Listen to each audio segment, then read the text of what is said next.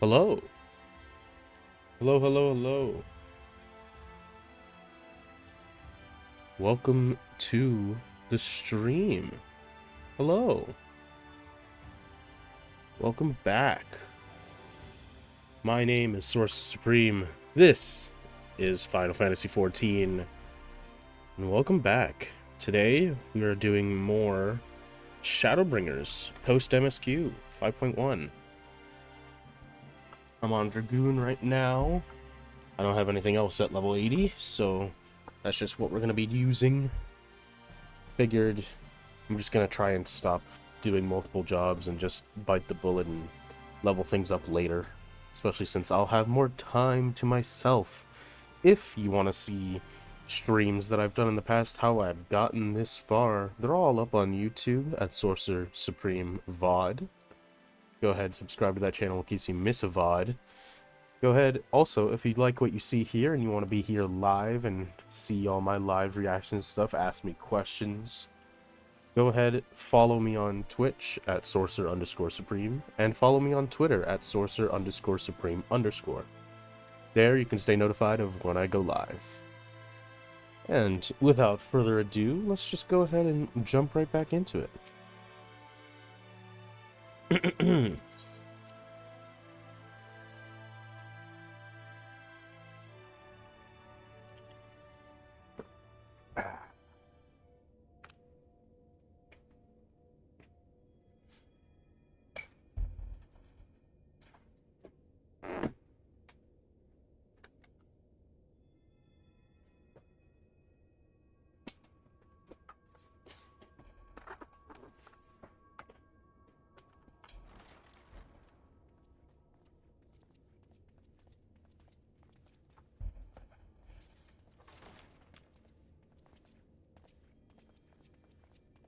Alright. I'm sorry. You mean to tell me not only that the return of night was your doing, but that you hail from another world as well?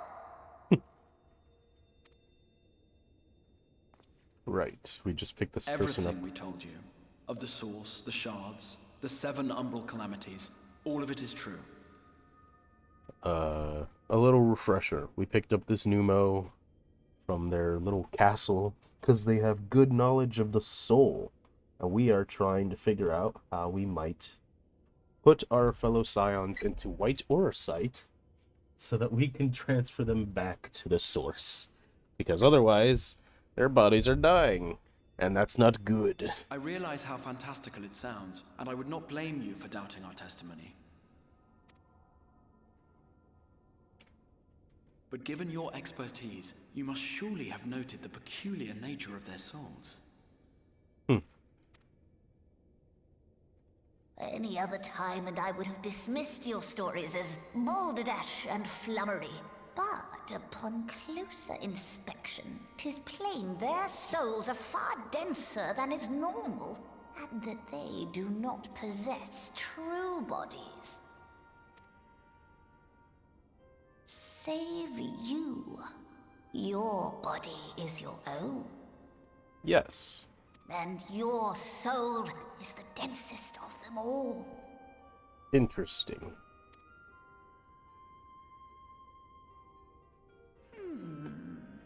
So because we merged with Ardbert, As I said are before, we merged with were it not for Ardbert? their heroism, the skies over Norvrant would still be awash with light, the realm yet at the mercy of 4-3 and the Sin Eaters.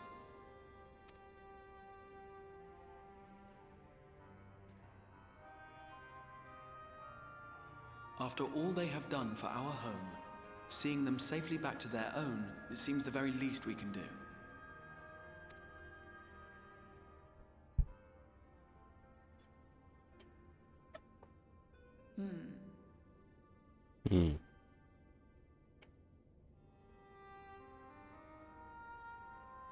Your tale is intriguing.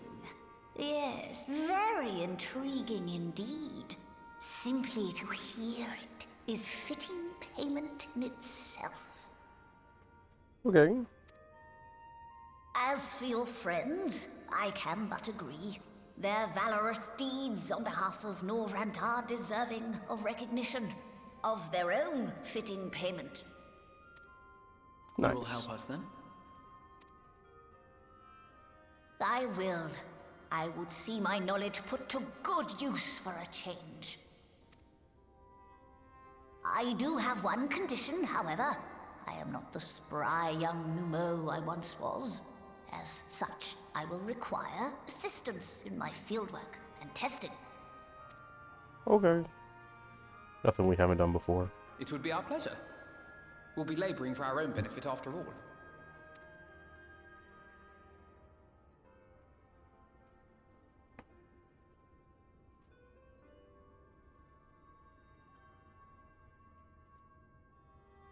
For any of you keen-eyed, you'll notice that I am not wearing the Dragoon armor I was. Instead, I am finally able to equip the glamour pieces that I bought back in Heavensward when I looked at the market and was like, what things look good?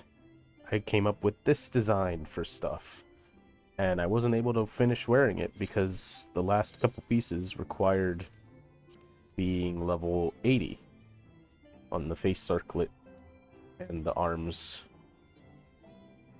So now, though, I can wear it all, and it looks great. I think it looks fantastic. Alright, I was gonna do a little something with audio, because I think I want to raise it ever so slightly. Whew, I apologize for my nose and the sniffling. I've woken up with quite some allergies this morning for some reason, so I apologize if I'm sniffling in the mic or sneezing. Not much I can do. You have spun quite a tale, but tell me, have you given any thought as to how you might return to your world?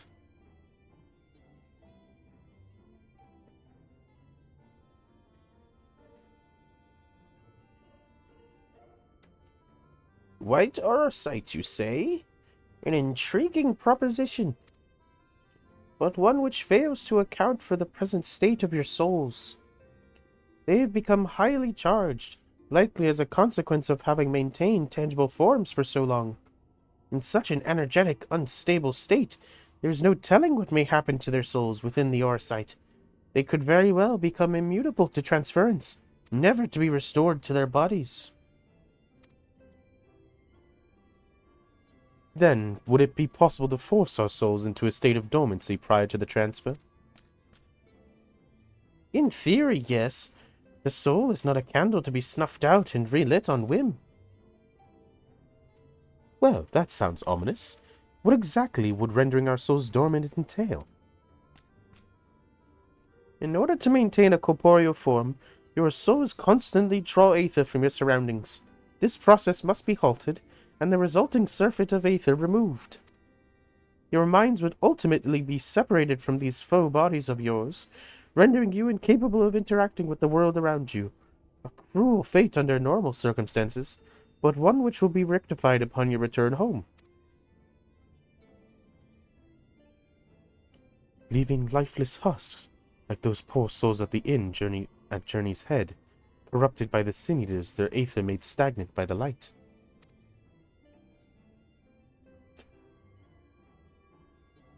Corrupted? Stagnant?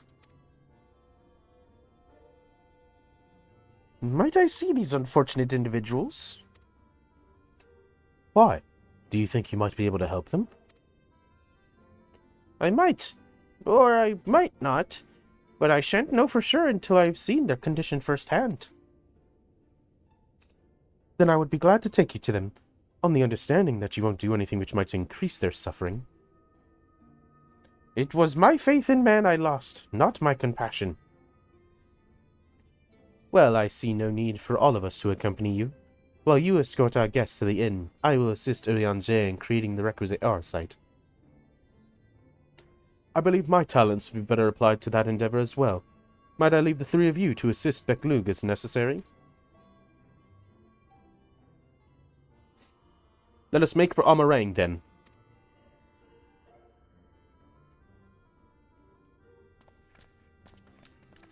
Okay. A ring.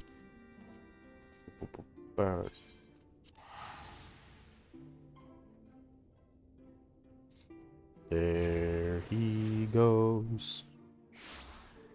Alright, where are we going? There they are.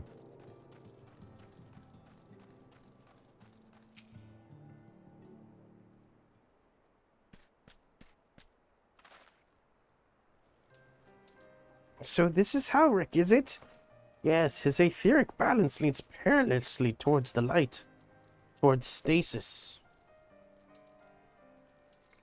What do you suppose will happen to him? Not too bright, are you, boy? The same as all poor souls corrupted by the light. He will become a sin-eater. You don't know that. We've defeated the wardens and banished the light from the night sky. Howrick was completely unresponsive before, but now...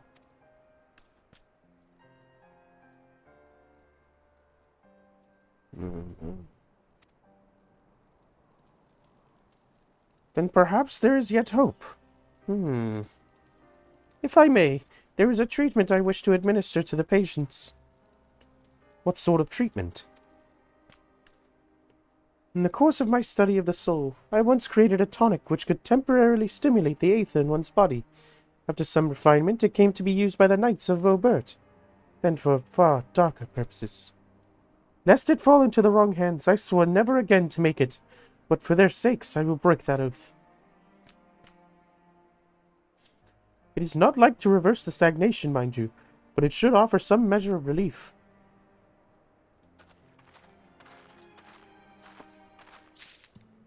Interesting.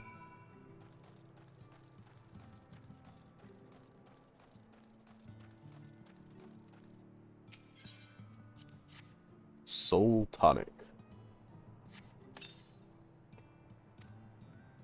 Tutton stares blankly at you. It would seem the tonic has no effect.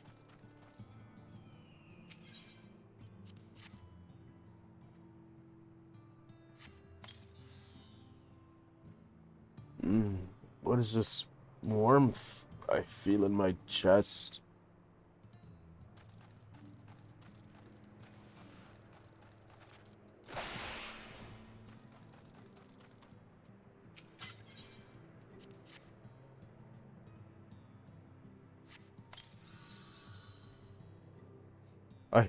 I feel warm. And my legs, they don't feel as heavy. It has some effect.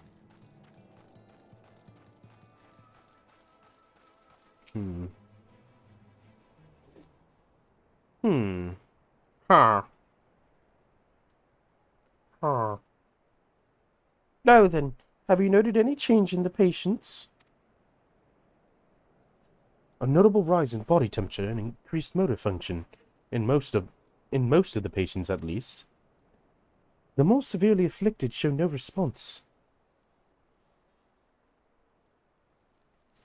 As I feared, then. 'Tis true that the restoration of night, the corrupting influence of light will no longer grow, and yes, their bodies will naturally return to equilibrium given time.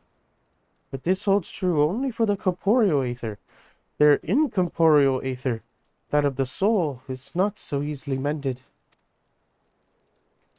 Which is why those in the latest states of corruption, like Howrick, appear unaffected by your tonic. Precisely.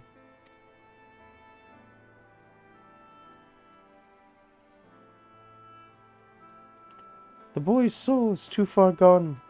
His mind is held together by the finest of threads.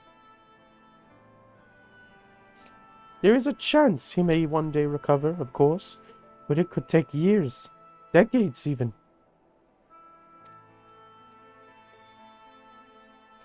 By the gods, he could wake to find himself an old man.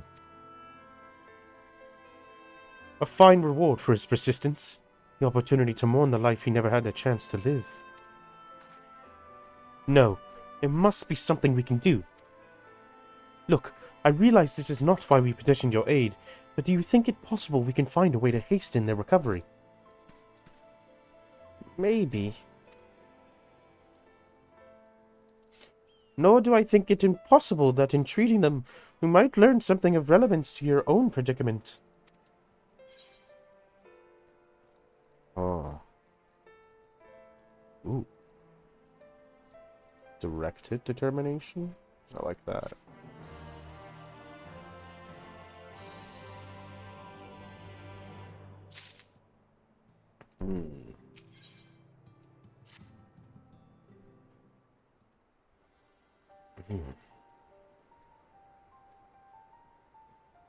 I suspect the Crystal Exarch has told you of my past, that I was once a mage of the royal court of Verbert, and that soulcraft was my field of study. But the tonic you administered to the patients here is one of the fruits of my labors. I hope to do great things for the kingdom. Oh, but in the end, my knowledge only brought suffering, a plague the like which none had ever seen. In the hands of unscrupulous men, what should have been my greatest triumph instead became my greatest shame. And now you have the chance to redeem yourself. That I do. A comforting thought indeed. But let us return to the task at hand, finding a means by which we might revitalize these people's incorporeal aether. Do you think it can be done?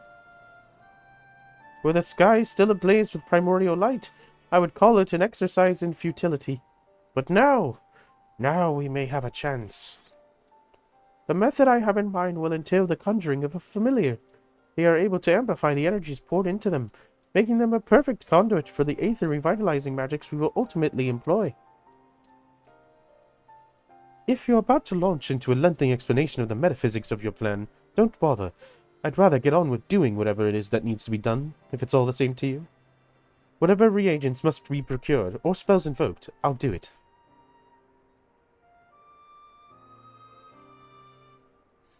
I admire your spirit. Very well.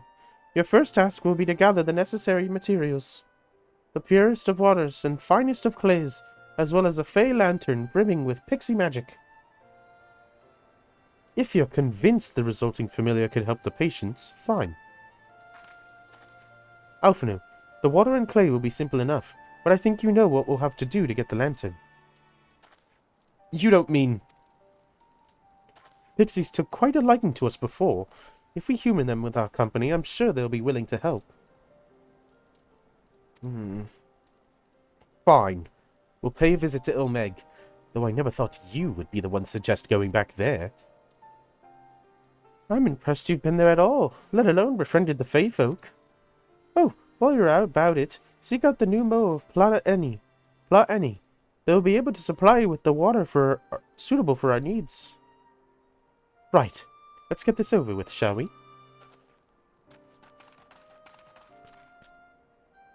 There still remains the matter of clay.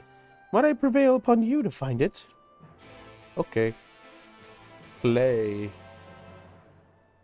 Clay, eh? Where might I find clay? Clay from Amarang would likely be best. Know you of anyone who might be able to assist us? That's the miners at the Twine. Ah, yes. They will be able to point you in the right direction, I'm sure. While you and the twins are occupied, I will see if there is aught else I can learn of the stagnation which afflicts the people here. Magnus.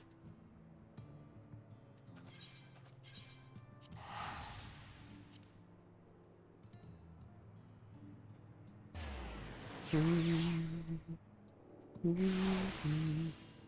really should level up Reaper, huh? If I wanted to. I don't know. I don't know.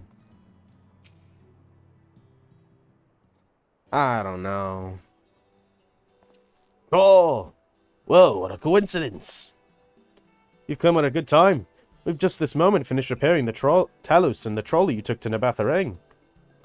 The trolley was no trouble, but the Talos would have been another matter had we not had a visit from Master Chai. He offered us a share of the leftover building materials from Daedalus Stoneworks, as well as a few trade secrets to help us along. Clever man, that Chai News. He seemed pretty keen on the idea I had for putting a giant Talos to work. Like a giant trolley. but Magnus still refused to see all the good we could do with it. You're entitled to your dreams, Jarek. That doesn't mean you can go harassing our guests with them. Master Chai was just being polite. And something tells me Cole here didn't come all this way to talk about trolleys. What is it you need, friend?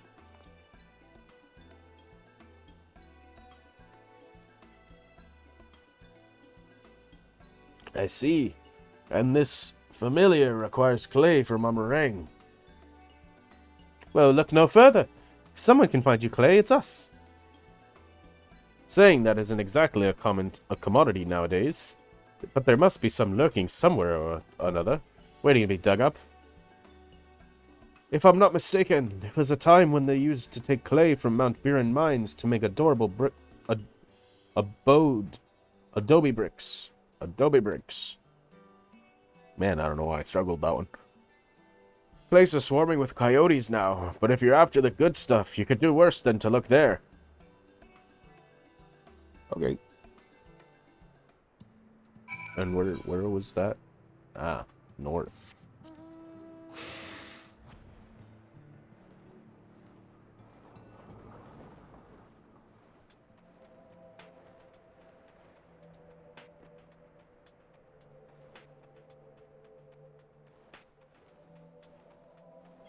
Amarang's cool.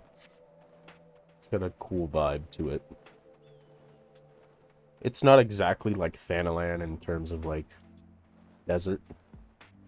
That's why I like it probably that much more. It still feels unique to Thanalan, despite both being deserts. Which is interesting.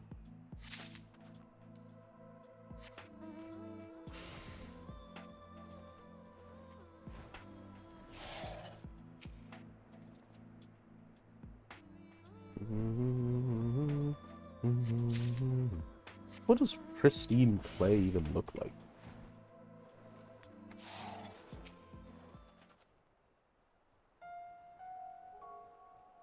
Ooh, music change. Oh, come on. Really? Come on, you want to do this?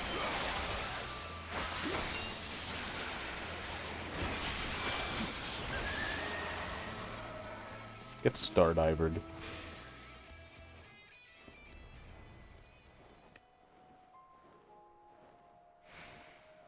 Oh wow, we're just going straight back to Beklug. We're not even going to report to Magnus that we found it. Poor guy. He's going to be like, I wonder if it ever got it. I wonder if we were of any help. It's not like he confirmed with us or anything.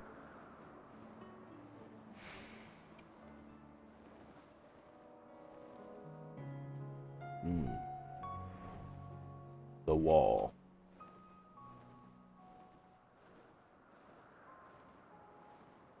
Shouldn't Thancredom and Philia be somewhere around here, considering they've been making forays out there? That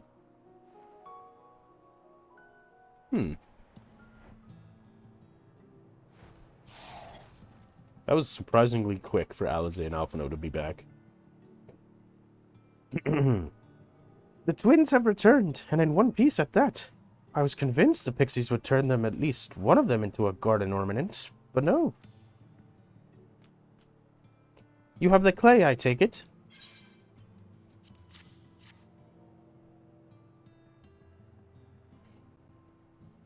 Wonderful. We need but combine the clay in the water, and then heat the mixture with the Fey Lantern. After that, it will be a simple matter of settling upon the suitable form, and performing the necessary incantation. Beklug, I have a question. In the event that we have need of this spell and you weren't around, would it be possible for another to perform the incantation? Assuming they possess the requisite skill, yes. Halric and the others have suffered so much, and I swore to do everything in my power to save them. If there's a chance this spell could do that, I would be the one to invoke it. Mayhap you should be the one to do so. A deep understanding of the subject's physical state, combined with a strong desire to help them, can drastically increase the magic's effect, and you are plainly more familiar with these people than I. I dare say there are few in all of Novrant more dedicated to find a cure, is that not so, Cole?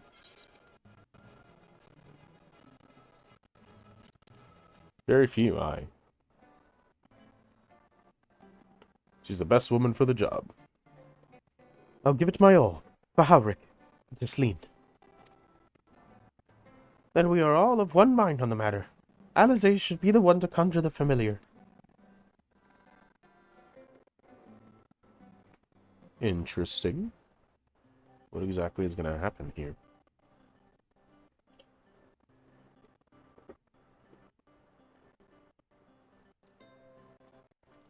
Let us begin. I trust you've prepared the clay.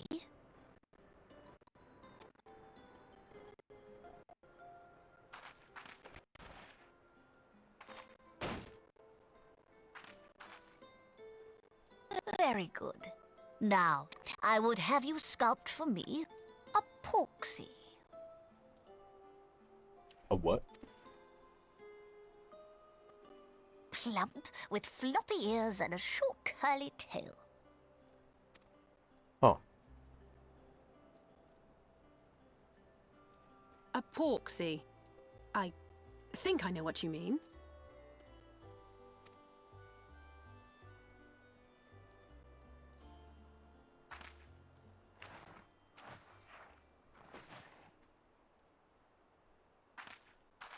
There we are. How's that?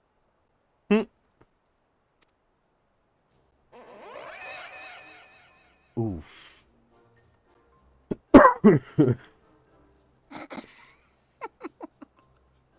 Well, it is certainly creative. There's no denying that. Alpha note. Alpha note.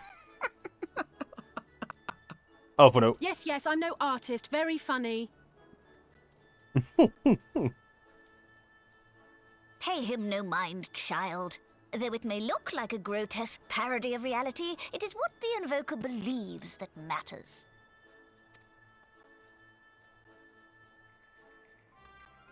You're not helping. But I speak the truth. If successful, this incantation will turn imagination into reality. Which is why the only thing of import is what you believe this figure embodies. You must focus. Hold the Porksy's image steady in your mind's eye.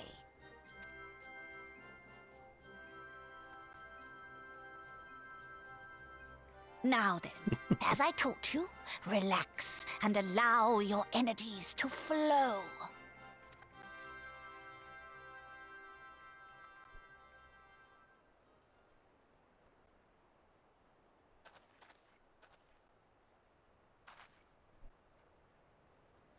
With flesh of clay I bid thee rise, on wings of dreams to touch the skies.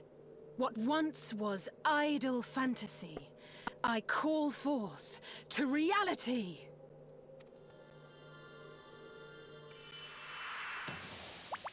Oh. Oh. It worked. Not bad for a first attempt. Now, let us see what can be done for young Halric.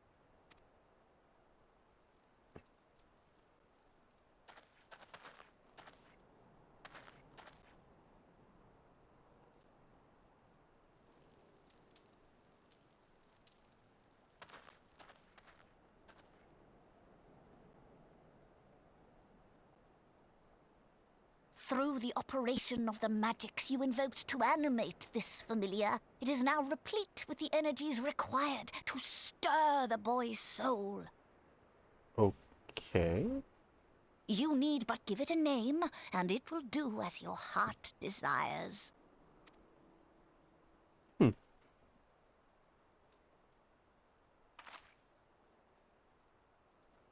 A name.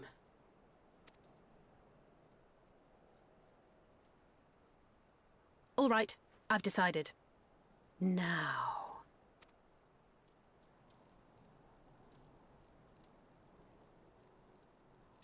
Go, Angelo!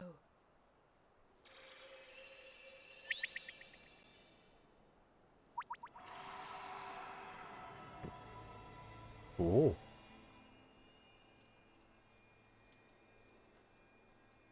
Angelo.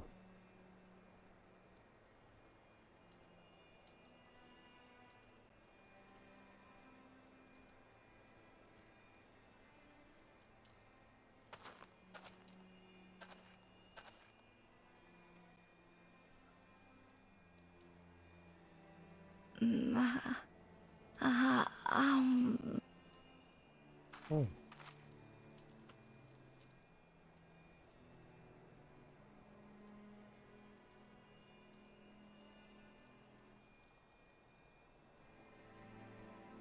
Mother, I...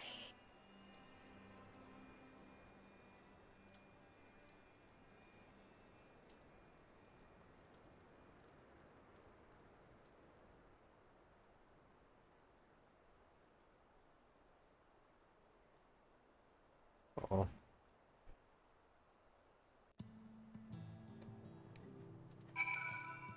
It worked briefly.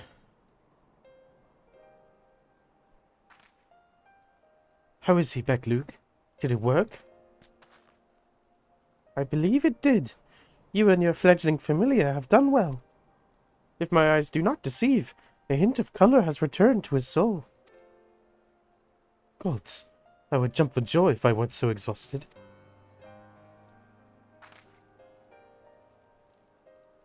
We're so close now, Howrick. As you are even now in the process of discovering, this magic ass must... Oh, excuse me. This magic ask must much of the invoker. What you may not have realized is that the same is also true of the subject. As such, we must proceed with caution. However, with further treatment, I have the utmost confidence the boy will make a full recovery. Observing the reanimation of his stagnant soul has been a most enlightening. It will need time to put my theories to the proof, but I believe I can fashion a spell to produce the opposite effect. That is, to induce stagnation.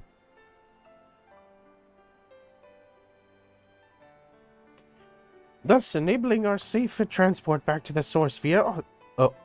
thus enabling our safe transport back to the source via Ace Orosite.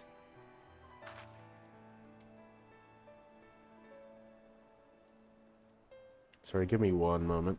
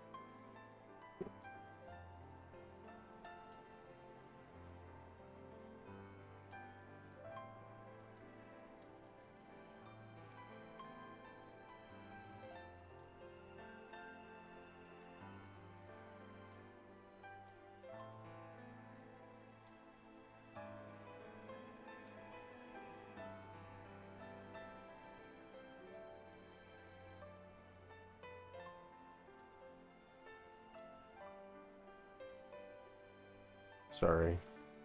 Give me one moment.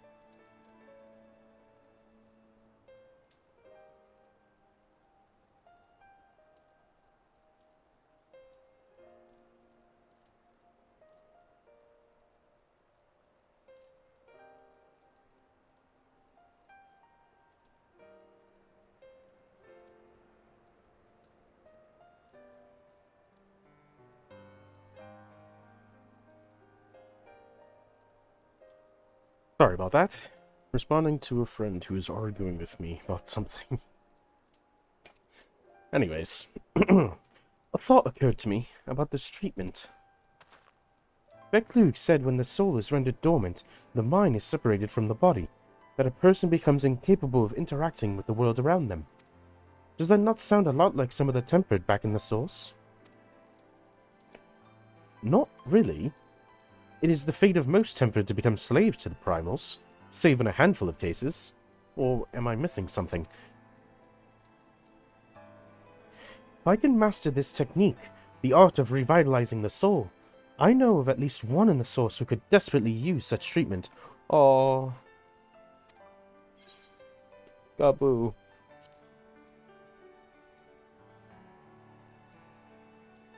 Exactly. His condition is uncannily similar to Haurik's, is it not?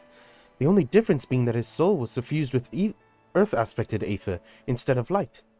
It follows that if his soul is subject to a similar kind of stagnation, there may be a chance we can save him, right? Forgive me, but who is this Gabu fellow of whom you speak? I see. His condition does sound similar, yet there is much and more about the soul that remains unknown even to me. I say this not to discourage you, you understand, but to remind you that this is a delicate work we do here. Work requiring patience. Of course. And as long as there is hope for the patients here, I would devote whatever time is needed to see this through. But I refuse to spend that time in idleness. If it's all the same to you, I'd like to stay here with Angelo and continue with the treatment. The two of you should return to Crystarium with Beklug and see if you can't somehow make headway in their newly possessed theories. I would tell you to rest first, but I see you're not to be convinced. Ah, the fire of youth. Let us return to the Crystarium, then. Finally! I found you! Oh, no. Finally, I found you! Kashir, what are you doing all the way out here? There's trouble back in your moor. Lady Chai is beside herself, sighing, pacing the whole lot. Never near enough begged me to go and find you. Sighing and pacing, you say? It must be urgent. I take it I will be returning to the Crystarium alone. Go on, then. It's not as if I have anything for you to do. Thank you, Beklug.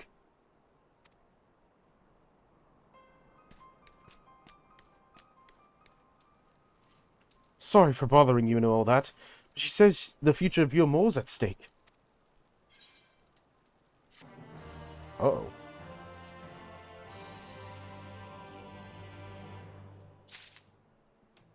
I see here. What's happening? Lady Chai's up in the parlor. Let's not keep her waiting, eh?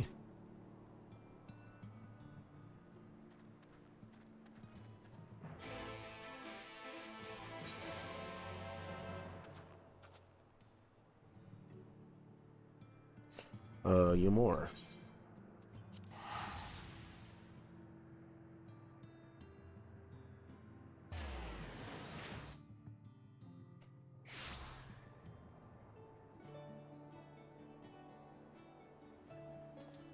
Give me one moment now.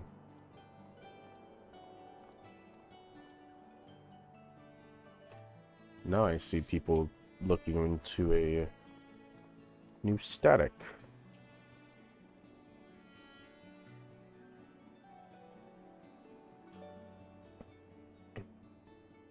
Because there's a high likelihood that I'm not going to be able to continue in my static, at least not for the entire time, because Fridays are likely going to be non-possible for the raid time that they do.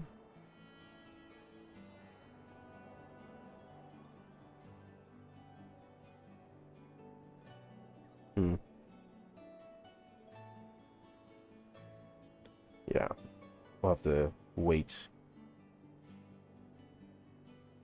I'll wait and see. Anywho, where is Julia Chai? Well, not here seems to be out of the ordinary, though I do not see Lady Chai anywhere. Probably pacing around outside again, staring off into the distance and all that. Oh, sighing. Strange. Let's see if we can find her and discover the source of her distress. Here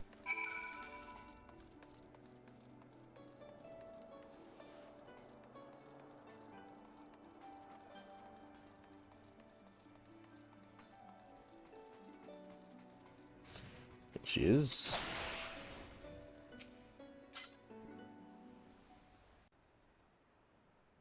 Is it just because you haven't seen your husband?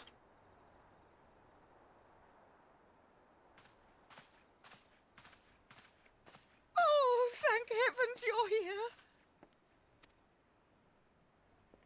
Lady Chai, whatever is the matter? I knew not where else to turn. Oh, this is all too much for my poor heart to bear alone. What's happened? Alone? What of Master Chai? But that is the very reason I summoned you. He's gone. What? What happened? It all began after the events at Mount Gulg. With Lord Vorthry out of the way, we all agreed that a new leader must be chosen. And so you held an election? Yes, well, sort of. Not a single person volunteered to stand, you see. After a lifetime of leisure, we free citizens have grown somewhat indolent. Readapting to the harsh realities of life is trying enough, but to take charge of a broken city as well? No one wanted such responsibility. Nevertheless, Yulmore could not well do without a leader, and so we decided that anyone and everyone should be considered a candidate. And after we cast our ballots and tallied the votes, the mayorship fell upon my dear husband. Oh. Well, given the manner in which he orchestrated the construction of the giant Talos, none could deny his leadership qualities. But even before then, he had proven himself at Daedalus Stoneworks, don't forget. He is more than qualified for the role.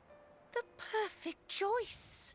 But he's very self-doubting. Indeed. I told him as much when his victory was first announced. Yeah, but Perhaps I was too forceful in my attempt to encourage him. For shortly after that, he vanished without a word.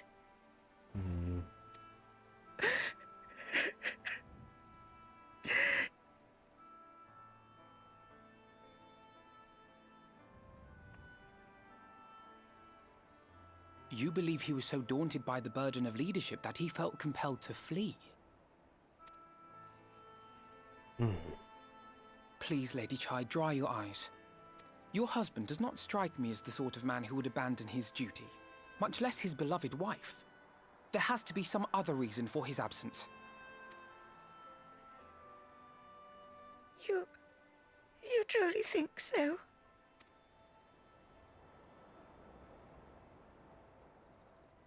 What about you? What do you think has become of my husband?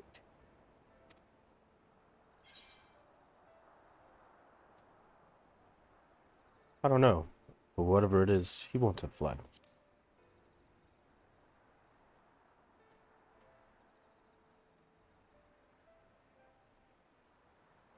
And there you have it, Lady Chai. You needn't worry. Master Chai loves you more than all the world, and he will return. It's true. Wherever he may have gone, rest assured we will find him.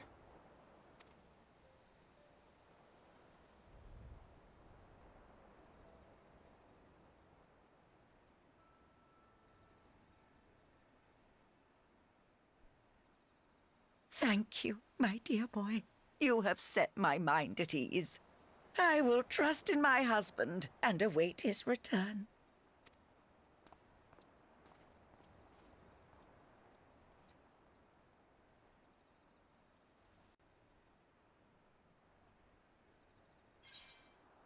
Alright. Termination critical hit. Not bad. Not bad. Fake it.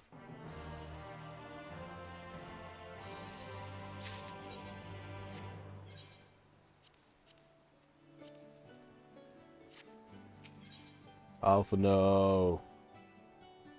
It makes no sense for Master Chai to have left without a word. But even if he had, he would not have done so unobserved. Someone here will have seen something. I am sure of it. We should split up and inquire as to whether anyone saw him leave, or, failing that, if they have any idea where he might have gone. I will meet you at the Glory Gate to compare notes later on. Okay.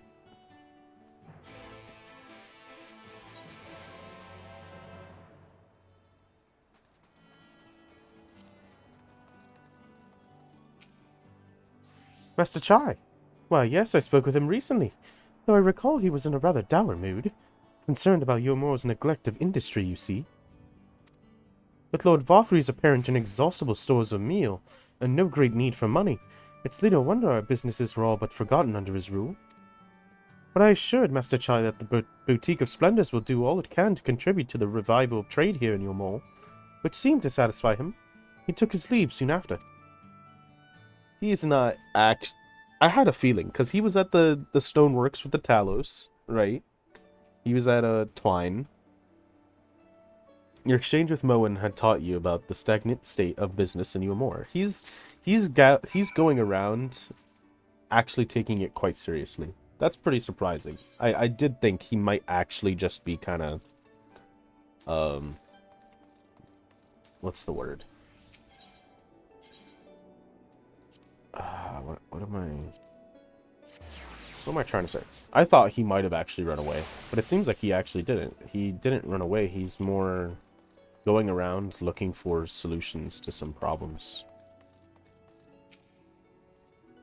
Looking for Master Chai, are you? Is something amiss?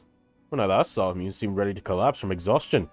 I insisted he rest and catch his breath, and we talked for a while about his concerns over the city's defenses, among other things. He made more than a few valid points. Many of our men are still recovering after a confrontation with Lord Vothry, and finding General Ranjit in a heap in the middle of the plaza shook us all to the core. The man commanded no small amount of loyalty, and some of our longest-serving soldiers seemed lost without him. Indeed, a number of them left. But not that we blame you, of course. Without you and yours, we would still be blind to the error of our ways. Anyway, funding permitted, I propose replenishing our ranks with volunteers from the derelicts in Gatetown. We have a duty to protect not only Yomore, you see, but the surrounding regions of Calusia as well. And I, for one, would welcome any man or woman willing to take up arms for that cause. Indeed, I told him as much, and he seemed relieved to hear it. It was on that note that we parted ways. He headed outside, as I recall. Your exchange with Cornet has taught you... Cornet had taught you about the perilous state of Yomore's defenses.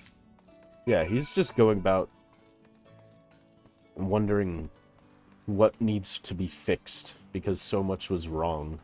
And he's just going about finding the solutions to those things. He's not run away. That's pretty cool.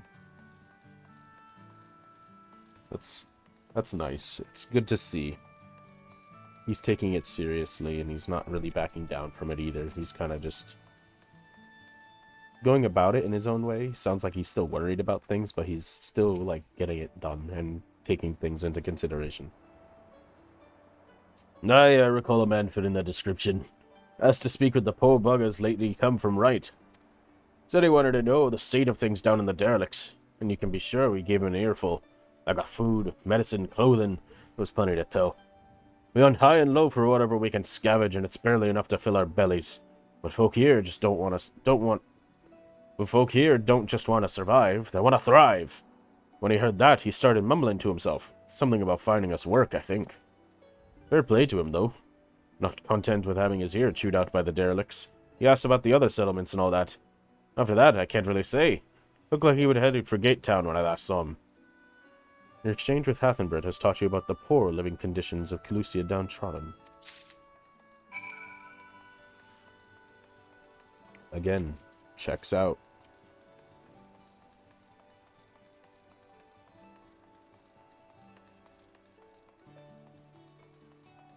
He's actually trying to solve issues.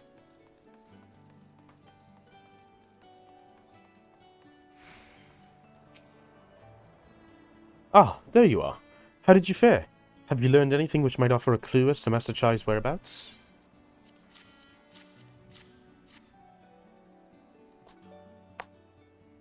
Yes. Interesting. He apparently paid a visit to the Queen Bee as well. They discussed the possibility of granting admission to customers from outside your mall, an idea to which the proprietor was surprisingly receptive. Sounds like he's got big plans for the place. Your mall, I mean, not the bee. Perhaps, but the question remains, where did he go after leaving the city? True. Where did he go after leaving the city? Ooh, more... What do we got here? Critical hit, spell speed, spell speed, spell speed. I guess we'll just get the determination and tenacity. Or the gold. Gold.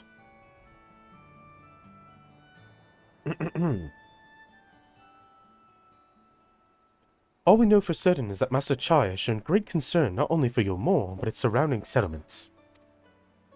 It seems logical, then, that having consulted those within the city walls, he would wish to do the same for those without. Oh, if you would go and make inquiries and write, I shall do likewise in Stilltide. Gate Town I leave to you, Kaishir. Fair enough. Where shall we meet when we've finished? Well, Toprung would seem to me to be his most likely destination. Let us reconvene there. With any luck, one of us will have stumbled upon him by then. But if not, we will be situated to continue our search. Okay.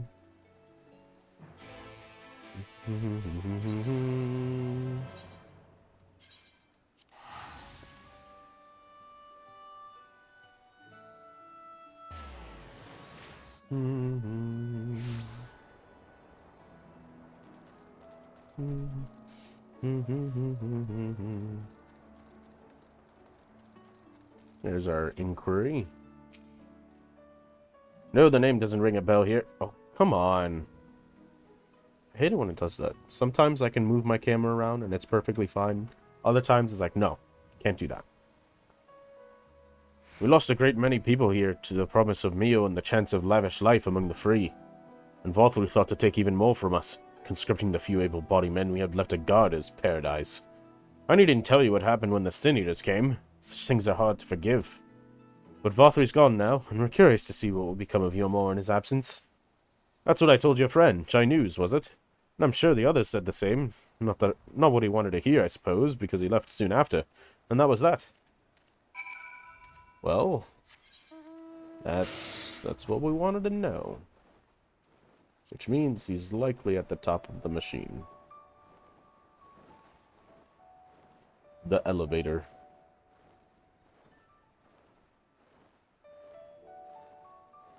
Oh, elevator. Oh, elevator. We're climbing. I wonder if we can go through here. Should be able to. Oh wow, you could actually fall down the elevator shaft. That would kill you.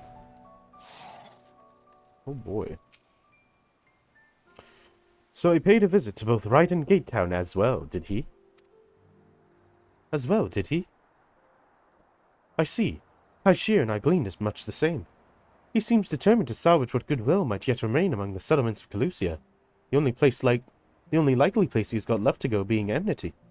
Come, if we are quick, we may yet catch up to him. Yes, we may. Yet still, we must fly. Look at the stone Talos. He did that. We should be proud.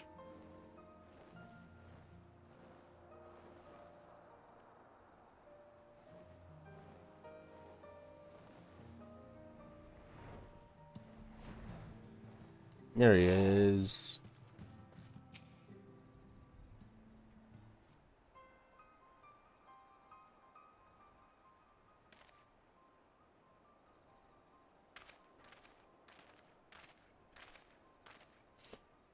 Oh, Alphino, Kaishir, what are you doing here? We might ask you the same, Master Chai. But we have been looking all over for you. Looking for me? Whatever for? Lady Chai has been nigh inconsolable in your absence. She claims you disappeared without so much a word, and bade us return you to her side. What in the blazes are you talking about? I left a letter for her in our chambers. Though I suppose she could have overlooked it, and when she gets an idea into her head, I can only apologize. No harm done, Master Chai, but since we are here, might I ask what compelled you to come all this way?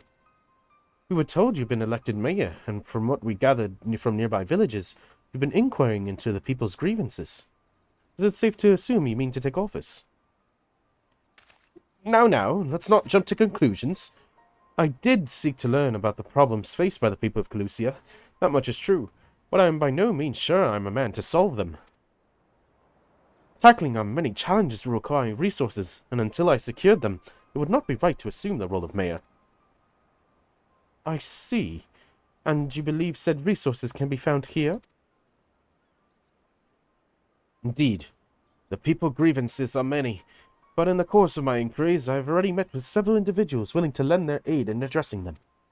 However, there remains one individual crucial to my plans, a man whose counsel might yet make a mayor of me. With respect, such forethought is in itself proof of your suitability. The city needs you, Master Chai, and I am certain this man of whom you speak, whoever he may be, will reach the same conclusion. For what little it is worth, we will vouch for you should he require convincing. Whatever you need, you can count on us. I don't know what to say. You don't need to say anything. You've got your actions to speak for you. For as long as I can remember, all I ever wanted was to make it into Yulmore, but that dream's gone now. Burst like a bubble, or a boil more like. Anyways, outside of repaying Master Alphino, I haven't had a clue what to do with myself. Spent most days in a daze, but you've been running up and down, trying to find a way to fix this mess for everyone. And I reckon you can do it. You got this lot up Mount Gold, didn't you? How hard can mayoring be? You're going to steer Yulmore to a better future, I know it. And I want to help. Properly help. Do something that makes a difference. I don't know what it is yet, but I'll work it out on the way. If you let me come with you, that is. You've given me entirely too much credit, the lot of you, but I can't deny it gives me heart. Come then, let us press on together.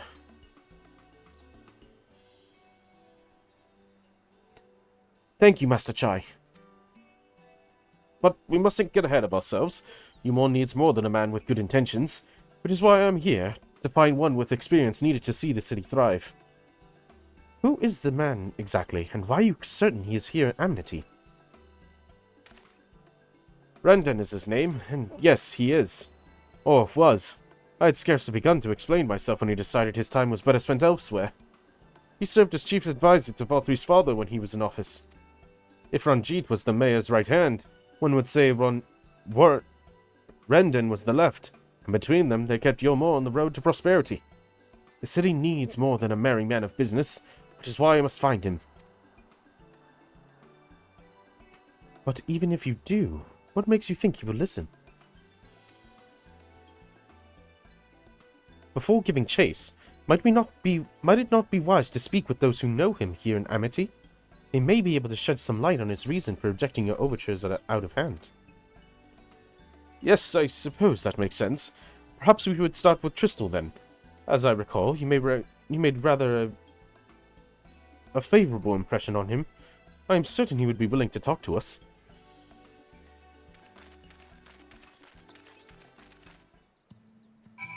Alright.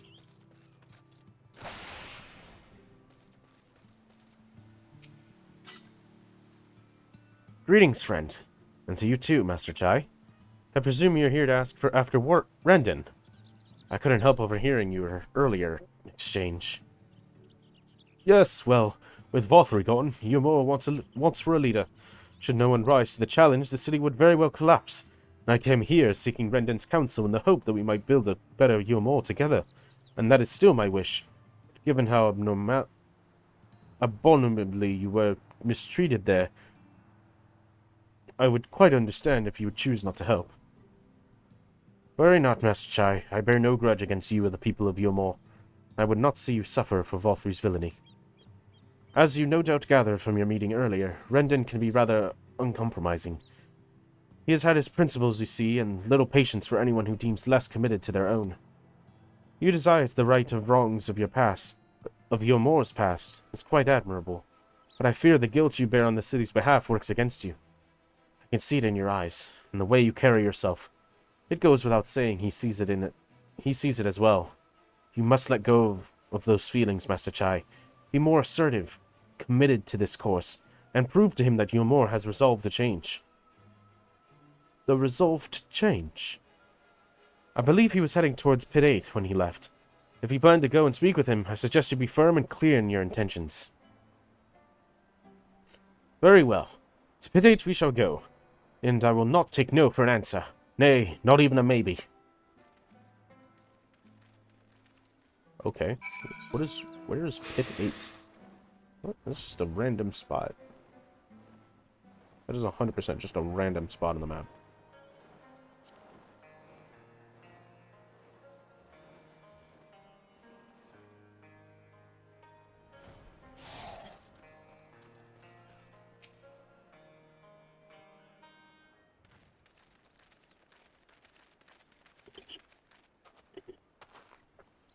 Well, well, it's you again. Oh, voice acting. And I see you've invited your friends. Need them to fight your battles for you, do you? No, I didn't invite them, as it happens, though they are indeed my friends. Well, not only mine, but every true Yulmoran's. They are the ones who awakened us to the truth, to Lord Valthry's villainy, the famous warriors of darkness. Are they now? Yes, they are. It would be no exaggeration to call them our saviors. We owe much and more to their kindness, but we cannot depend on that kindness forever. To do so would be a little different from entrusting our affairs to Lord Valthry. Nay, we must learn to stand on our own 2 feet. And I would have them present to witness my attempt. Hear, hear, Master Chai. Your sentiments are admirable. Yet admirable sentiments do not a nation make.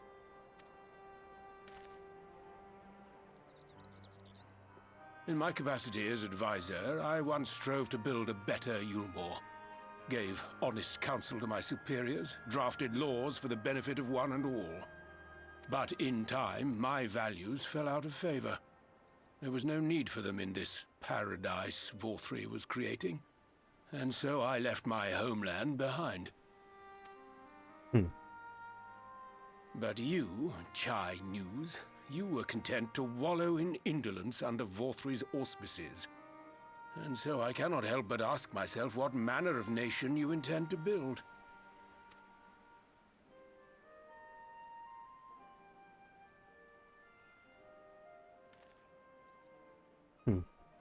I can offer no simple answer to that question.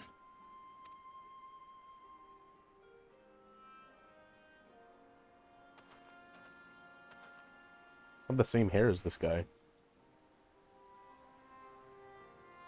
But this much I will say. It is my hope that Yulmor can become a nation which her citizens might freely choose to build together.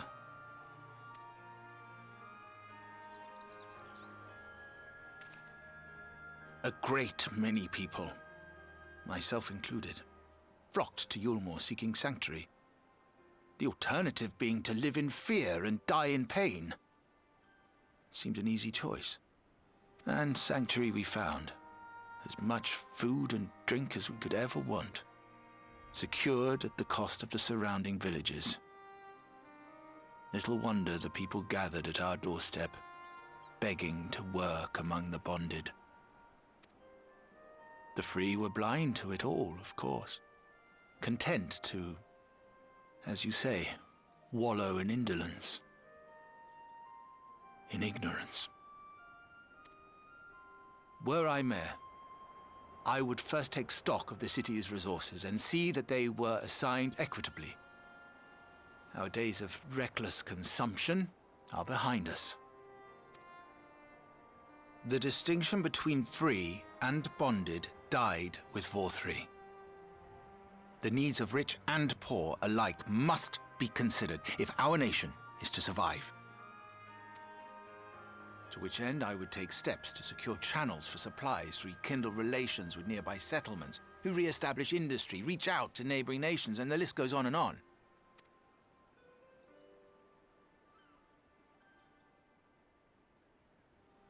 But I am no ruler, nor even a politician.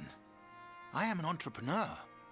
My expertise lie in planning and profit. I haven't the knowledge or experience to run a nation. Please, Rendon, will you not help me? Together, we could solve the city's problems.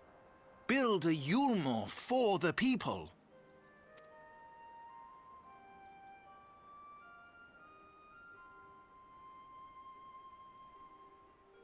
A Yulmore for the people.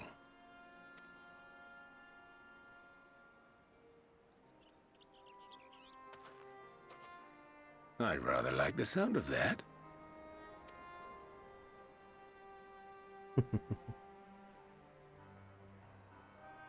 But before I offer you my counsel, I would be certain of your ability to perform the duties of office. You would? You ask me to help you solve Yulmore's problems, but first I would see you solve one on your own. Accomplish that, and you will prove both to me and the people that you are a man worth following.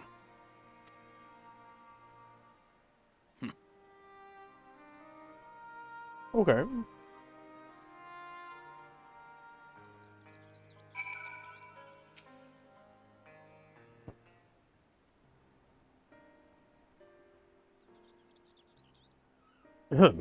Right then. Is there a particular issue you would have me resolve? You seem to have conducted an assessment of the problems Yulmore now faces. I assume you will agree, therefore, that the matter of dwindling food stores is the most pressing. Ah, yes. Meal being neither a desirable nor less sustainable option, I assume alternative foodstuffs are now required to fill the void. And a man who hungers is not like to contribute much to society, save violence, perhaps. So tell me, how do you propose to solve this problem? Give me a satisfactory answer, and I will consider offering my counsel.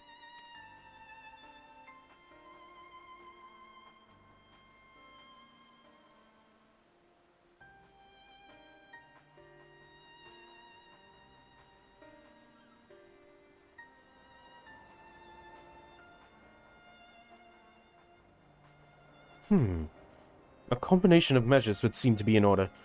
One to address the immediate issue of supply, and another that of production. Go on. For the present, Yulmore's coffers can be used to purchase food from our neighbors. This would afford us time to address the underlying problem that affects us all, a long-standing neglect of agriculture. The villages that once served as sources of trade for foodstuff must be repopulated, their means of production restored. This assumes, of course, that we can rekindle relations with our neighbors, guaranteeing security and stability in the region, and most importantly, find people willing to leave the city and take up the rebuilding effort.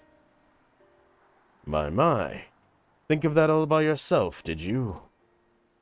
Well, yes. Began as a rather abstract plan I drafted some time ago, after speaking with the peoples of Yulmore and the nearby settlements. You've impressed me, Chinese. I have? Well, that is a relief. Oh, but you haven't secured my support just yet. Only my attention. Grand plans will not be enough to persuade the masses. If you would ask them to rebuild, you must provide them the means to do so. A fair point, Rendon, and one which I have given much thought. I propose the use of Talos to aid in the establishment and maintenance of their settlements. Their employment should drastically improve efficiency and ultimately increase production. Talos. But the Daedalus Stoneworks closed their doors years ago. Without a ready supply of the necessary equipment, the people would starve before your plans could be put into effort. Well, as the heir to Daedalus Stoneworks, it just so happens that Talos are my field of expertise. And with a little help, I'm quite certain we can acquire what we need in no time at all.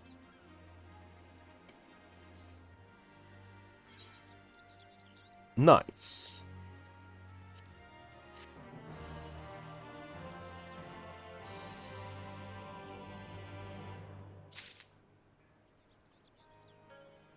Sorry, give me one moment.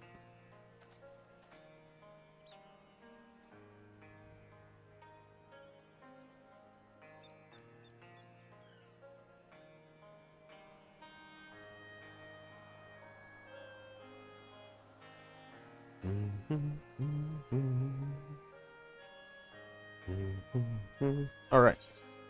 Finding good help. Rendon is quite right. Building Talos from scratch would require the time we simply do not have. Which is why I propose we make use of the long-abandoned Talos which wander the wilds of Clusia. Interesting.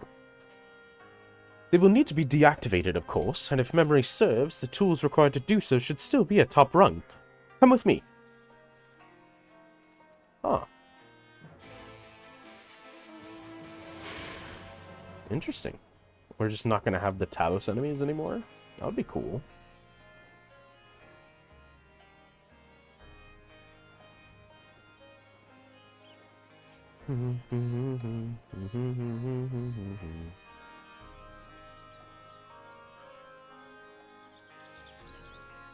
Sooner rather than later, we are going to take a break so I can eat lunch.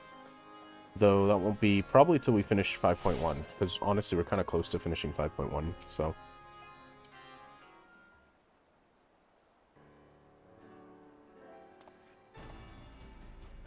Aha!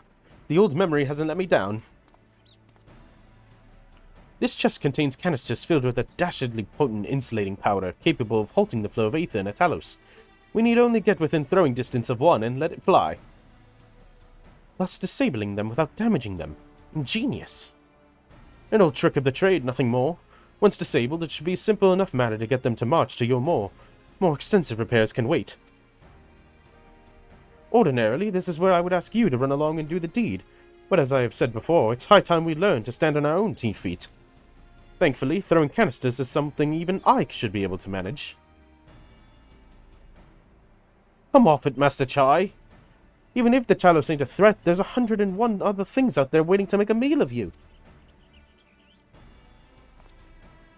That as may be, Kaishir, but Rendon asked me to solve this problem, and I will not sit idly by while others risk everything to see my harebrained schemes realized. Not this time. Which isn't to say the mere thought of it doesn't fill me with dread. Truth be told, I can't feel my legs.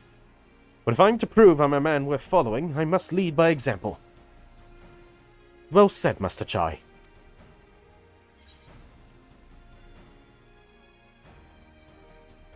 Hear, hear.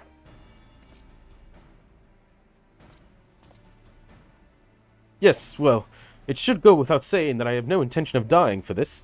I've always preferred living to see the fruits of my labor. And to make sure I do, I will require your help. It is as Kaishir says, these lands are dangerous, and if one is not careful... These lands are dangerous if one is not careful. I would ask you to use my spyglass to look out for any beasts that could get in the way of my work. I will also need you to alert me when it is safe to subdue the Talos. Understood?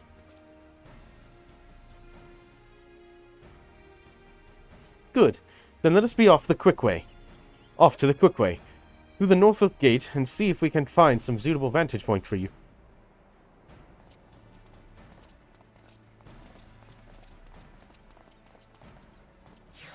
Okay, I pull up. Oh, this... Guide Chinese to the vantage point. Oh, I see. Keep a lookout for danger and alert Chinese when it's safe to incapacitate the Talos. Move the spyglass as well as zoom in and out. Point the spyglass at Chinese to give him the signal to sneak near the Talos. Interesting. So, point at dangers.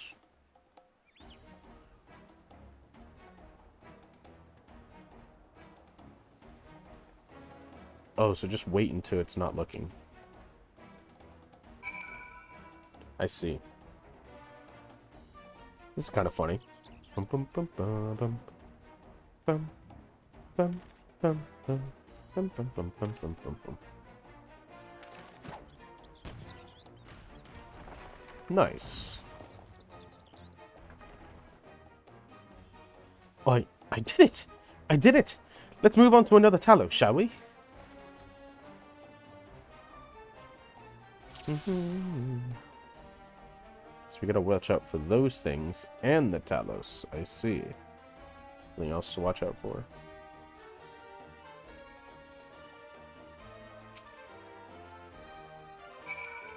Bum, bum, bum, bum, bum, bum, bum, bum, bum.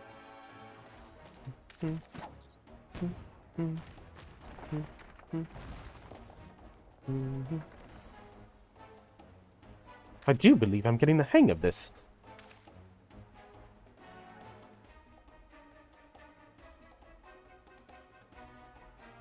You may leave the next one to me, Cole.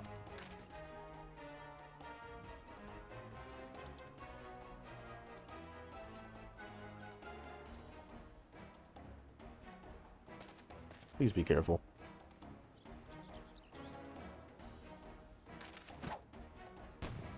Oh, he got it. Hey, he did it. Haha, that should do it. Now we have all we need to proceed.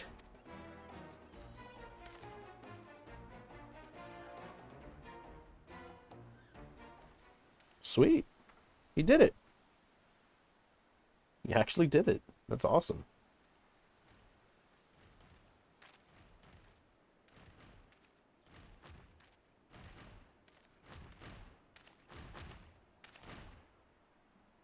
Nice.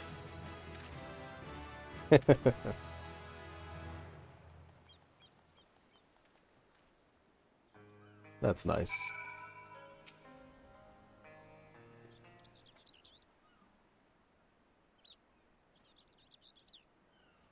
I can scarcely believe it. It was reckless. It was a reckless, foolish plan, but somehow it worked. Jeez, those things are huge. I did it.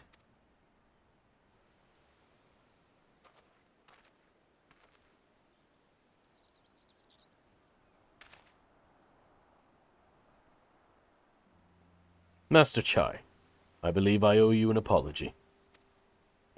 Your plan to replenish Yomore's food stores showed forethought and sound judgment. What's more, it is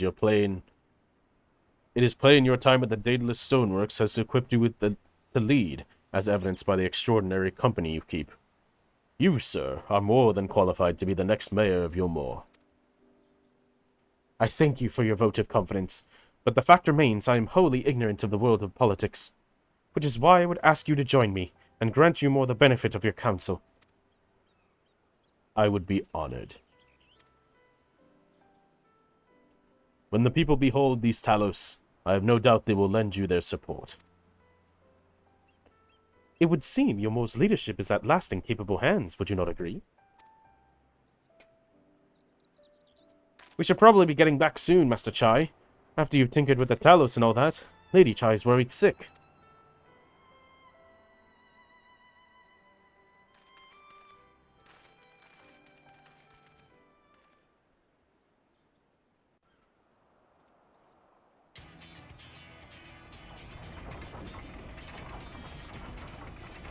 Let's go.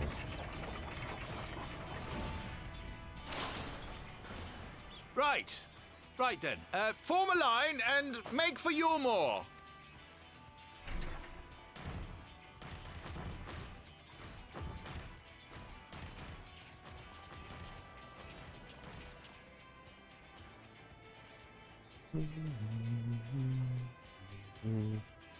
Nice. They did it.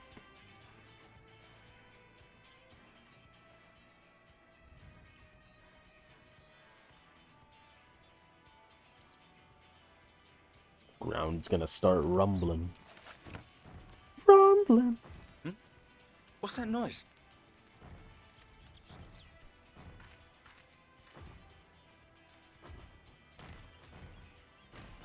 Wicked White!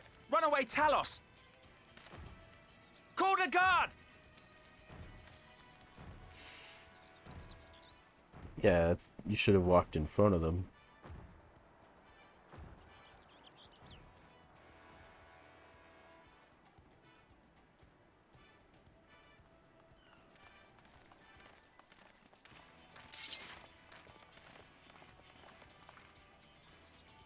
It's a single guard. For that poor guard. Okay, no, there's another Stay one. back! All of you!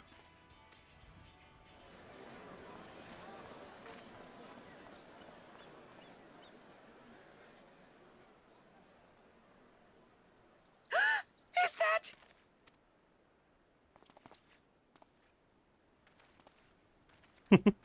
Dramatic Darling, step out from you're behind him. back.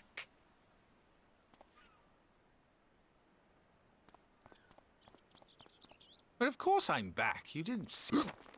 Dearest, I can't. Oh.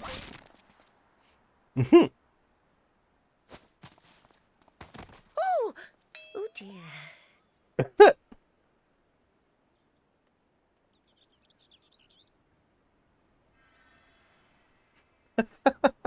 Actually needed to use healing magic on him. That's hilarious. Oh, thank you. I'm sorry, my darling. It's just the sight of you filled me with such joy, I couldn't help myself. Oh, no, it's all right, dear. I should have just come out and said what it was I was intending, instead of entrusting the task to a hastily scribbled letter. Does that mean you'll do it? Well, I'm here, aren't I? I mean, not that my absence signified any unwillingness, you understand? Oh, no, naught could be further from the truth. I only left to enlist the aid of the former mayor's senior advisor. And now that I have it, I believe I am ready to take office. Oh, how wonderful!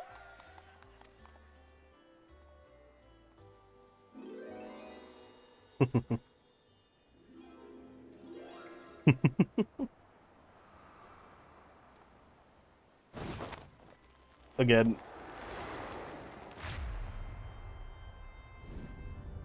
Dearest, please!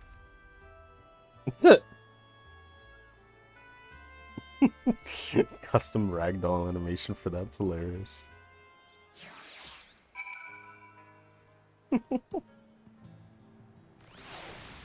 Oh, they're just here now. That was quite a reception. One Master Chai will struggle to forget. More seriously, the arrival of the Talos has seized the public's attention. Once word is spread around Yomor, it'll be that much simpler to gather one and all so that Master Chai can make his inaugural address. Pain and pleasure orchestration.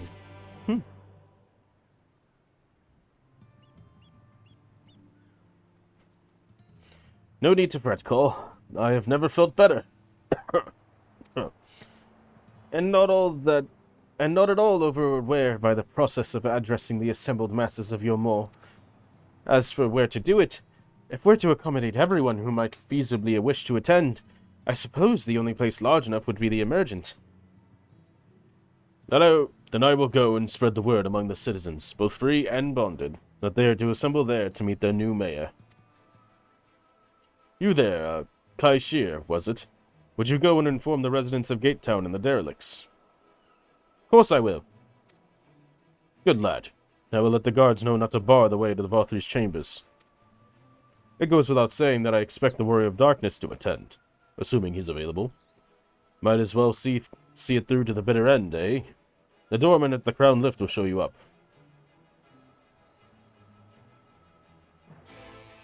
Okay.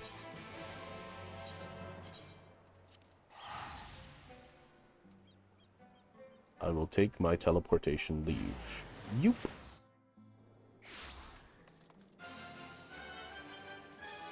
Hey, the music's back. That's cool. This music went away for the longest time, and it was a lot sadder in here. But I guess since things are looking up again, they brought the music back. Ah, yes. Master Chai told us to expect you. The emergence is already filling up with the people of all persuasions, free and bonded, citizens and non-citizens. But as for you, our guest of honor, we would have reserved a place at the front. Right this way, sir.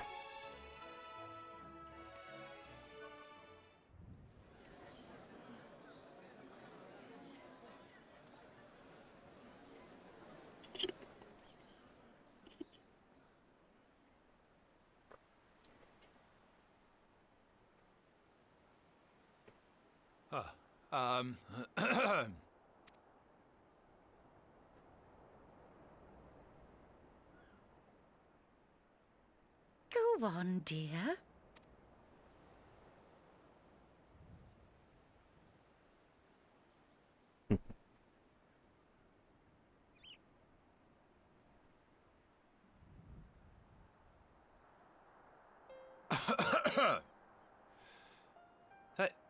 Thank you all for gathering here today.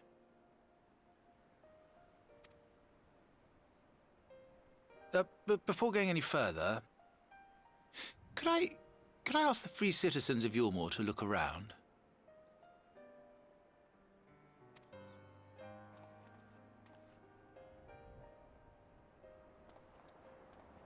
"'Tis a sight none of us would ever have seen under Lord Forthree's rule.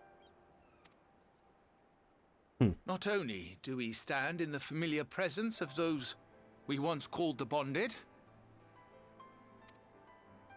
but today we welcome the peoples of the Derelicts and Gate Town too. Today we welcome the Warriors of Darkness, come to bear witness to Yulmore's new beginning."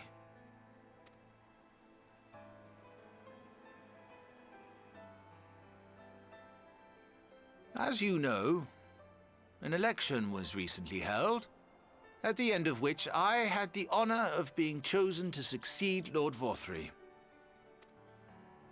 You place great faith in me, and I promise to do my utmost to live up to your expectations, and I will seek always to carry out the duties of this office with integrity and fairness.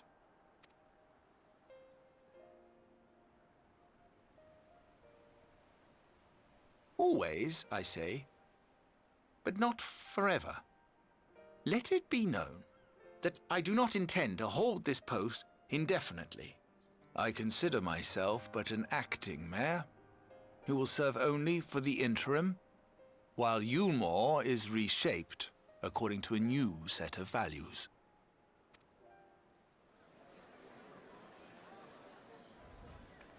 Understandable.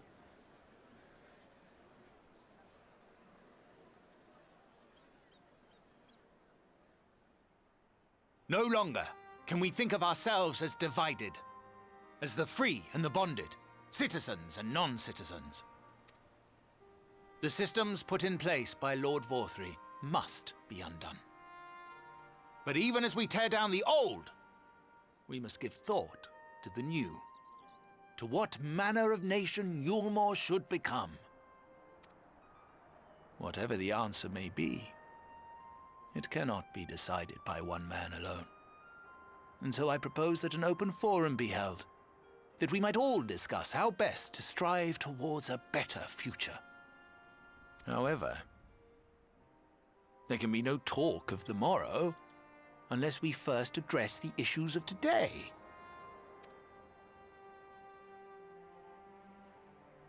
Securing new sources of food, rebuilding relations with our neighbors, re-establishing industry. There is much and more that needs to be done.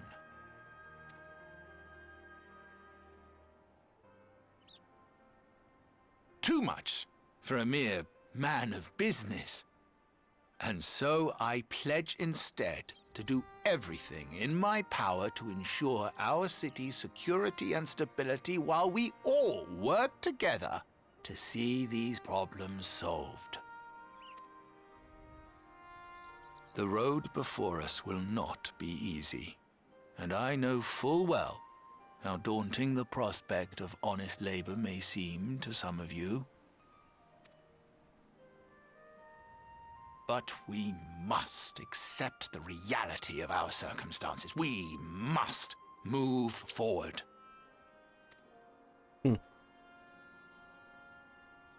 This much we owe to ourselves and to the brave heroes who risked their lives to bring back the night.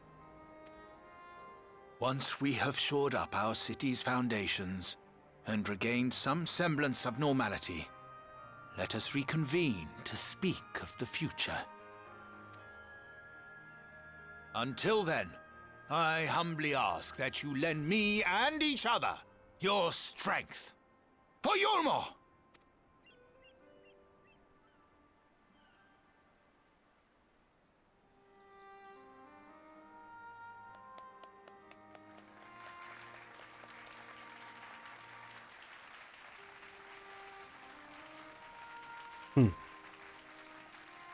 He did it.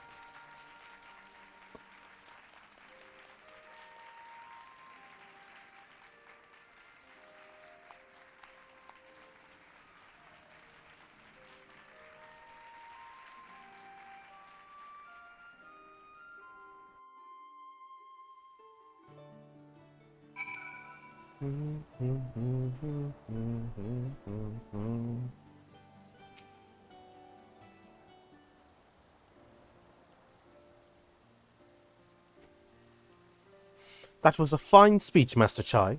I believe your words stirred every soul in attendance. Stirred them to action, I hope. If I have learned anything from all of this, it is that change begins with the individual. 'Tis but a matter of finding the strength to take the first step. Assuming my fellow Yomorans can, it shall be an honor and my privilege to help them walk this road we have chosen. But we must not forget the individuals who made all of these changes possible.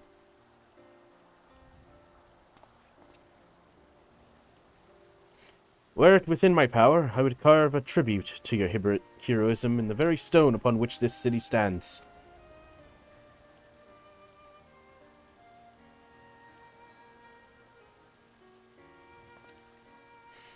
I hate to change the subject, darling, but now that you have officially taken office, have you given any thought to your mayoral seat?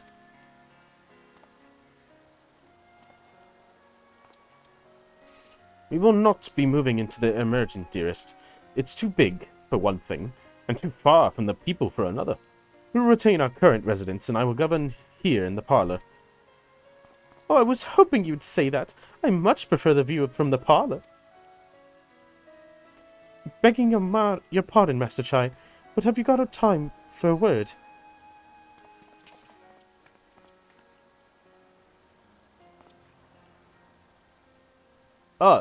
Yes, of course, Hathin bet. Aye, that's me. I liked your speech, but there's folk outside these walls that don't even have enough food to last till tomorrow, and more who are counting their crumbs. If you've a plan to change that, I want to help set things in motion. Then we've much to discuss. No sooner do I take office than my work begins in earnest. Well, I suppose I brought it upon myself. Thank you again for your help, Cole. I hope to see you again before long.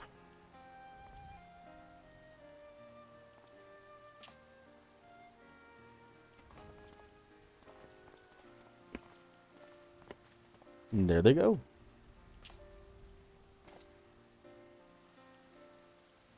What a day. I don't know what it means exactly, but I do know we've got plenty to think about. I sense we've all had a great deal to consider. I'd resolved to remain here until such time as Yormore's future was secured, but it is clear to me now that the city is in capable hands.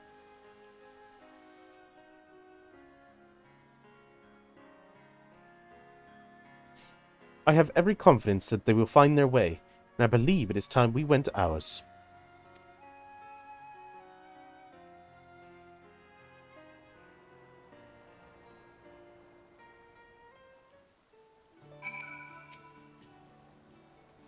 So, Alphinode's leaving too, is he? Seems like everyone's moving on. Everything changed. I've been thinking about what I should do in all this. Like I told you, I spend most of my life dreaming about living here with my friends in paradise. That paradise is gone, but something better has taken its place, and I reckon I want to be a part of it. This Yulmore for the people Master Chai's been going on about ain't gonna be build itself, after all. Not that I'm much of a builder. Me and my friends will find the way to make a difference, though. Help keep things changing, for the better. A far nobler dream than one to which you clung before, and one I am happy to say we share. Whatever path you choose, I will pray for your success. Well, when you put it like that, there's no going back now, is there? We've got a few ideas on how we can do our bit, just a matter of taking to the first step.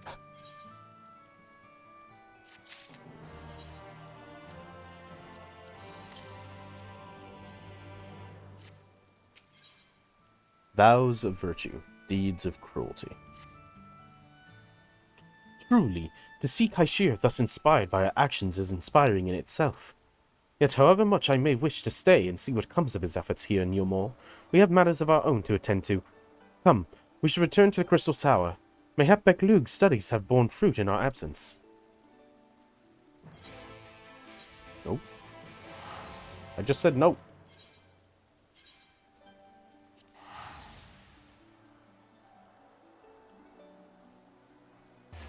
Alright. The Crystarium. And Dorsal Gate.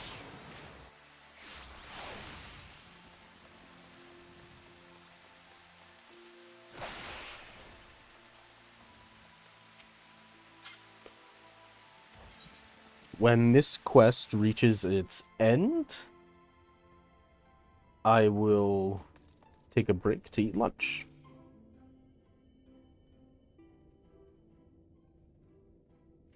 Welcome back. We are given to understand a new mayor has taken office in Yulmore. Indeed, our good friend Master Chai was elected by popular vote and, after some considerable soul-searching, chose to accept the post. It is a shame he wasn't able to attend his inaugural speech, though I have no doubt you will see more of him in the future. But tell me, how fared you in preparing the White Ore site?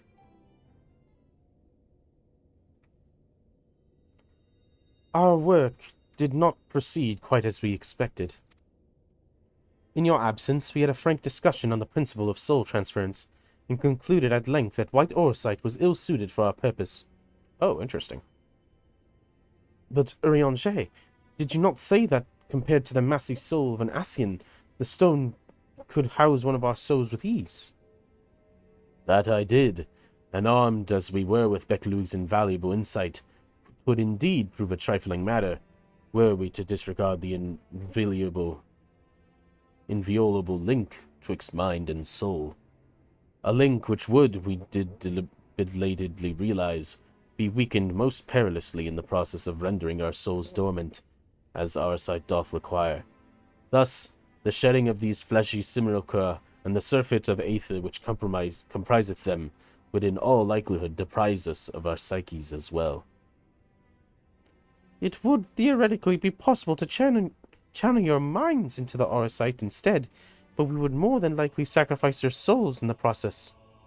Which is why we have abandoned that plan, and instead devoted our time to finding a means by which the mind and soul might be transported together. Then we are no closer to a solution than we first began. It is a vexing conundrum indeed, but one for which the Crystal Exarch has posited a most intriguing solution. When our discussions turned to the transference of memories and the psyche, I could not help but be reminded of a technique with which I have personal experience. Paul, do you recall what we learned of my eyes from our encounter with Doga and Une? I speak of the royal eye of Allegan Imperial line, gifted to my forebears through the blood and memories of the ancient Allegans. It is by this gift that I am able to control the Crystal Tower. If we were to gain an understanding of the technology by which the Allegans were able to accomplish this transference, perhaps then we could keep mind and soul together. Imagine, if you will, a device like unto a soul crystal, replete not only with our worldly memories, but also the bountiful energies of the soul. That is our current avenue of investigation, and we will follow it wheresoever it leads. Okay. Okay. While we were thus engaged, I think it best that Call return to the source and inform Cryo and the others of our findings. Agreed. I imagine Tataru will be relieved to hear we've made progress of a sort. Then I would beg leave to relay our findings unto Thancred and Reen, and to assist where I may in their investigation of the empty. Yes, please do. Should we have need of your counsel, we will not hesitate to summon you.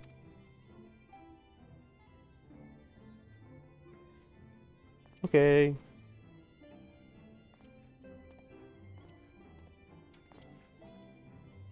Give our regards to Tataru, won't you?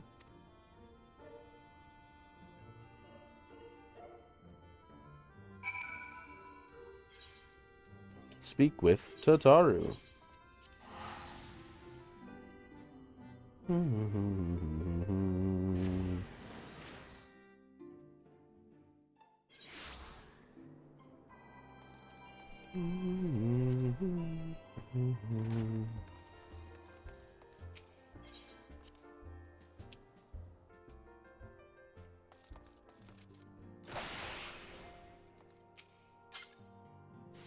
Cole, you're back! How did everything go in the first? Wait, don't tell me. Cryo will be here shortly, and she'll want to hear too. She's just tending to the others. Their bodies, I mean. But I don't think I'll ever get used to saying that. Anyway, you can tell us everything the moment she gets here. Upon speaking with Tataru, several cutscenes will play in sequence. It is recommended that you set aside sufficient time to view these scenes in their entirety. Well, in that case, let me take a brief break to at least use the bathroom, because I know I'm gonna eat after this, but I need to use the bathroom. So I'll be right back.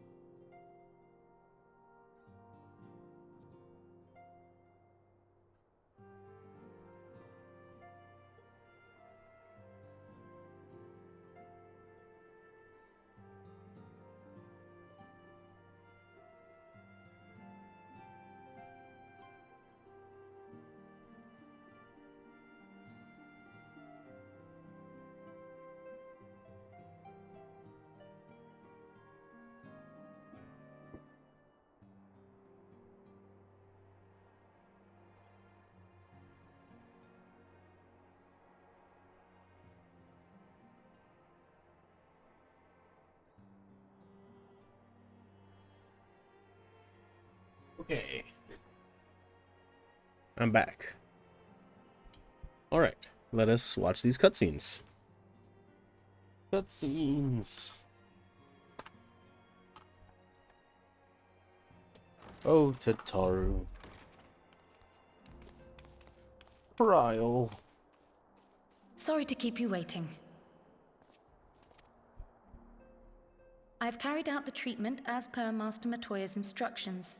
It should slow the destabilization of their corporeal ether quite significantly. Good. But tell me, how fare our friends in the first? Well,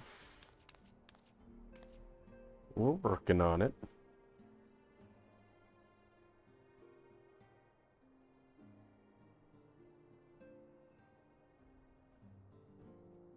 So this Becklug's the first to lead an authority on soulcraft, are they? Sounds promising. And Urianger's proffered solution of white auracite is rather ingenious now that I think of it. Well, while they press on with their preparations, you may rest assured we will continue to do our part here.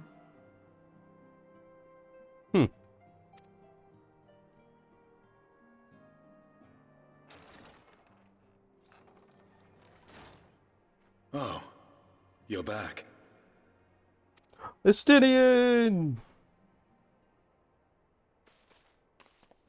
Estidian! My goat!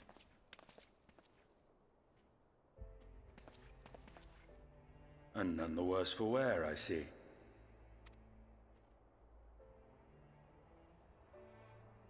Estinian! Oh, thank the gods! We've been worried sick. Did you lose your link pearl or something? The situation in Garlemald has become more complicated. I was making my escape from the capital when I ran into one of yours, Riol. He thought it best we come straight here. More complicated how? Ooh. Where to begin? After entering the Empire via Razat Han, I went about my mission of investigating Black Rose. It was then, inside a provincial factory, that I encountered the one who styles himself Shadow Hunter, Gaius Baelsar. Our goals being apparently aligned, we joined forces and ventured on into the heart of the capital, to the very Imperial Palace itself.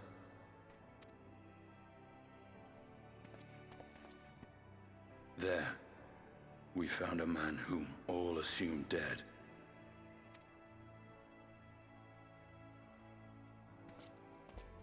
But his soul lives on, and he has wrested back his flesh. Xenos Ye Galvas.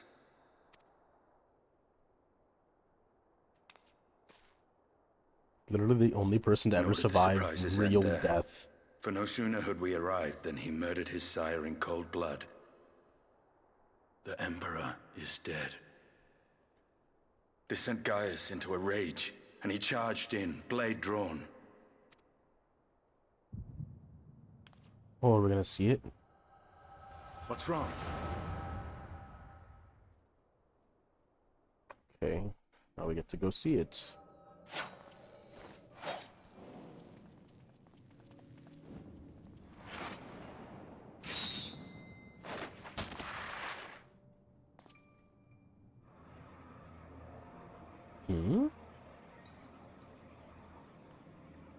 Oh, it's like see-through. Wait, the part that was cut off. I've seen him in action. His body, at least. You will not best him alone. Nay, death will not come easily to that thing. If you would join me, then by all means. For what good it will do.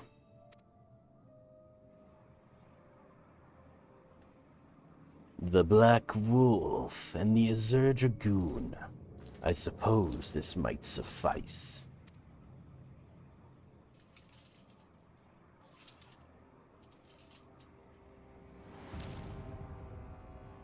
Come then.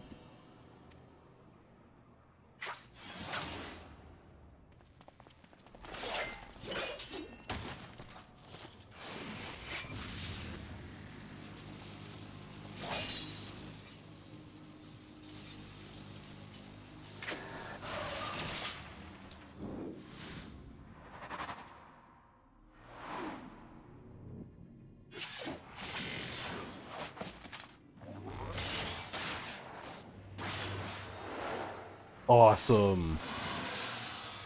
Awesome. That was so cool. What is this Dark Knight, like, barrier? Ah, the simple pleasures of one's own flesh. Truly, there is no place like home.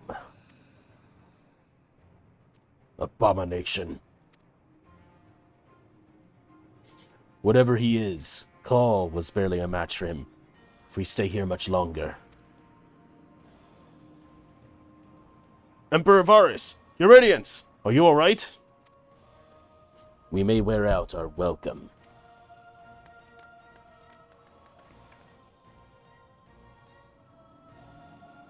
Your Radiance! No! Must even the most middling of sports be spoiled? The world conspires to bore me. But I have no cause to remain.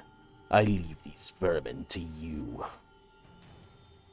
Xenos! Oh.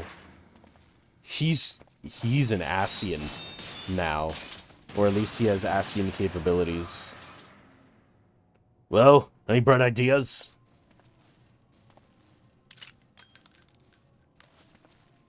Just one. Just one.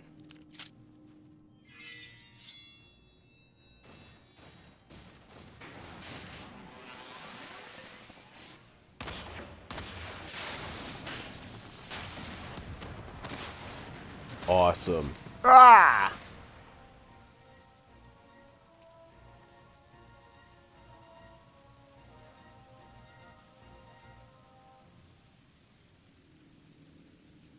Your Radiance!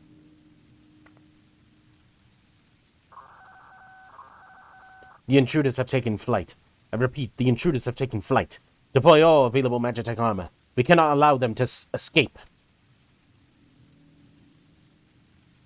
And now they think that we killed him, except it was Xenos. And Xenos, somehow, has now the ability to transfer through the void like an Ascian. That is insanely scary. Oh, Estinian! We get to play as Estinian, that's awesome. We got Korth and Torrent combo. Korth and Torrent combo. And Sky Dragon Dive. Oh, it's just, okay. Every 15 seconds we can use Dragonfire? That's insane. This is so cool. I love it.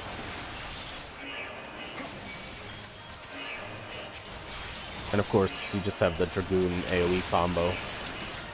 Kind of sad that we don't have anything else, because that kind of tells me that it's just going to be... single... It's going to be AoE targets every time. No AoE. Oh...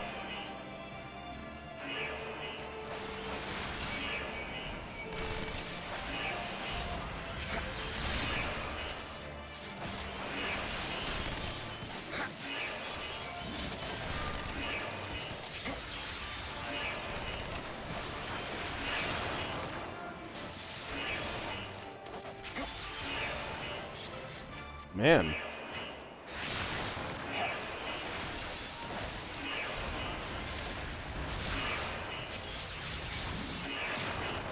Not having a single target attack kind of isn't great, because... Oh, I guess they do single target damage.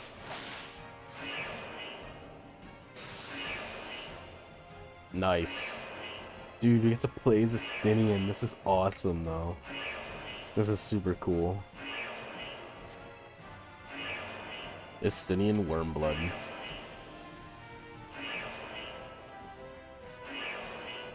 We make ourselves easy marks by moving together. I suggest we split up. Alright then, I'll take the low road, so to speak. Well, it just jumps down, of course. I'll see you outside. Stay safe.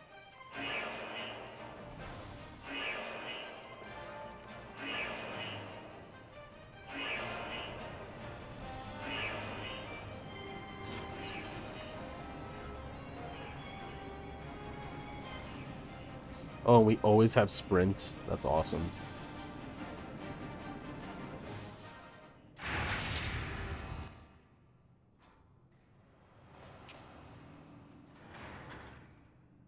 Well, well. Someone's been busy. What? What? Huh? Huh?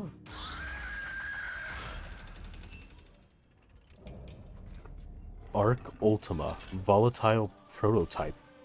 What the... And would you bar my way, would you? So be it. And would you bar my way, would you? So be it. Nidhogg, grant me strength!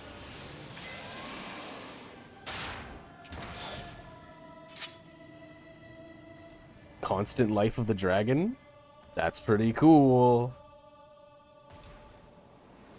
Bum, bum, bum, bum, bum. It's literally just Ultima. What the...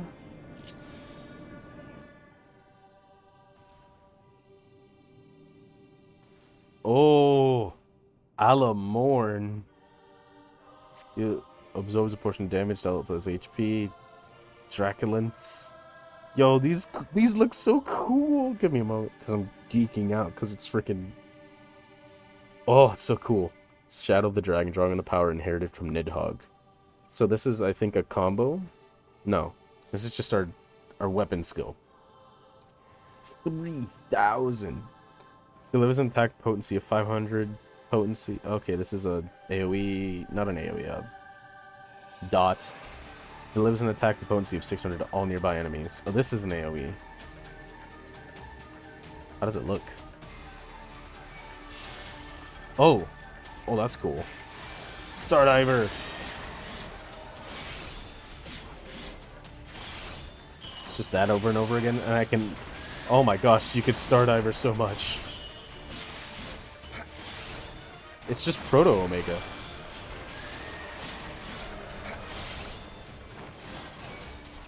Holy cow, you can Stardiver so much in this. And you kind of need to.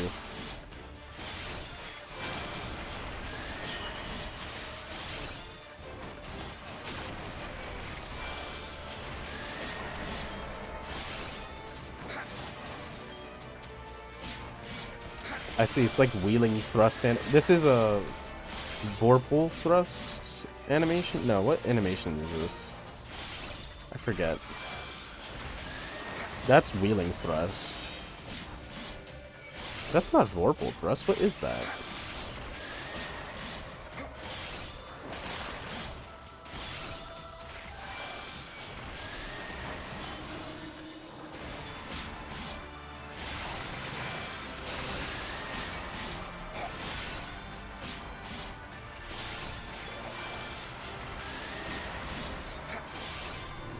This is cool.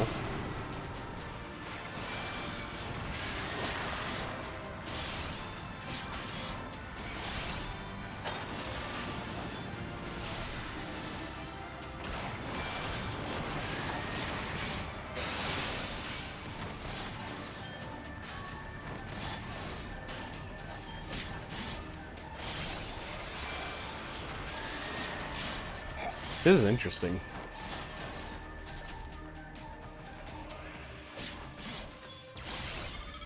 Now loading data sample 9. Excuse me?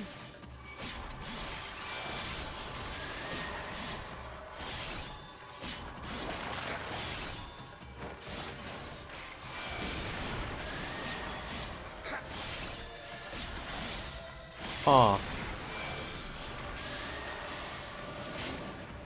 What the heck is that?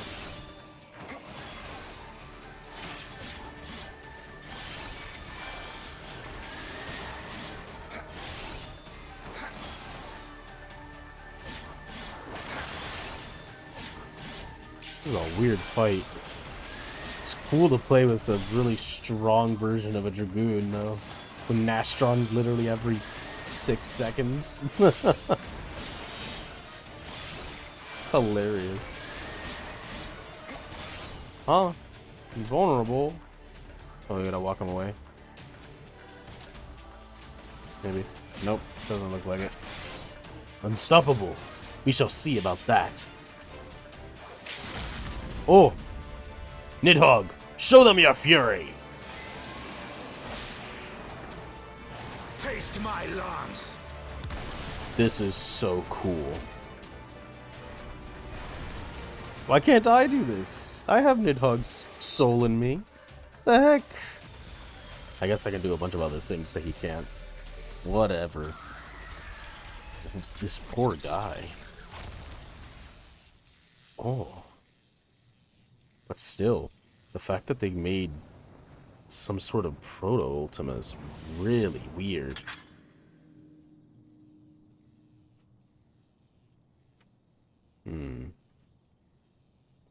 Guardians and their machina. Now, where are you, Gaius?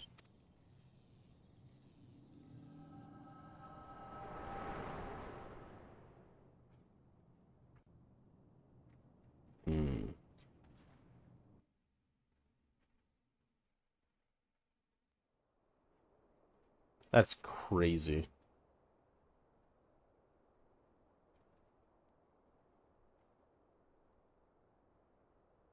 Are you all right?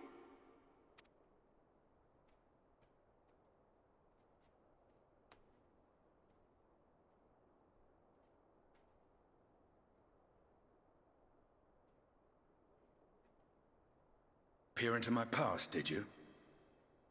It's not on purpose. You sound so disgusted by it.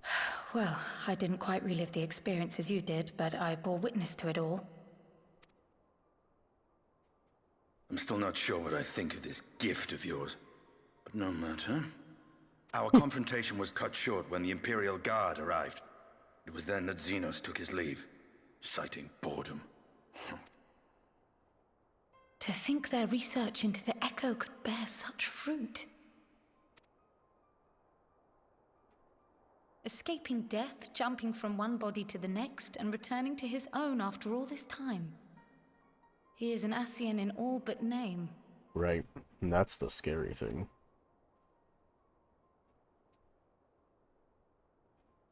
It beggars belief, aye.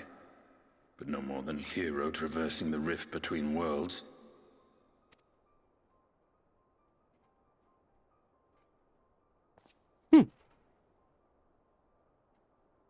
My concerns are far more prosaic. With the Emperor dead and the Crown Prince missing, the Empire is in disarray. Until order is restored, assuming it even possible, we needn't fear an Imperial reprisal. And for reasons of his own, Xenos took it upon himself to rid the world of Black Rose. Riol has already gone to apprise the Alliance leaders of these developments. We may leave the matter in their hands for now. Then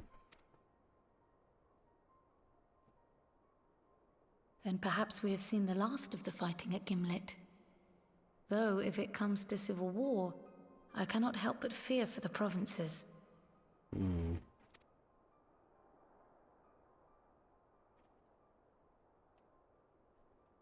Ah, I'd nearly forgotten to ask.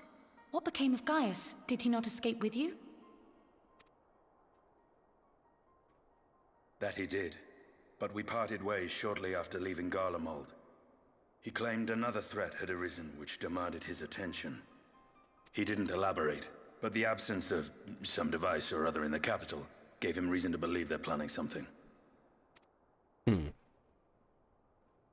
Lest you worry, I believe he has well and truly shed the Black Wolf's pelt. Conquest is no longer his objective. We may safely leave him to his own devices. Well, it's nice to have one less foe to worry about, even if we do have a mysterious new threat to look out for instead.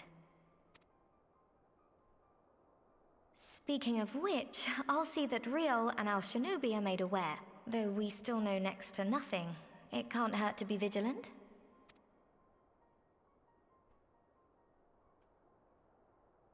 Well then, with Black Rose nipped in the bud, I believe I've fulfilled my part of the bargain. Come on. That's true, but with the Archon still slumbering away, we were hoping you might agree to stay with us for a little bit longer.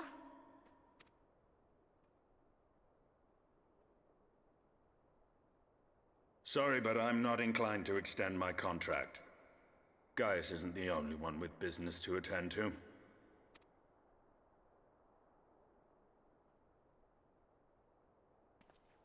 Thank you for your help then, Estinian. I see why Alphino admires you so.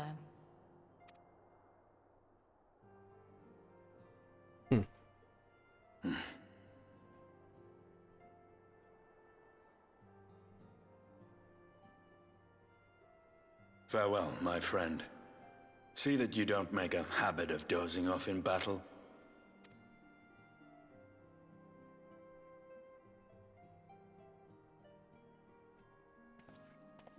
Still my goat.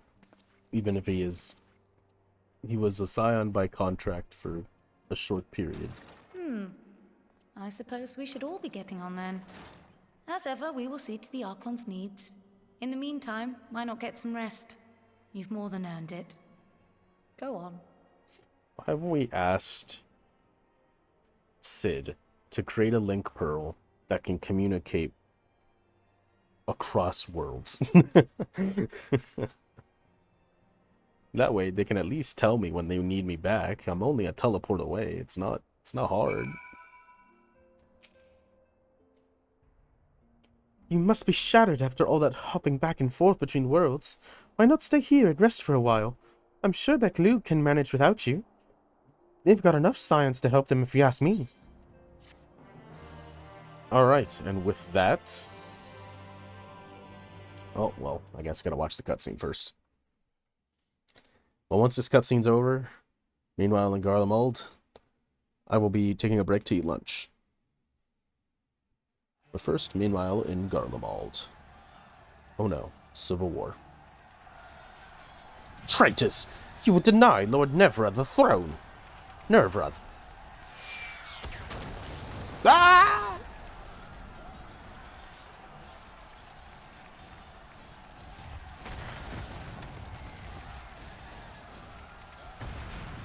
Onward! Before this day is done, victory shall be ours!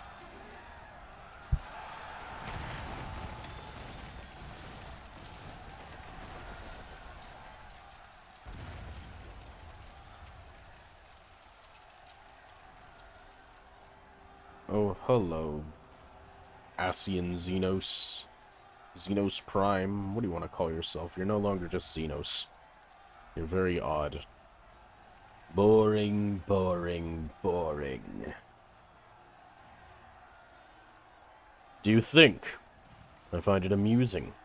Like dogs herding cattle to the slaughterhouse. It's Elidibus, isn't it? Yeah, because he's an Asian now.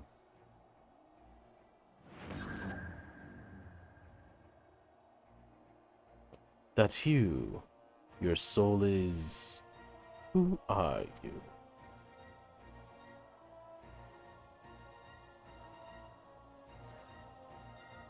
Before your majesty, I am but another dog, lost in want of a new master. A hunting dog, if you should wish it so.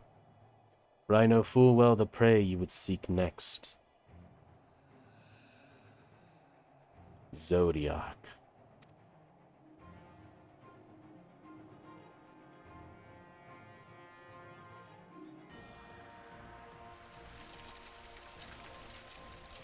Huh?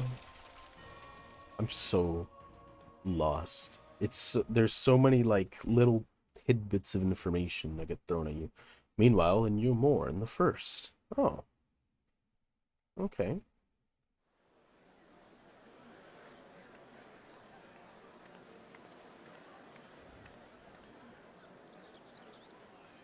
Did you hear? The mayor's reopening Daedalus Stoneworks, and they're looking for laborers. There's talk of resetting some of the old abandoned villages too. They're even laying on free tallow. They're even laying on free tallows to help anyone willing to make the move. Free tallows? Ha! We best get packing. Steady work, board and lodging. If that's not a recipe for hope, I don't know what is.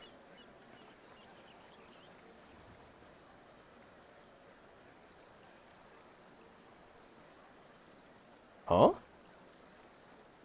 Hope? Huh?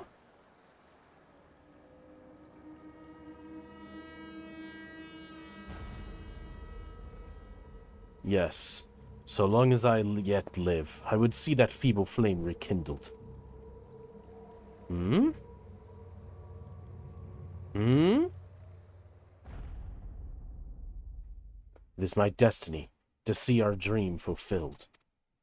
No, I don't like that. I don't like that, because I remember Litibus was talking about remaking Warriors of Light, because we decided to be Warriors of Darkness. Do not taint Ardbert's soul like that. I will kill you. Alright, well, for now, small break, so I can go eat lunch. I'll be back.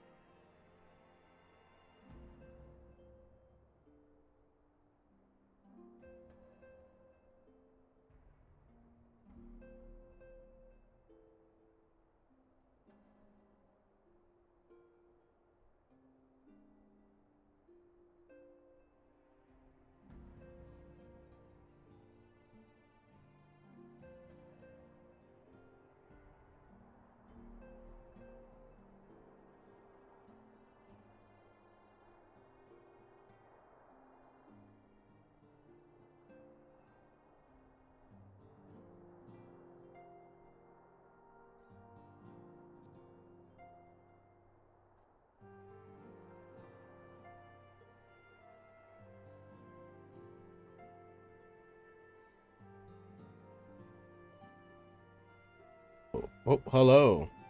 Hello, hello, hello. Welcome back. I'm back. Hello. I'm back, and I'm ready to hop right back in. You're just catching me now, and you're seeing this part of the stream. Hello, I'm Sorcerer Supreme. This is Final Fantasy XIV. We're about to start the Shadowbringers 5.2 MSQ. I've been playing Final Fantasy now for 2 months. 3 months. You can see all the VODs on my YouTube channel, Sorcerer Supreme VOD. You can follow me here on Twitch and on Twitter at Sorcerer_Supreme_ on Twitter and Sorcerer_Supreme here on Twitch. If you want to stay notified of when I go live, so you can catch me live and say hi, have a chat. It's a good time. I've never played 14, so everything is always completely new, so you can come by and see my reactions to stuff. And without further ado, let's go ahead and continue. Rob on! Rob on the goat. Oh, my, what a pleasant surprise. If you've come to inquiry after the Archons, fear not. Master Matoya's treatment has proven effective in stabilizing their corporeal aether. We mustn't grow complacent, however. Potent though these magics may be, they are not without limits. We can only hope they afford us time each for the Crystal Exarch to complete his work. We can only hope they afford us enough time for the Crystal Exarch to complete his work. If only we could go with you to the first and help. Pardon the intrusion, but I come bearing urgent news. Ah, Call. It has been far too long, my friend. Maxima. Forgive me if I don't believe we have been formally introduced. Maxima, former Garlean ambassador. I remain here in Eorzea under the auspice of Commander Aldin, offering what counsel I can in the hopes of resolving the present conflict with the Empire. Ah, yes. I had heard stories of defector from Garlemald, but never mind that. You said you have urgent news. Indeed. As you may have heard, the Imperial capital is in turmoil, and a sizable portion of the Garlean forces have been recalled from the Gimlet Dark. With their numbers so greatly diminished, the main host of the Alliance is withdrawn, leaving the Alamegan resistance to keep watch over the border. And that there is where we have welcomed a most unexpected visitor, who claims that this de-escalation may belie growing dangers and unforeseen threats.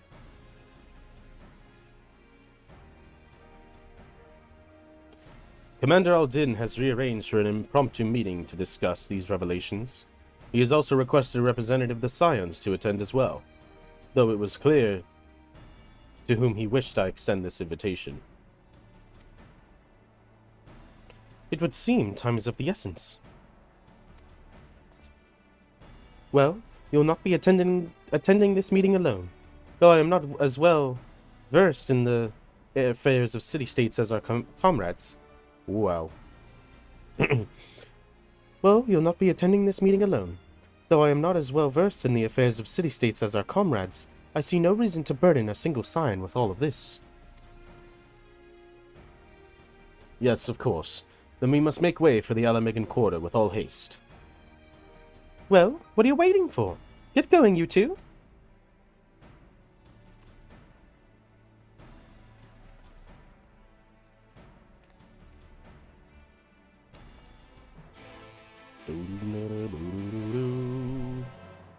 Hey, to the Alamegan quarter, Alamigo.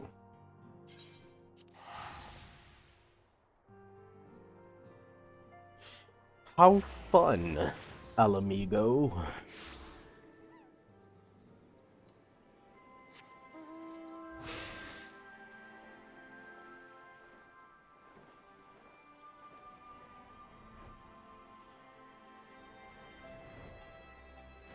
There he is. Commander Aldin awaits us in the Royal Palace, if you would follow me.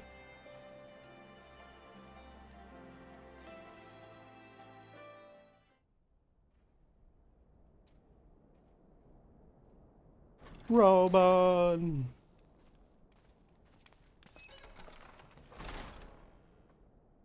Oh! Nice.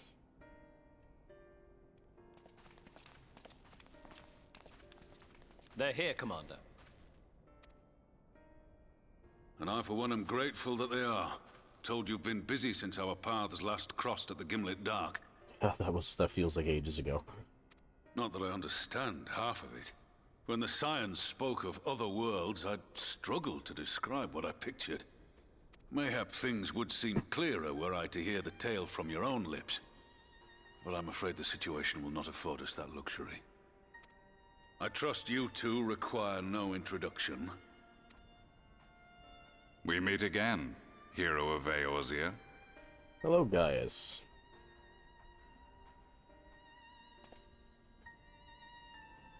Must we repeat this ridiculous display? I pose no threat to you, though what I come to warn you of very well might. Had he meant to do us harm, I hazard he would have kept to the shadows, and brought more than 2 companions. We need not pretend to be the best of friends, but I hope we can put aside our differences for the present.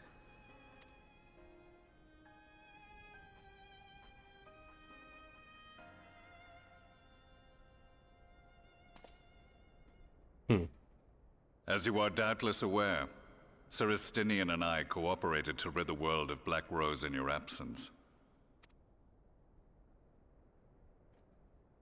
Our journey together took us as far as the Imperial Palace, where we witnessed Emperor Varus meet his death at Xenos' hand.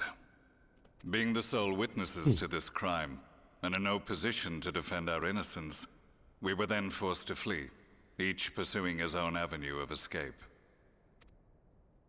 When we were later reunited, Estinian claimed to have encountered an unfamiliar kind of machina during his flight, but to me his description seemed anything but, and upon further investigation I found that I was right.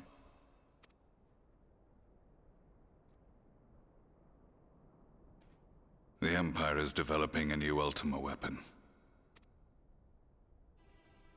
What, that Allagan monstrosity, created to vanquish primals, with which you yourself once thought to conquer Eorzea? The same. In my foolishness, I sought to harness its power, and became the Ascian's pawn in so doing. But you know as well as I how that tale ended. The weapon itself, excavated from beneath this very city, was destroyed ere we could fully unravel its secrets, and that should have been the end of it.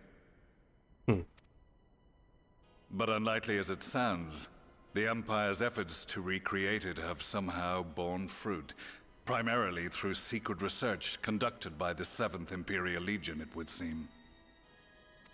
Wait, the 7th was all but annihilated at Cartano, along with its legatus. Indeed, few survived. The 7th, as it is now, has little in common with the Legion led by Vandanus, and its leadership has changed hands several times since. Precisely how this project has continued despite such turmoil, and under whose auspices, remains a mystery. What we do know, however, is that a number of prototypes have been produced, and that one of them is on its way to Eorzea. Huh? We attempted to stop it, but it was all we could do to slow its progress, so we resolved instead to bring you warning.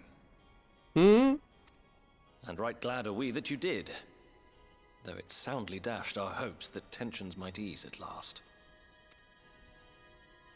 As it is, we've begun to strengthen our presence in the Gimlet Dark, and are assembling a force to meet the coming threat. A force with you in its vanguard, I hope. Before you say anything, I know full well you have pressing concerns of your own. Your comrades remain in peril, and I would not ask you to forsake them. But the fact remains that you, and you alone, have faced the Ultima weapon, and emerged victorious. We need you. And so, when the time comes, if your comrades can spare you, I bid you lend us your strength. I've assigned an officer to await your word.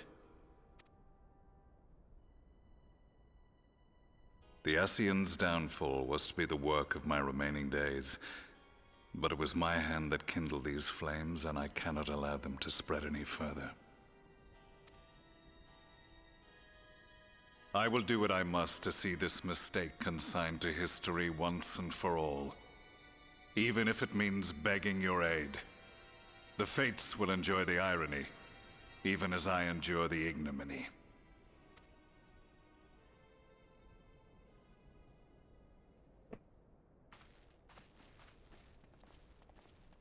I too shall make for the border and offer my skills, meager though they seem in such company.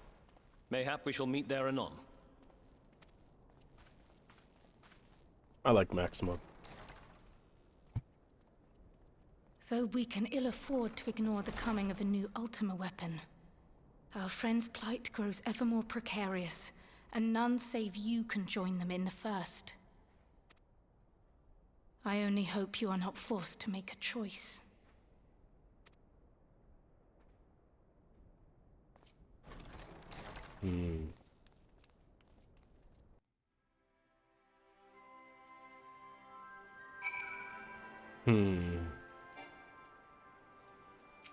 Okay.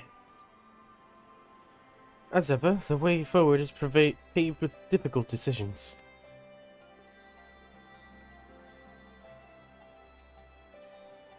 We can ill afford to ignore the threat of a new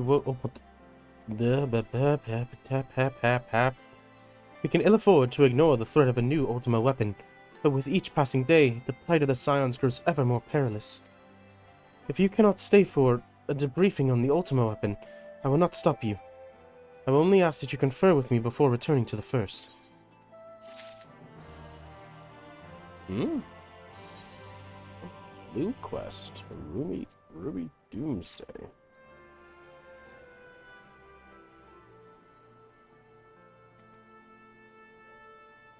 Oh! This is the trials. The endgame trials.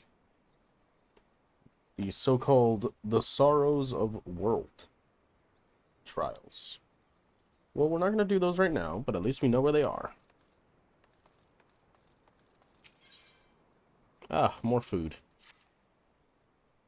I take it you are ready to return to the first? Then I would ask that you reprise the others of the recent events here in the source, namely, Xenos' return and the development of a new Ultima weapon. As for their bodies, you may assure them that Master Matoya and I will continue doing what we can to keep their corporeal aether stable. Safe travels, Cole. I hope to see you and the other Scions soon.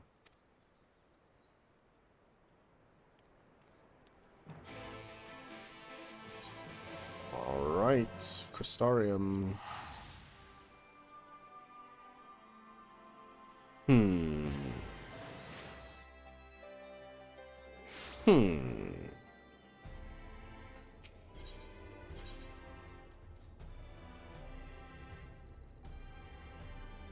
Ah, I had to think about this for a second. That's the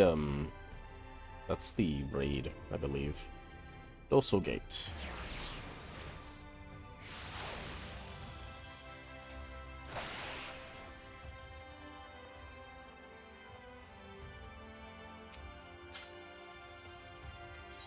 Regular, every time dialogue, so I'm not gonna bother. Hello, Crystal Exarch Graha. Dia.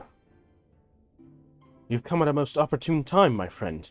I've made something of a breakthrough in my research on the soul, and a means to return the Scions home.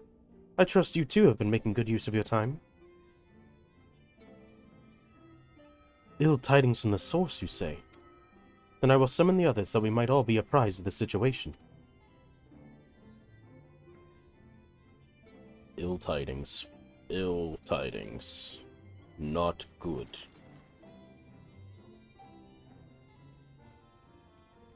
Hi, y'all good? Y'all feeling okay? Y'all gonna not like what you hear? Is this everybody? Now that we are all here, what news from the source? Oh boy. Ooh, not great.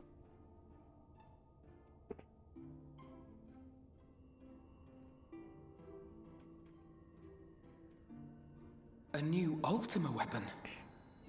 We must count ourselves lucky that Gaius has pledged his assistance. While this is indeed a worrying development, I think the state of the Empire as a whole greater grounds for concern. Yeah. With the Emperor slain and Xenos returned, it is impossible to predict how matters will unfold in Garlemald. The Ultima weapon may be but the first of many unpleasant surprises. The situation beareth closer observation, of that there is no doubt, and doth compound our need to return unto the source.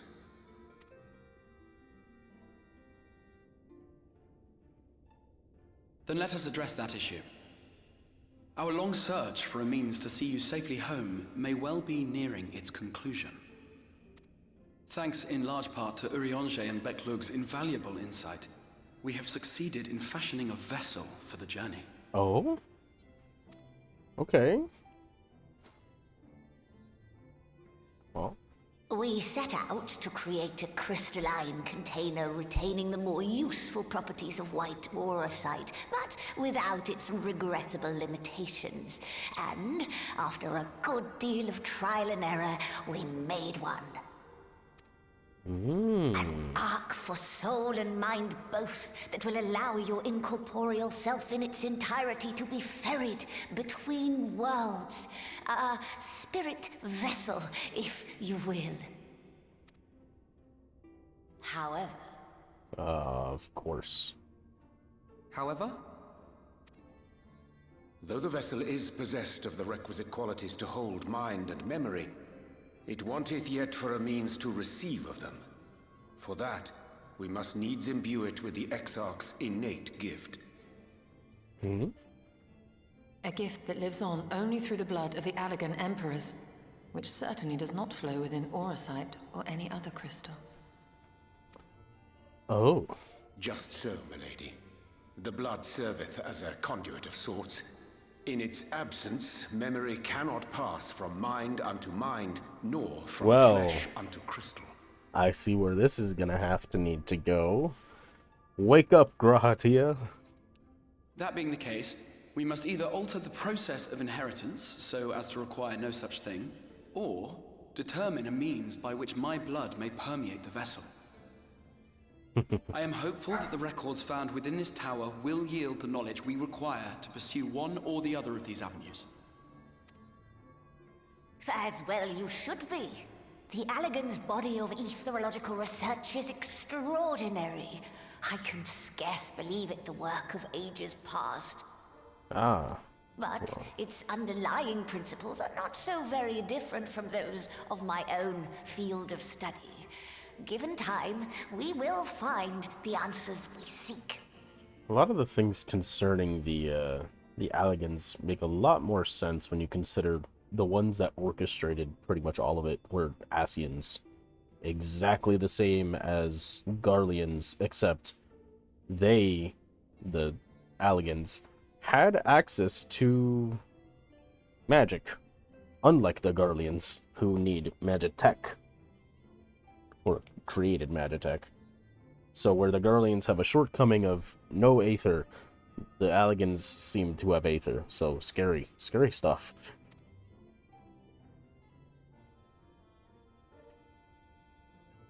I know that you can ill afford to wait, and it pains me that I must ask you to do so. I can only reaffirm my promise to you that a solution will be found. Whatever it takes, I will see you safely home.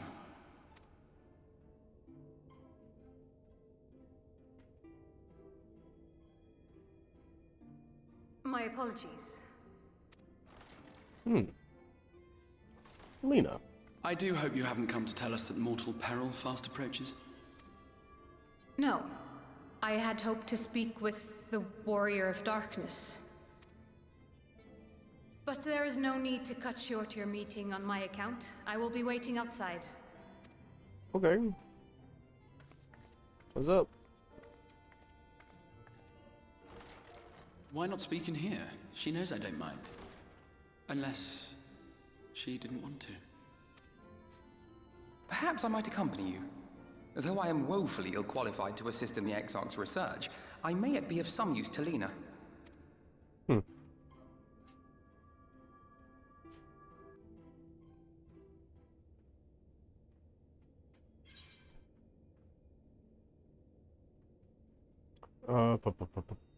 Which one do I want?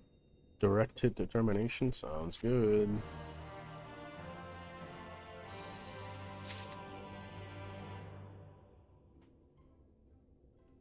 Alright. Seeking counsel. I must confess, while I enjoy my fair share of scholarly research, it would be good to step outside for a spot of fresh air. Now then, shall we go and speak with Lena?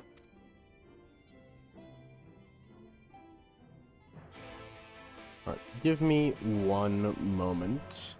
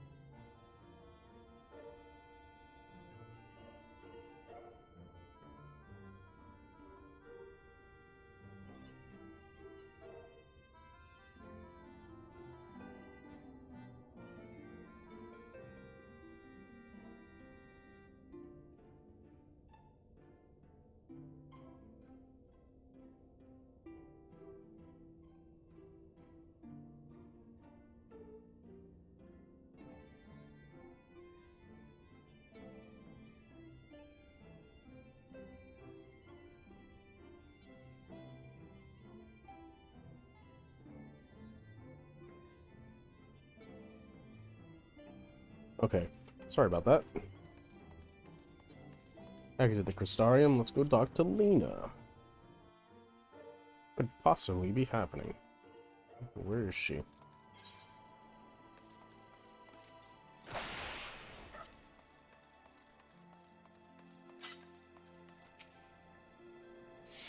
We have little time, so I will be brief. A Sinida has been spotted in Lakeland, and I ask your assistance in slaying it. A Sinida? I had heard some few yet remain after the knight had returned, but perhaps we should call the others. That will not be necessary. It is only a single Sinida. A simple task for our guard, I should think. That said, I believe fighting alongside the Warrior of Darkness would be a valuable experience for them. Peace can lead to complacency, and they gain nothing from an easy victory. But you do not underestimate your foes, however harmless they may seem. My men would do well to learn from your example. Let us be about it, then. Excellent. Then let us make for Fort Job.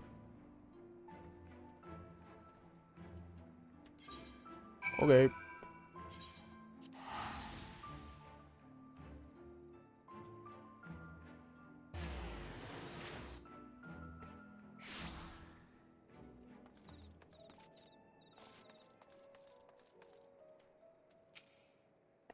If you would wait here a moment, I will gather the others.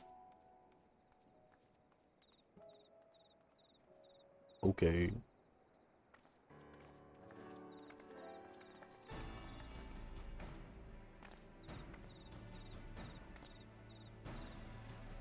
You may not remember, but you have met these soldiers once before, though only in passing.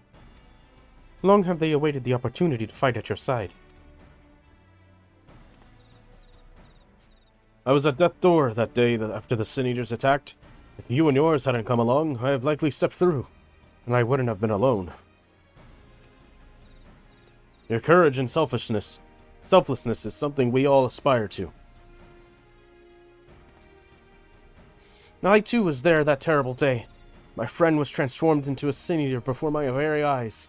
I had no choice but to cut her down. The thought of returning to the field, of holding a blade again, filled me with dread. There's no way to honor her or my comrades. But that is no way to honor her or my comrades. And so I have returned.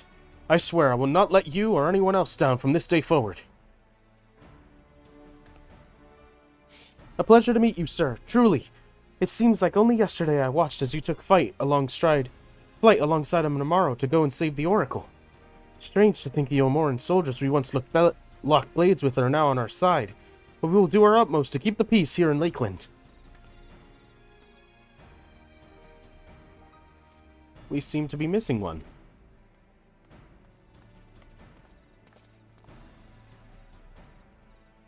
My apologies, Captain Lena. An elderly gentleman asked that I escort him to Clearmet. It took longer than I anticipated. I'll not begrudge your decision, your desire. I'll not begrudge your desire to help those in need, but a soldier must be punctual, especially when we play to host an honored guest. It won't happen again. The name's Thealir. I'm sure you don't remember me, but we once met before in the infirmary.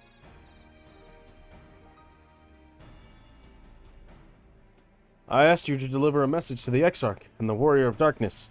Little did I know I was already talking to him. Don't give up. Don't give in.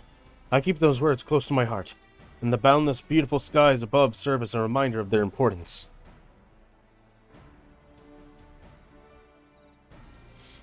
My friends got to see the knight's return shortly before he passed. He left this world with a smile, satisfied with a glimpse of what was to come. But there are countless others who weren't so fortunate. They gave their lives for this promise of a future they'll never know. And so it falls to us to do everything we can to fulfill that promise. No matter what happens, we won't give up. We won't give in.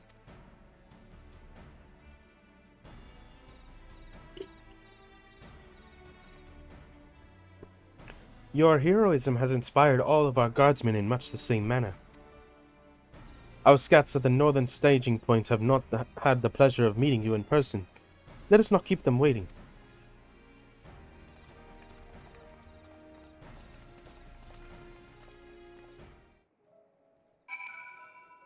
Okay.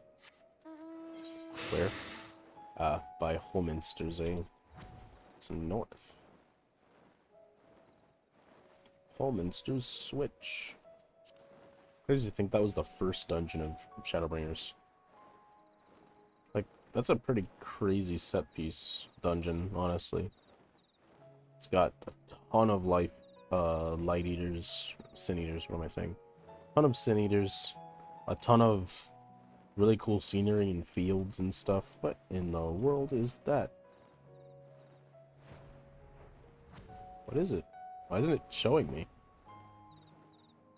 Hello? Oh, I see. It's a fate that's about to start because he hasn't seen it. And I spoke too soon. That's funny.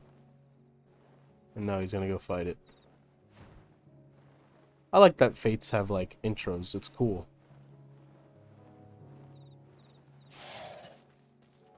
They already kill it?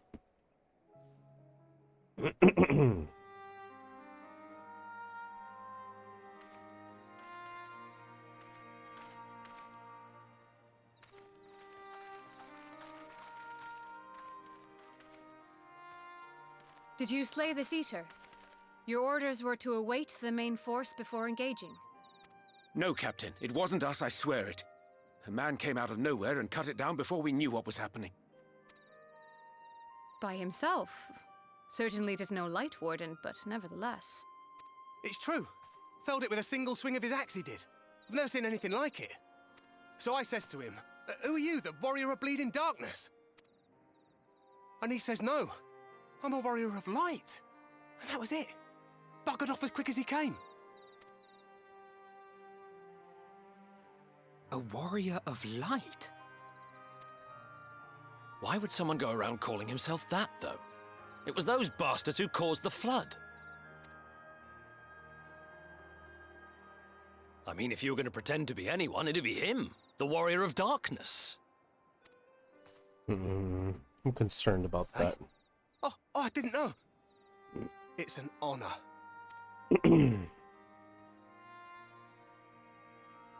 I'm concerned about that Ardbert clone. Since the Eater is no longer a threat, our work here is done. Return to your posts.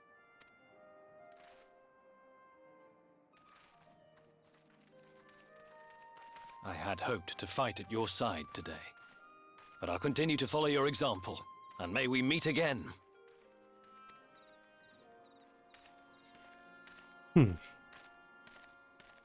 I apologize for the wasted journey. It seems I overestimated the threat.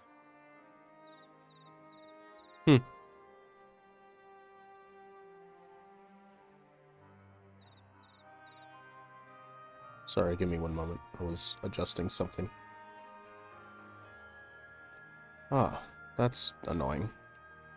Sorry, give me one moment. I'm just adjusting something.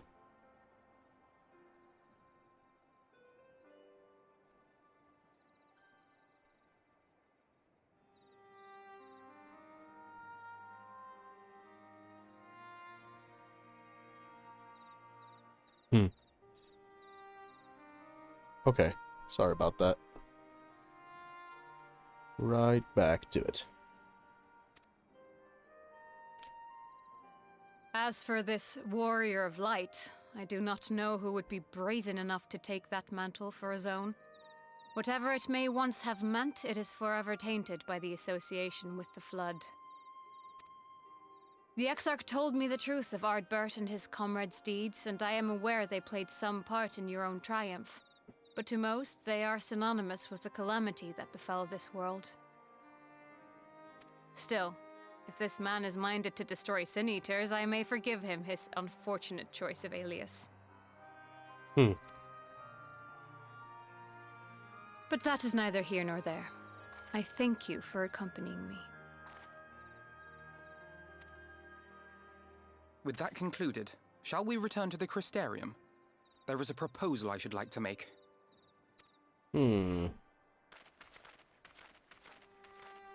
Forgive me. There is one more thing.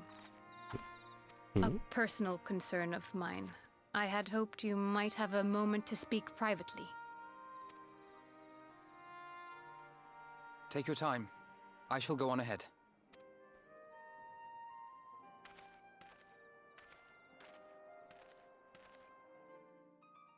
What's up?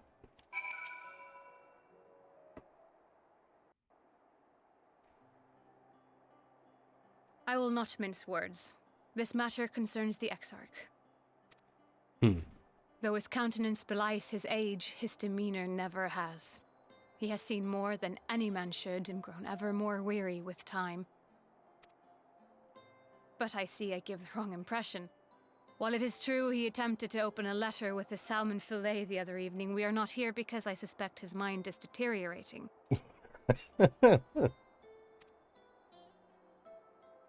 Nor do I believe him to be so maddeningly unconcerned by the prospect of his own death as he once was. Indeed, the opposite is true.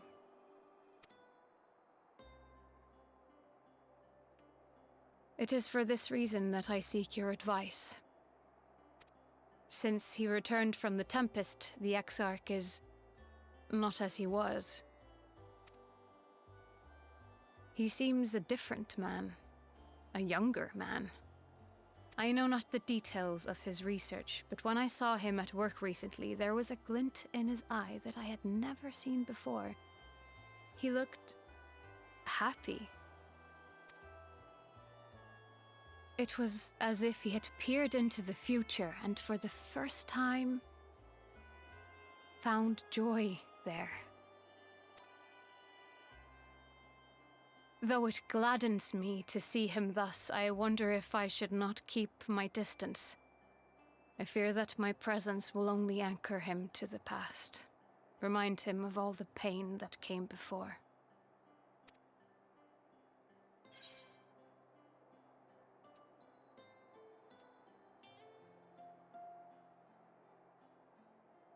Anchors keep us where we have chosen to be. Some wise words, Is Call. that so? Hmm. Then perhaps we might remain as we were. As we have always been. What a relief. In that case, I will have to speak with him about the amount of time he is spending at work. This research is important, I know, but if he refuses to consider his own health, I will have to consider it for him. Sounds good.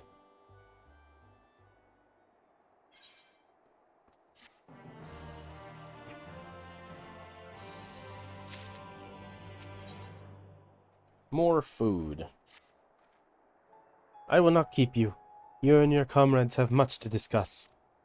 I will see the others back to their posts.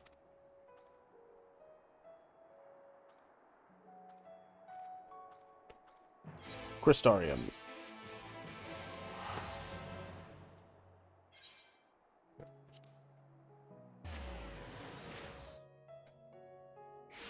Alright. Dorsal gate.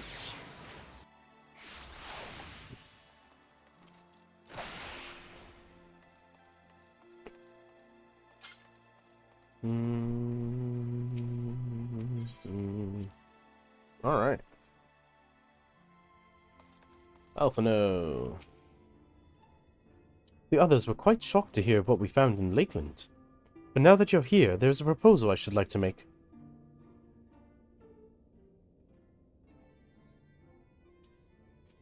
I've been spending a great deal of time in the Cabinet of Curiosity, and of late I have noted more and more people perusing books on history, the years leading up to the Flood in particular. I suspect they wish to know more about the Warriors of Light, as they should, but nearly everything I've come across describes them as sin eaters, or worse.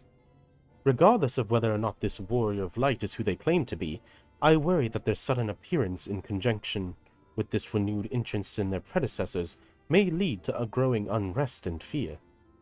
If the people of Crystarium seek the truth, I say we give it to them.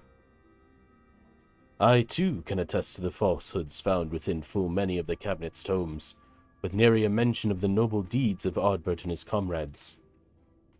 To be fair, they bear some responsibility for the Flood, and when the tale is told again and again over the course of a century, I'm not surprised to see their roles distorted and paint them as villains.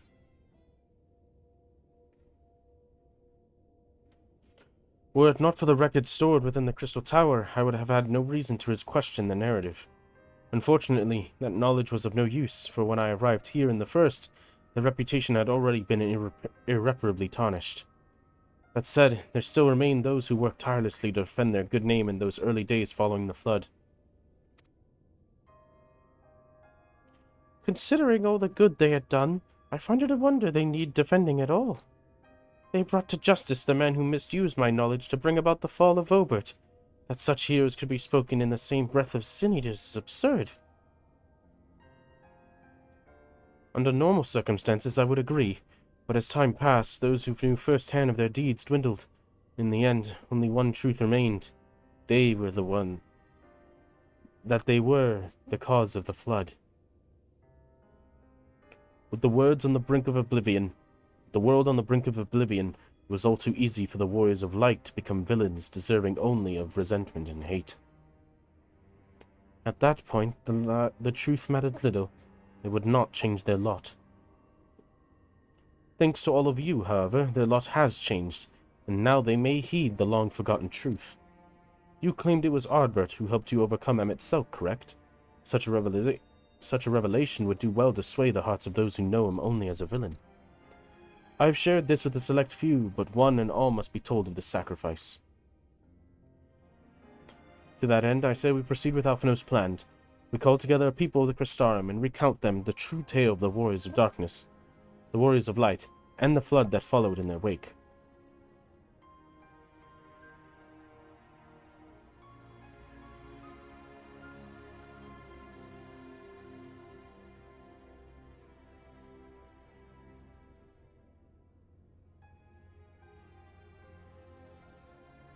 Sorry, give me one moment.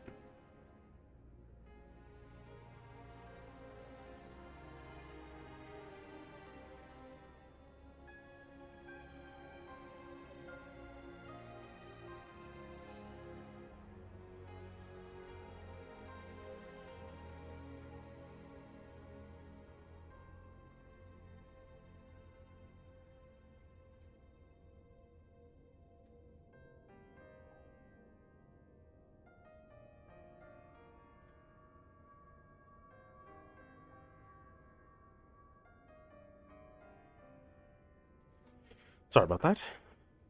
Well, what say you, Cole? Spread the word, I say.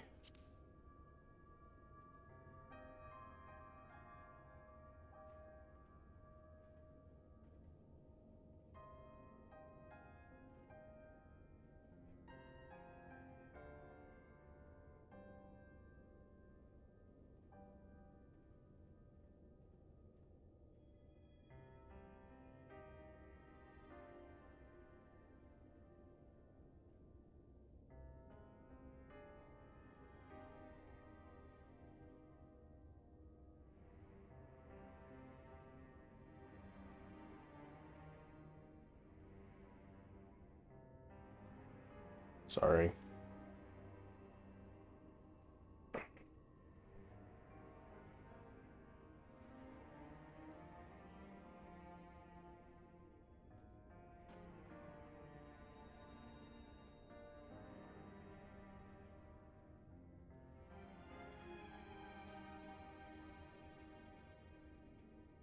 Then we're all on one mind on the matter. Good. Exarch, might I ask you to continue working with Beck-Lug on our means of returning home? The rest of us will see to gathering the people of Crystalheim and the etc. We'll have to reach out to anyone and everyone who might be willing to lend an ear. With any luck, word will spread and more will accompany them.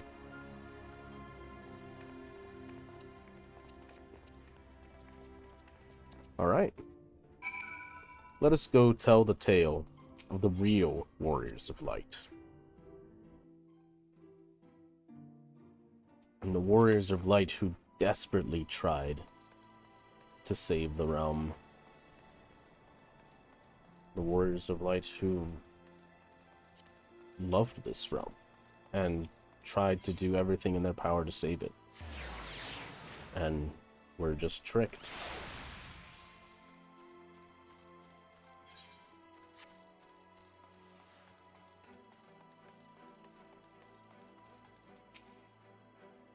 Well, well, to what do I owe the pleasure? Whatever it is, I must ask that you be brief with the night returned. Visitors have been flocking to the Crystalheim, and I find myself too busy by half. I don't mind it, though. Seeing the stairs so full of life and excitement, one can almost forget the flood ever happened. Ooh. Warriors of Light. Yes, the Exarch mentioned them before, but everyone knows them now as the cardinal virtues. Or are you suggesting there's more to it than that? Well, you're yet to steer us wrong, so I'm willing to hear what you have to say. You better be, because I speak the truth. You're calling me a truther? What? It shares a recast time with my Dragoon jump? That's insane. None of the other ones do that. Come to browse the wares on the market, have you? Well, I can guarantee you'll have no trouble finding what you need, whatever it may be. Under Eumor's new leadership, trade has never been more prosperous. Word is that fellow from Daedalus Stoneworks has taken over as mayor. Did he really? Little wonder business is booming the way it is. I imagine it won't be long before all of Novrand reaps the benefits. But you've not come to talk about the market. Something on your mind? I see. The Exarch did mention they had something to do with your returning the night to Novrand. Alright, consider my interest piqued.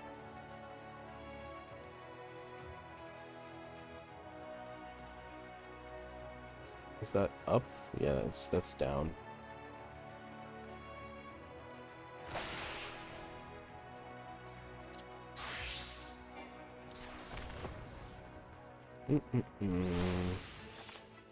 What other ones do I have? Reaper. Dancer's got a dash. Oh, my, what a wonderful surprise. Though I hope your being here doesn't mean someone's been hurt. Thanks to you, I've had far fewer patients coming through my door of late, which is a shame, come to think of it. I've had few opportunities to test my new medicines.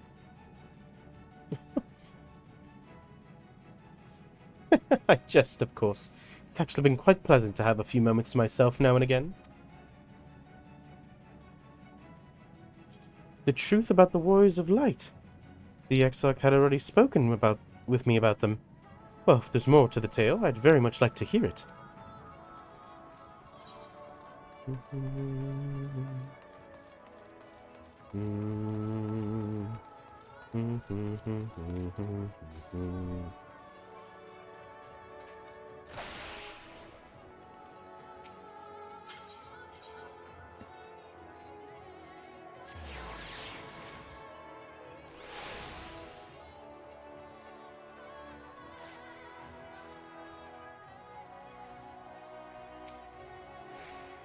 Well, well, what a coincidence.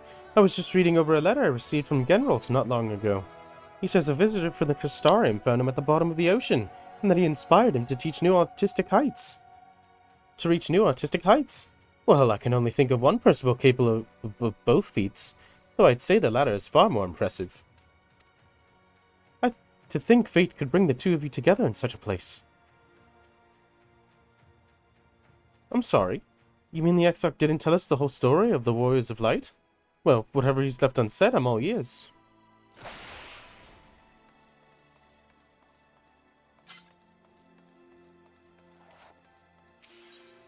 The Cabinet of Curiosity. The Cabinet of Curiosity. Oh, there's just something about it. Too far. In just a minute. We can't use it here, no.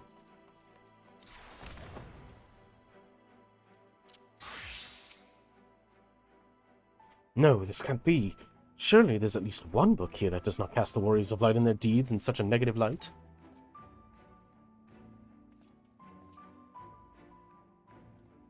Ah. Oh, Cole! Forgive me. The Cabinet of Curiosity has been bustling with visitors of late, but I fear a repository lacks for the knowledge they seek. The people wish to know the truth of the Flood, the Warriors of Light. I've searched high and low, but alas, every account portrays them as no better than sin eaters, abominations worthy only of scorn and resentment. I know that they were not always judged so harshly, yet I cannot find no proof. Yet I can find no proof. I dare call myself a librarian. It's okay, it's okay. You would address the people and tell them the truth of the Warriors of Light? Of the Flood? How wonderful! You've regaled me with the tale once before, but I should love to hear it again. Oh, and you may be assured I will not come alone.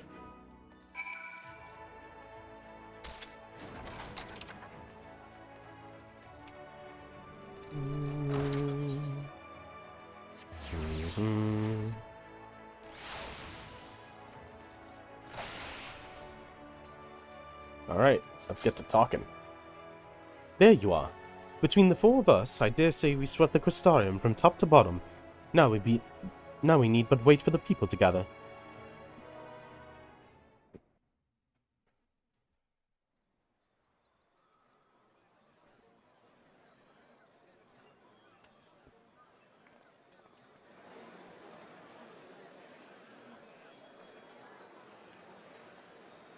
Yes, this looks to be nearly everyone.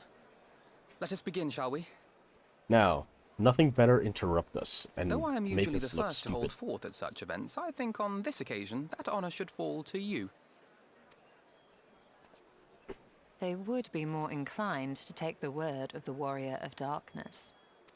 Indeed.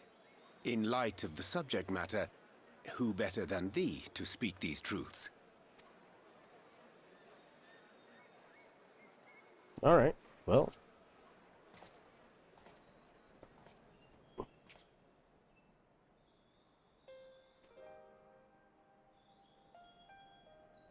You see, Ardbert and his companions, they were really just a group of heroes.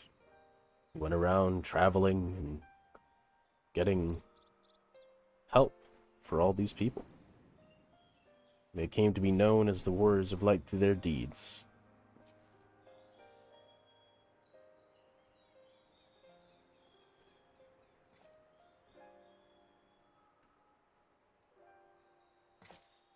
They did not. They have had a hand in the cause of the Flood, but it was never their intention to cause it. They helped me win the day. I cannot give speeches. Wicked White. The Warriors of Light did all that? So they never... I mean, they only ever wanted to help. And when everything they'd done turned to ash, they still carried on. They gave everything to stop the flood. First their lives, then their souls. And they managed it too, in the end. They saved us. And we cursed their names.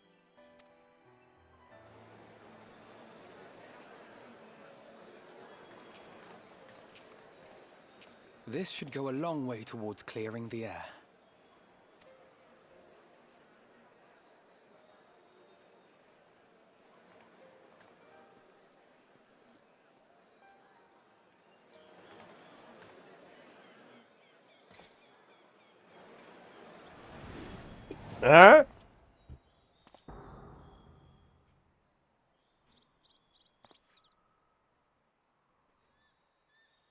Impossible.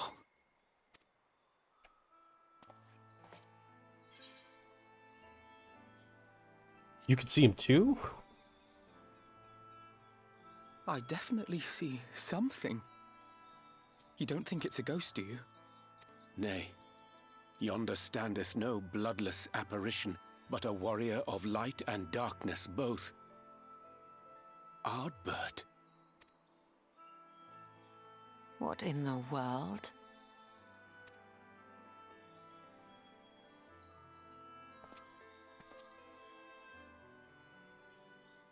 It's you! The one who slew the Eater!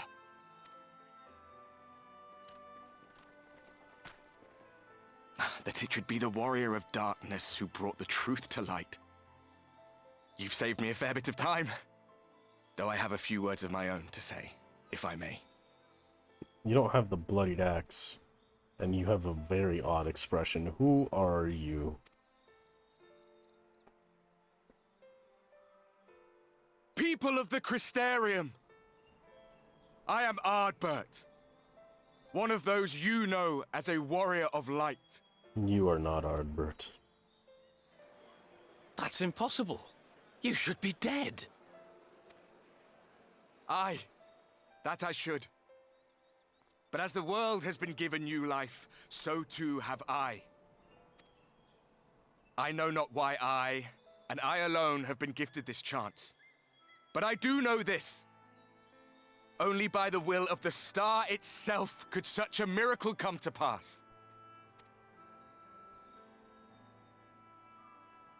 The hero who stands before you now, the warrior of darkness, is not of this world.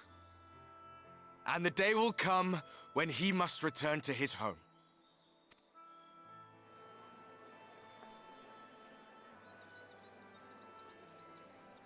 But this land is our home. And if it is to remain so, now and forevermore, it is we who must protect it. The time to rely on saviors from afar has passed. It is you who must rise. You who must become the new warriors of light. What? Us? Warriors of light?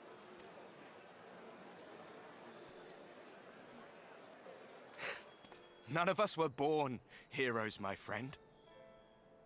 I was only ever a man with a thirst for adventure. But wherever my journeys took me, I was invariably confronted with the same choice. To lend what aid I could to those in need, or not. And I always chose the former. Any one of you could do the same. All you need is the will to help your fellow man, and the resolve to see it through. He doesn't have the same eyes. He doesn't look at us the same way. And that's why I know that it's not him.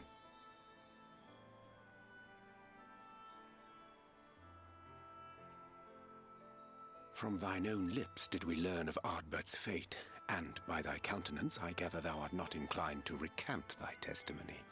Yet whosoever this man may be, his words hold truth and resonate with the citizenry besides. For us to voice our doubts here and now would serve but to sow disquiet. 'Twere better we retired under the ocular and there discuss this matter in private. Go. I will stay here and watch.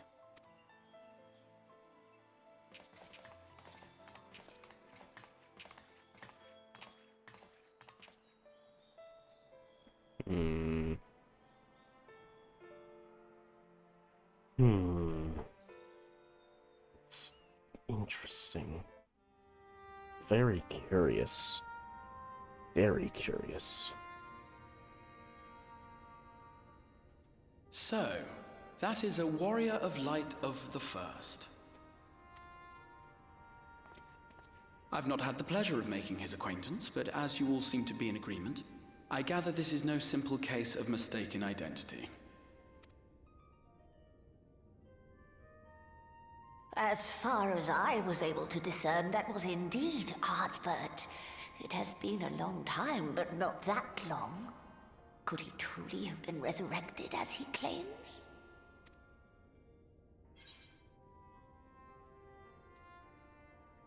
It looks like him and sounds like him, but it isn't him. Ardbert did entrust his very soul unto thee. I see no reason to question thy judgment. Yeah, we technically... Okay, that line does make it sound like I had it right. We basically combined souls. Nor I. To my eyes, your ether burns as brightly as the day you slew Emmett Selk. That is proof that he is with you still. Yeah. Yet that which standeth now before the people is far more than a passing imitation. I am reminded of the cardinal virtues, though a sin-eater he is not. Which leaveth but one plausible explanation. Ascian. That he is an Ascian.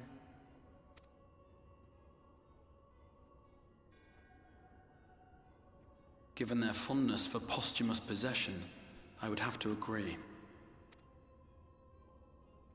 From what I understand, the Warriors of Light were laid to rest in Yulmore by those whom they had aided in life. At the time, some few still remembered them as heroes. Needless to say, 4 of them were subsequently exhumed to serve as the Virtues. And if one knew where to look, Ardbert too would not have been difficult to find. Assuming then that this is indeed the work of an Ascian, my mind inevitably turns to the last remaining paragon to survive the Sundering. Elidibus. Elidibus.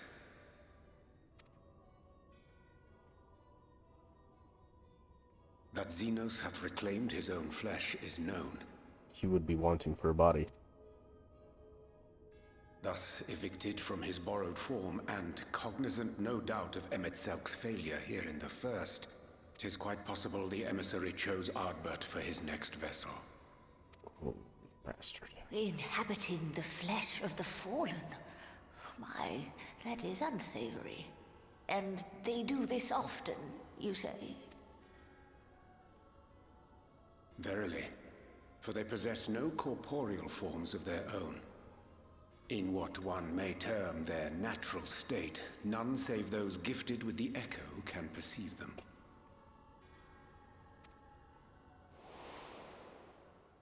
Indeed, when Elidibus intruded upon the waking sands, his presence did go unmarked by all save Minfilia and the Warrior of Light. Oh, that's right. Because that's technically what he would look like without a corporeal body to walk around with. He'd just be invisible. On that occasion, I myself remained ignorant of his coming until after his departure. It was only at a later juncture, when he deigned to appear before me in borrowed flesh, that I was finally able to take the measure of him. In such puppetry do the Ascians engage when they seek to influence the course of history. And they have gained much by it. Emmett Selk single-handedly built the Garlean Empire in this manner, while La Hebrea came close to conquering Eorzea, having taken possession of Thancred's living body. Yet it must needs be noted that the Ascians cannot avail themselves of all mortal vessels. For were they able to do so, none would serve as a better pawn than our own redoubtable champion. Mayhap the blessing of light shieldeth Hydaelyn's chosen from Ascian influence. Or mayhap other forces are at work. We cannot say for certain. Whatever the reason, I hope it holds true. I dare not contemplate what might come to pass otherwise. Is it not peculiar, then, that Ardbert's mortal remains should be susceptible, given that he was once a warrior of light? Or did the final departure of his soul make it possible, perhaps? Regardless, to hear an Ascian use him to call forth new warriors of light boggles the mind.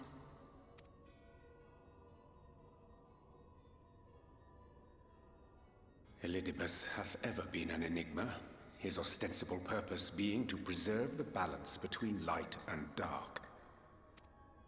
When he made overtures towards me, however, I was afforded a glimpse behind the mask of the self-appointed emissary. I shall not defend mine actions, undertaken in pursuit of a better understanding of our foe as either wise or prudent. Nevertheless, what little I did glean may now prove useful. What did you learn of the so-called emissary of the Ascians? Elidibus possesseth a subtle mind, practiced in the art of manipulation. That he coaxed this star's most valiant heroes as far as the source with naught save half-truths is no trifling feat. And now I believe he doth employ his skills once more to some as yet unknown end. Though naught is certain, should my suspicions prove true, we shall have need of all our wits if we are to uncover and thereafter thwart his plot. Agreed. 'Tis plain that simply speaking out against him will not avail us. At best, it would only serve to confuse them. Well, and I would hesitate to do anything which might tarnish Ardbert's reputation once more, nor yours by association.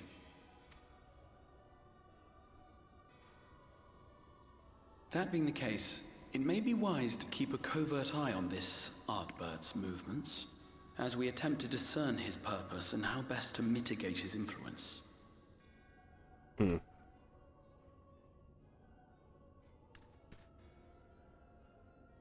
His performance appears to have concluded. What now? Go back out and follow him?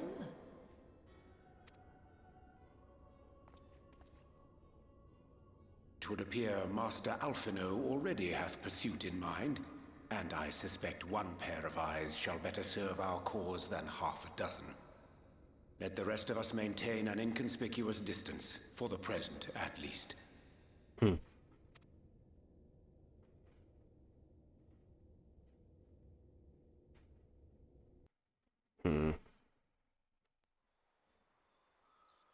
Elidibus in Ardbert's body. Awful. Critical hit. Skill speed now. Determination. Critical hit. We'll take that.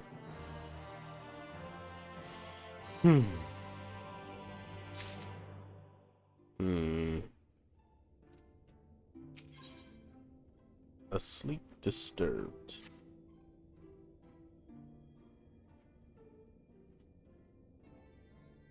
We did well to dispel the falsehoods surrounding the Warriors of Light and their actions prior to the Flood, though I must say the reappearance of Ardbert, or rather one who appropriated his identity, was a rather curious development.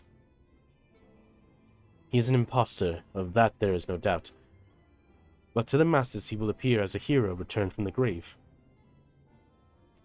After the Warriors of Light were laid to rest in Yomor, the people prayed fervently for the gods to deliver them from their plight, prayed that these fallen heroes be born again for their sacrifices. What bitter irony. I, for one, would like to know why Ardbert urged the people to become Warriors of Light themselves. Ere we take action, we must needs ascertain his intent. Let us pray that Master Alphino return soon with that most essential knowledge. For now, I think it best to appraise Thancred and Reen of our efforts. When we do confront Ardbert, we shall no doubt have need of their strength. Agreed. I think it prudent we all take measures to prepare for what's to come. Beck-Lug and I will continue our research into how we might improve the spirit vessel, that it may one day carry you home.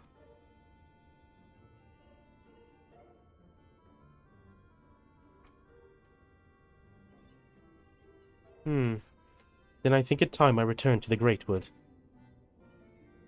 Until now, everything we had learned of the Ascians had been handed to us at their leisure. But that was one of Emmett Selk's unique failings. I have no reason to think Elidibus will be as forthcoming. Fortunately, I recently received words from Fano that heretofore unexplored chambers have been discovered deep within the Gitana Ravel. Almet believes the relics within tell of a great calamity that befell an ancient civilization, that of the Ascians, perhaps. They may lead us to the truths we seek. Do you care for company?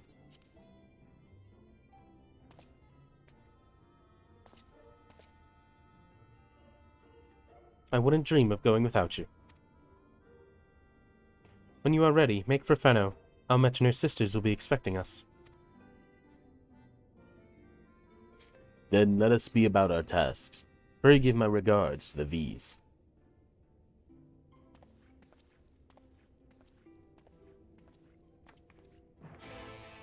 Alright, to Raktika. Raktika. Raktika Matika. Fano.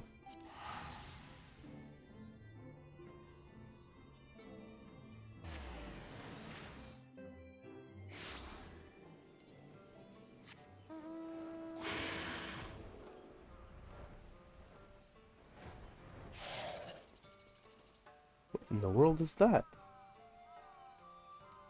What is that? What is that? Oh.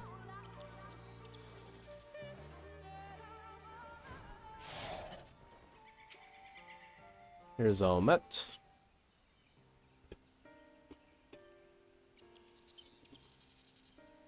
Welcome, allies of Ronka. We have accomplished much since you last came. With the Light Warden dead and its minions dispersed, we have at last reclaimed our hunting ground near the Raktika Falls. It was there that we discovered more ruins. Though we ran afoul of no traps while exploring its halls, we determined that the innermost chambers were warded by magic. We were all in agreement. Before any investigation could proceed, you should be summoned. We are grateful that you did. From what you have told me, I strongly suspect that the wisdom of my comrades and I seek can be found within. This wisdom could prove invaluable, for we may soon face a foe whose greatest asset is our ignorance. I see. Then it is good that you have come. For Ronka was once home to the greatest of weapons, knowledge and understanding. And it is our duty to ensure you and yours do not want for either. That said, we must proceed with caution. To have reached the inner chambers unmolested suggests a more formidable deterrent yet lies within. Come now.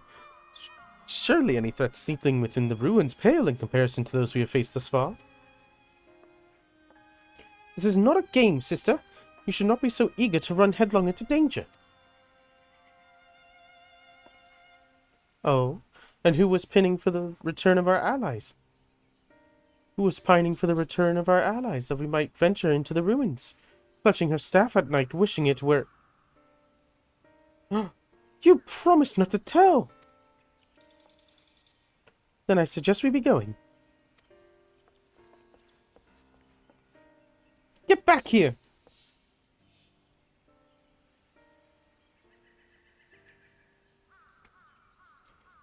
Remind me, how old are you and your sisters? On second thought, perhaps it's better that I do not know. Pray forgive their overzealous nature. None save we three have been privileged to escort you and yours into the ruins and bear witness to its secrets. Their hearts now burn with curiosity that is not easily sated. Please, you needn't apologize. As a seeker of knowledge myself, I understand full well their enthusiasm.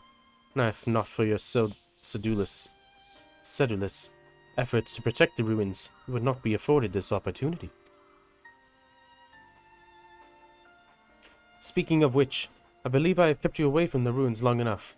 Come, let us make for the Gitana Ravel. Okay.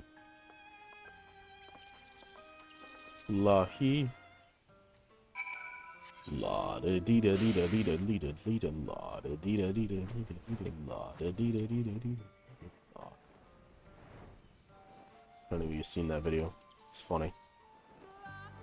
Wallahi.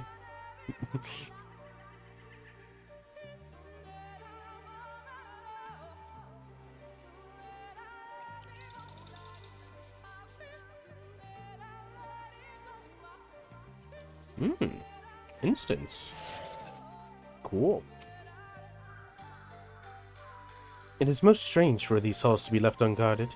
Have care when breaking the seal on the chamber door. Danger surely awaits us on the other side. It is recommended that you set aside sufficient time to view these scenes in their entirety. Ah, well, if that is the case, I'm going to get water. I will be right back.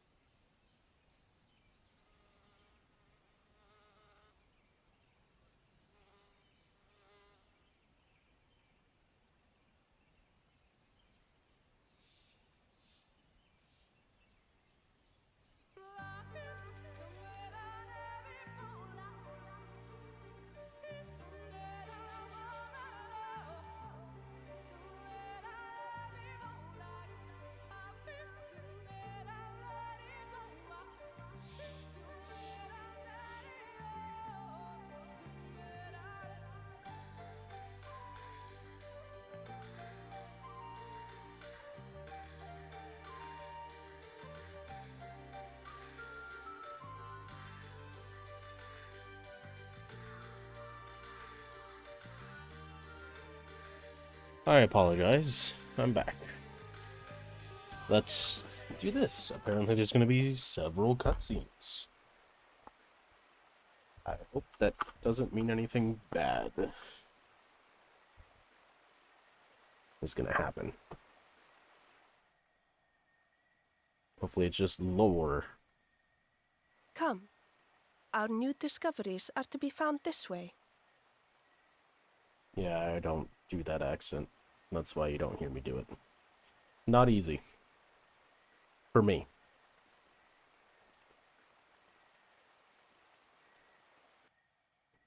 And I'd just be sitting here stuttering for like 15 minutes reading each line.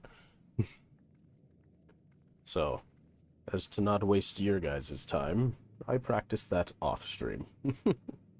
The people of Ronka are known to have venerated animals, but these features do not match those of any indigenous species. This is no common beast. Hmm. Though that much is plain from its proportions. Yeah, it looks like one of those. Lifelike, is it not? One could almost imagine it breathed. Hmm. Hmm.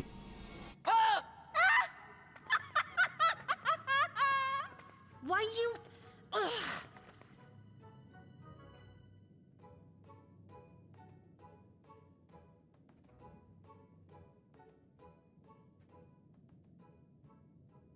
This owl, by contrast, seems no different from the others we've seen.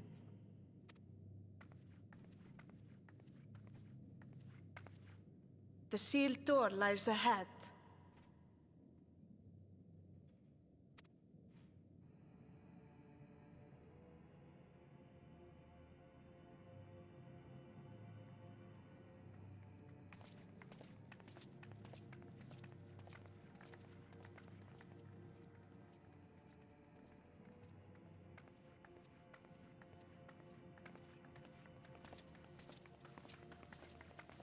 Hmm.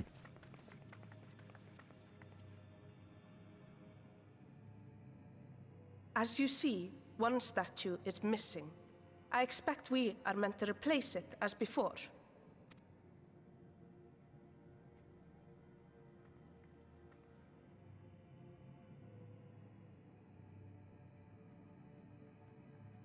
Hmm. Too simple. There will be some additional defense mechanism.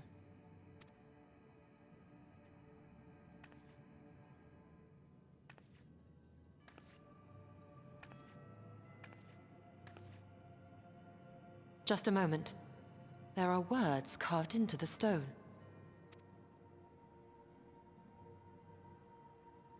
He who would disturb a hero's deserved slumber shall instead waken the beast and know his folly. A hero's deserved slumber. Wait! Don't! Yeah, okay. But a hero's disturbed slumber. But I only... What is happening?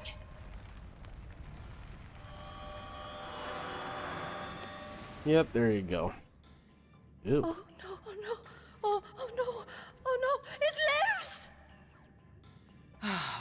Why am I not surprised? Prepare yourselves. Ew.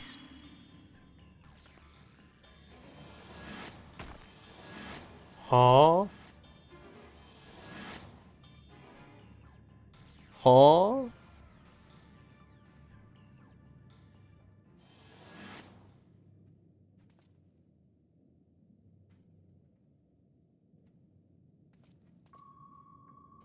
Hmm?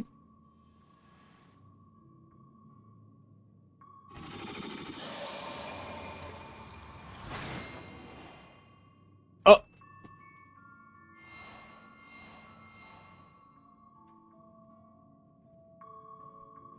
But they turned into the portraits. Into adventure plates. Clear the trial of Ronka. You trespass mortal upon sacred ground. In retribution 4 souls have I bound. Yet to heroes proven learned and wise, a comrade's soul shall be their prize. If you would see theirs set free, answer me these riddles 3. Ah, I see. A riddle. Deft of paw, with kin do I vile. Though sought apart, betterment to the whole do our efforts descry. What am I? What? Deft of paw, with kin do I vie. Though sought apart, betterment of the whole do our efforts descry. Deft of paw? Oppo oppo? Indeed, the Opo is keen and shrewd, the spirit of ingenuity, whose good guidance the Ronkins did prosper. The riddle's answer you did discern, thus to a soul I did return. With fearsome fang, travel with pack, together we find harmony, and thus the peace for lands does not lack. What am I?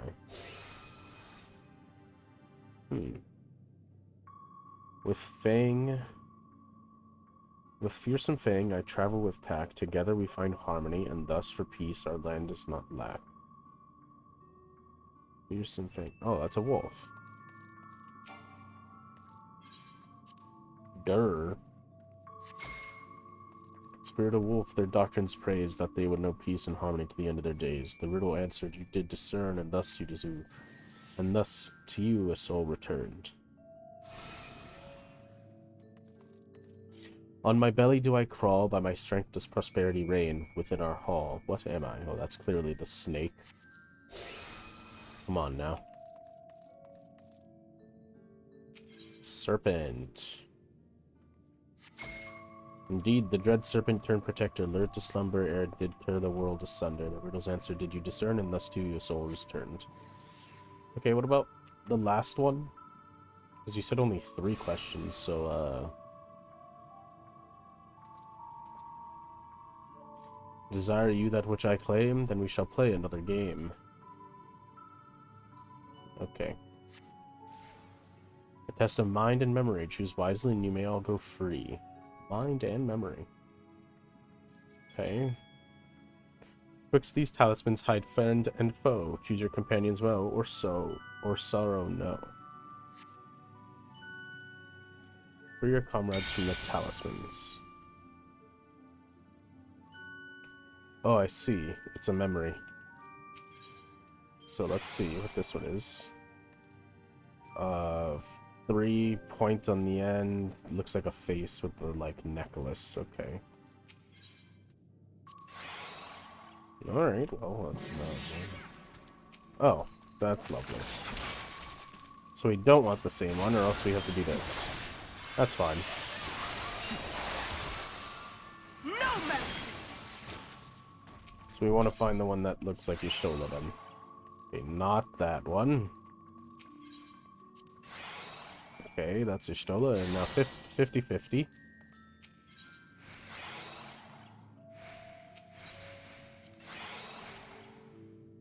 Okay, well, we know which one it is. Lovely. Well done. Our comrades are assembled together at last. Yet there still remains one trial you must pass. If you would glean the knowledge enshrined in this earth, I would first take the measure of your worth. Ah. Fight. Yeah, okay.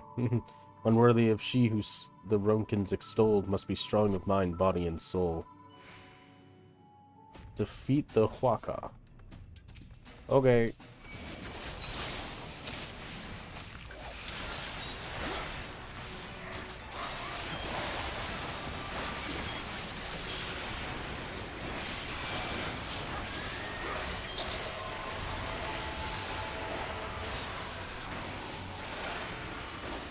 Ah, man.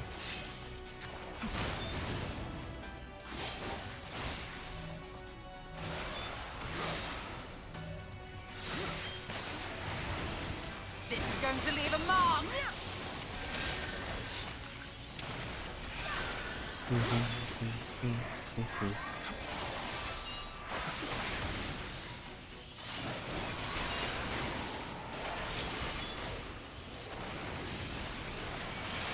Here I come.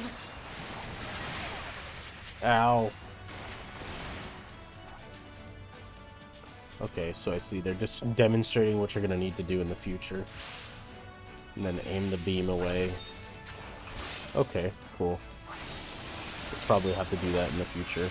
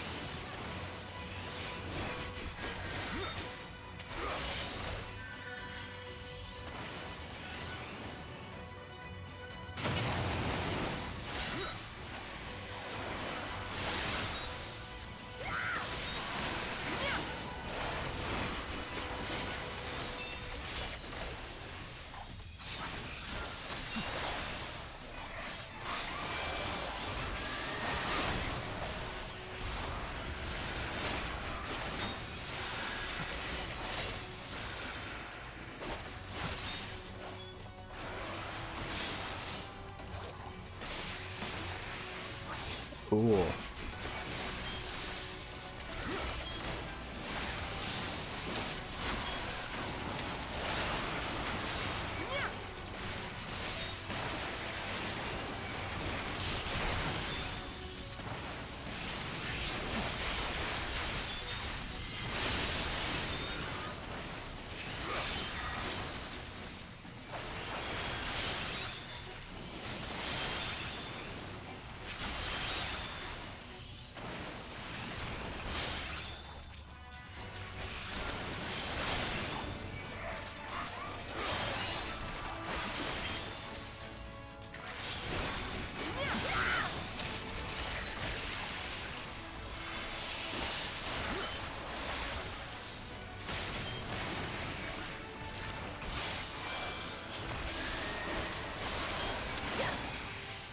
Okay. Gloves are off. The gloves are off. Okay, Shnola.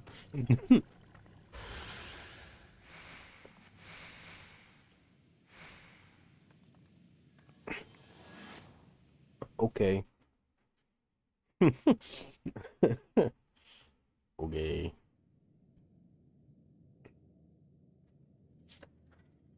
Interesting.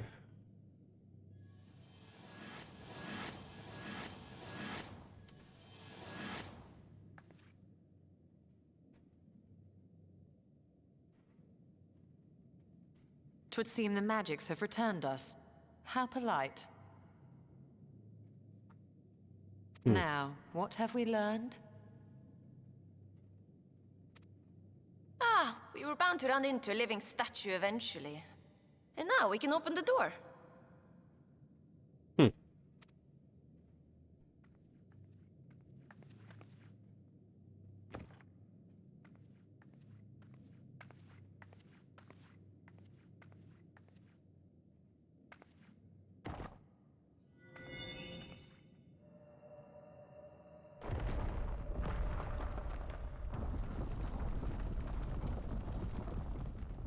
He who would disturb a hero's deserved slumber.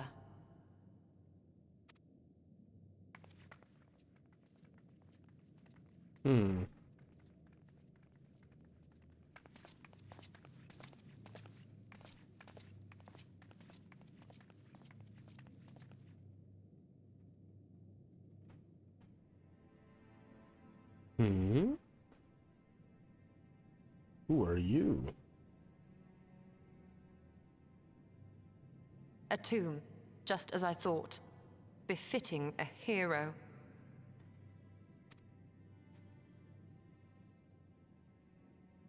She is Vis.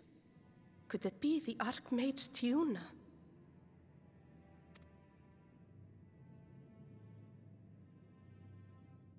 A legendary hero of Ronka, as you surmised. The tales tell of how she smote entire armies with a single incantation, so potent was her spellcraft. Though she ever fought in the name of peace.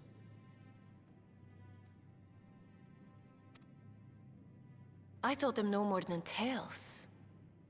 To think she really existed. Well, I for one always believed.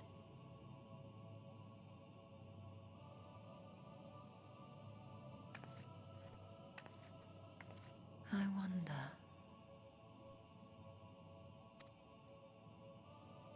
By the light of fallen stars, great power awakens.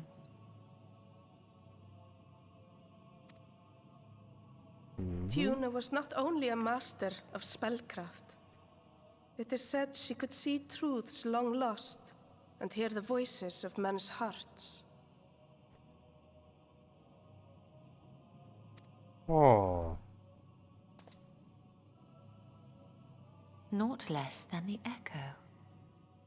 In which case, none of this is mere coincidence. But then... A shower of stars setting the sky aflame. And in both this world and the Source, we find individuals within whom a mysterious power awakened at the sight. We can never unpick the why of it. Now, however, I believe we might. Does the scene depicted here not resemble the one we saw when we first ventured into the Katana Ravel?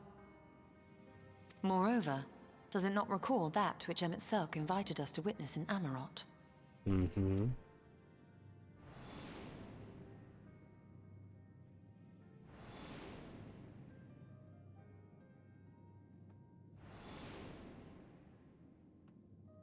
But then why would this person The do final it? days.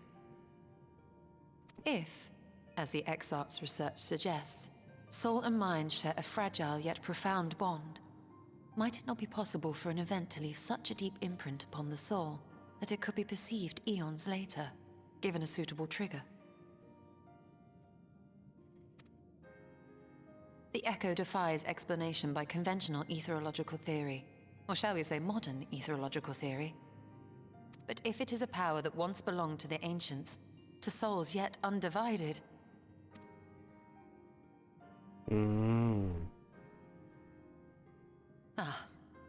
It would seem I have entered the realm of pure speculation, and I call myself a scholar. I shall refrain from making any further wild claims until such time as I have evidence.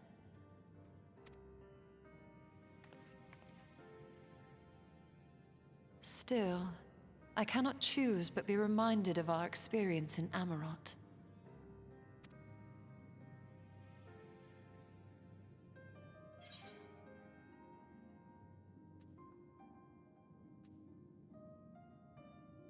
Then you must recall Emet-Selch's dying request. Remember us.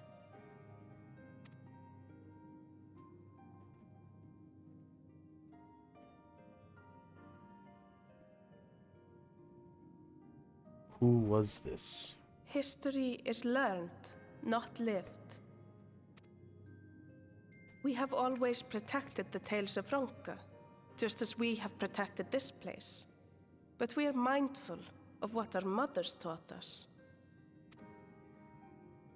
We see the past through our own eyes, and speak of it with our own words. Thus do we come to understand it in our own way. But this is not the same as remembering. Your mothers were wise. Though we witnessed the final days, our impressions could not fail to be colored by our own experiences and expectations. Those who lived through it would have perceived the event quite differently. Very true. We must bear in mind that it is no simple matter to keep the truth alive, or it will die with Emet-Selch and his kin.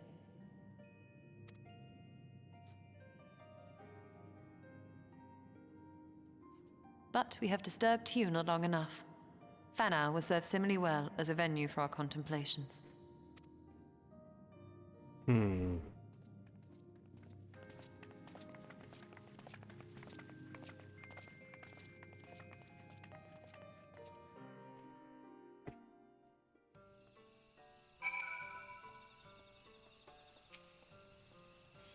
By your pensive expression, I take it the tomes have given you much to think about. The tomb has given you much to think about. That is well. In time, the knowledge you have gleaned will lead us to understanding, and thus arm you for what is to come. Before you leave, however, I would speak again of the teachings of our forebears, of histories learned, not lived. The legend of Tiuna and her exploits have been told countless times over the centuries. Yet as it is handed from one generation to the next, the story changes. With each telling of the tale, there are new flourishes, details changed or lost. We can never truly know how she lived, for we were not there to see it. But we are here now to bear witness to your life. We have seen the change and have wrought the echoes that will endure long after you are gone. And though it too will change in time, I swear to you we shall do our best to preserve your story.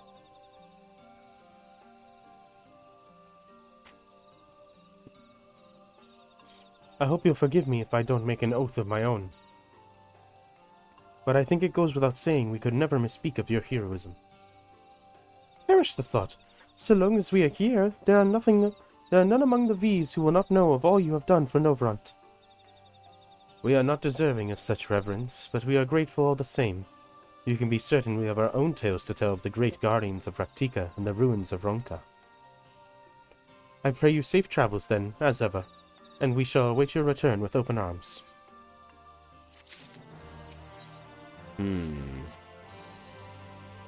Although we learned aught of not of the Ascians, the insight we gained into the Echo made our trip worthwhile.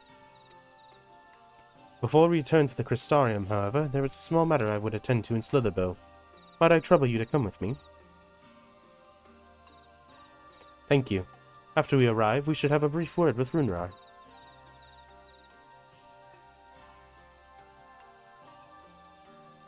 Okay. Interesting, interesting.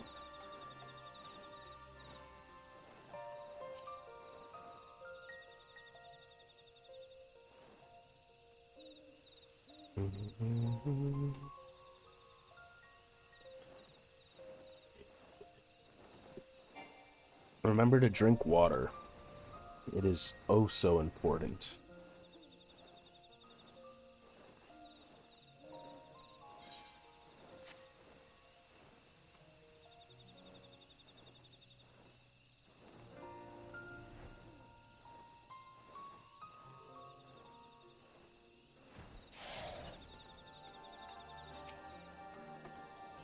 Oh, it is good to see you. You've arrived at a most opportune time. I was preparing a pot of my famous stew. Come, I'll have ready a place for you. I'm sorry, Runar, but we haven't the... Please, I insist. It will only take a minute.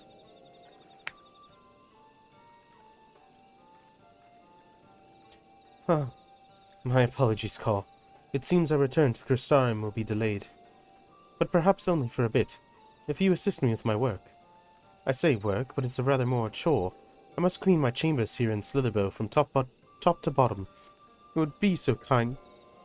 Oof. If you would be so kind as to go and fetch a broom from Aescare.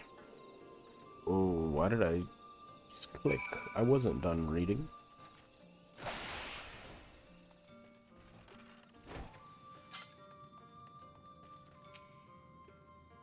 A broom for Masamatoya. I cannot imagine why she would have need of such a thing, but here you are. It is old but sturdy, and sure to suffice.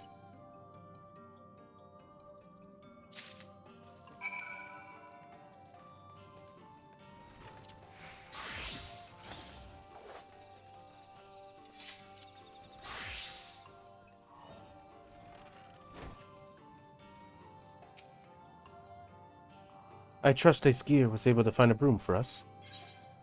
Broom.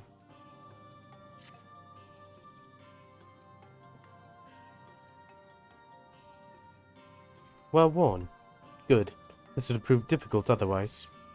Though I must say, I did rather well for not having a broom thus far.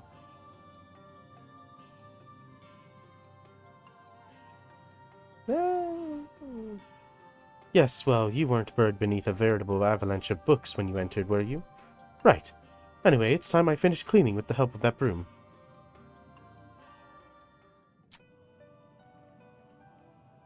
Oh, the Matoya theme. Is she gonna do the same thing?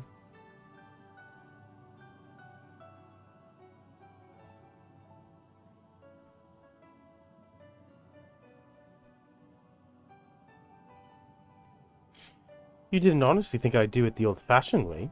That broom is more than capable of sweeping by itself. Or rather, it will be. Ahem.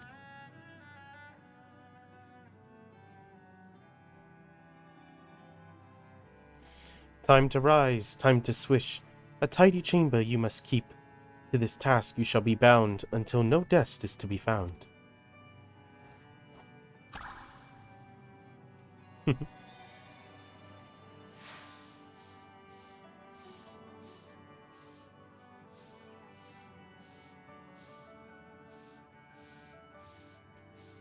In this one particular respect, I have no objections to follow in Master Matoya's footsteps.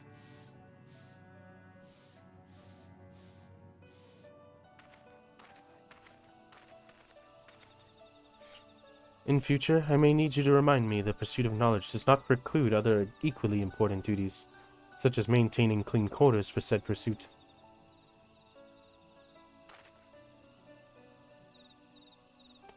I would dearly miss this place. These people.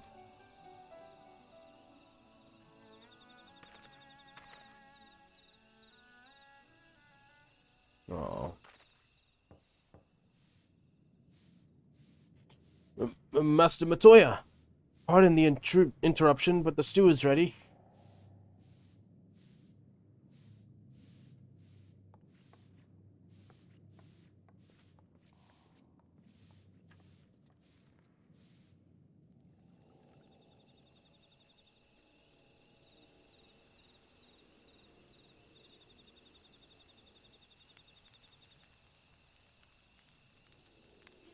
Is something troubling you? You've been rather quiet. No! Everything is fine, I assure you. It has been a long day is all. I see.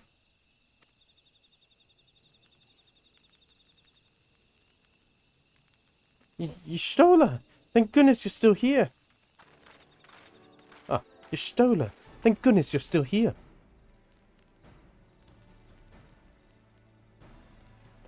Alphino! I thought you were following Ardbert. I was, though I'm sad to say I lost track of him shortly after entering these woods. He seems determined to traverse every ilm of Noveront in his quest to spread the truth of the Warriors of Light and the Flood.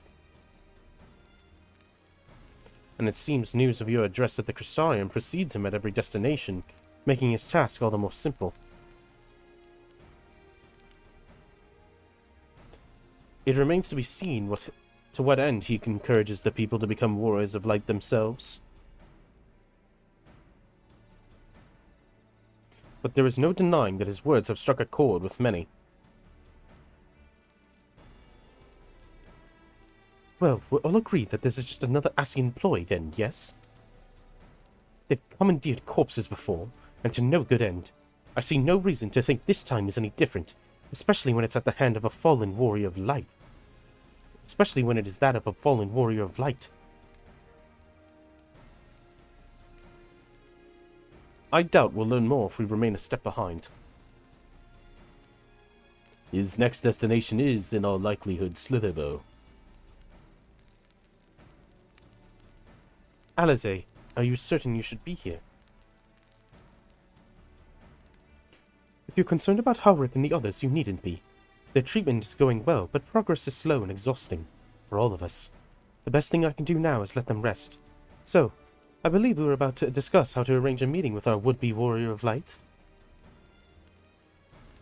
Before visiting any towns or villages, Ardbert will hunt down and slay a nearby Sin Eater to earn the locals' trust. Our best chance of getting ahead of him is to find one before he does. Thankfully, Thancred and Reen are returned from the empty and have taken up the search. Oh, it's been a little bit. Reen believeth one may lurk beneath the boughs of Woven Oath. That is where we will start our search. Okay. Master Matoya!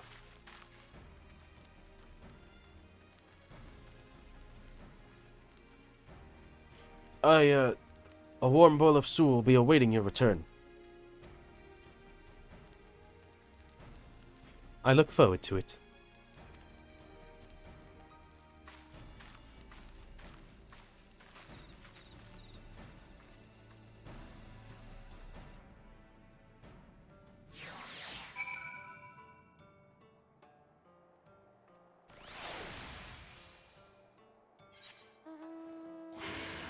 I'm not gonna say I am it. But I'm gonna say I get it. People like Y'shtola. I get it. At the same time, yikes. And that is where I'm gonna leave that.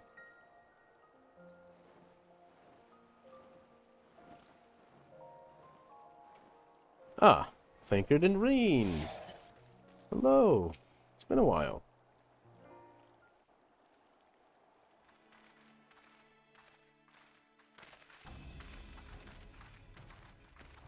If you were hoping to vent your frustrations on our eater friend here, I can only apologize. Few as they are now, it took us no time at all to track it down. That suits our purpose perfectly. Now we need only wait for Ardbert to arrive. Weren't you two meant to be attending to the empty? We were, and are, but we can hardly ignore the rest of the world. So we thought we might see how things were coming along. From what we can gather, the answer is strangely. Right now, we think we can do more good here. It is heartening to have all present. Yeah, we're all here. Indeed. We will be glad of the additional hands should matters escalate. Our quarry has come.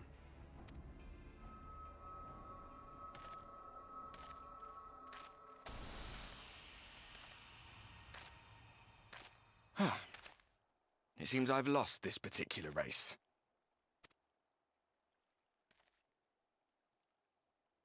Although I suppose it's only fair. When we first met, it was I who outpaced you.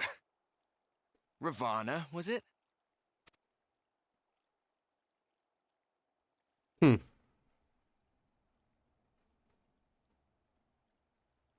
But where are my manners? I wouldn't be here were it not for you, and I have yet to say a word of thanks. And this is where Elidibus is gonna fail, right? He doesn't know, after all, how good he does not know that we have been talking with Ardbert personally for the past, like, month. I'm assuming it's been that long in Shadowbringers.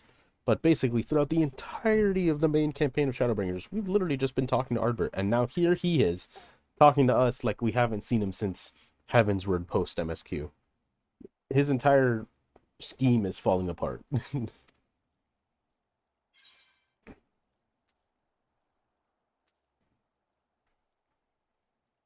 Extend a friendly fist.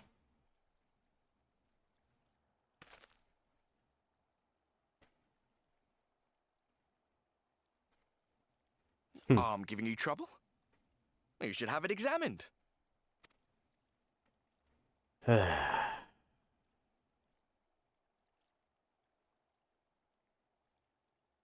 him. I thought you were supposed to be good at this.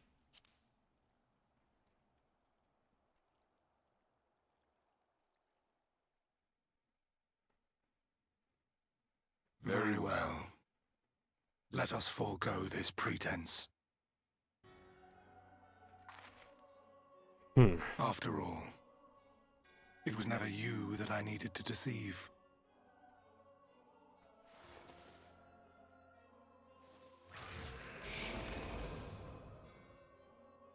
Yes, it is I, Elidibus.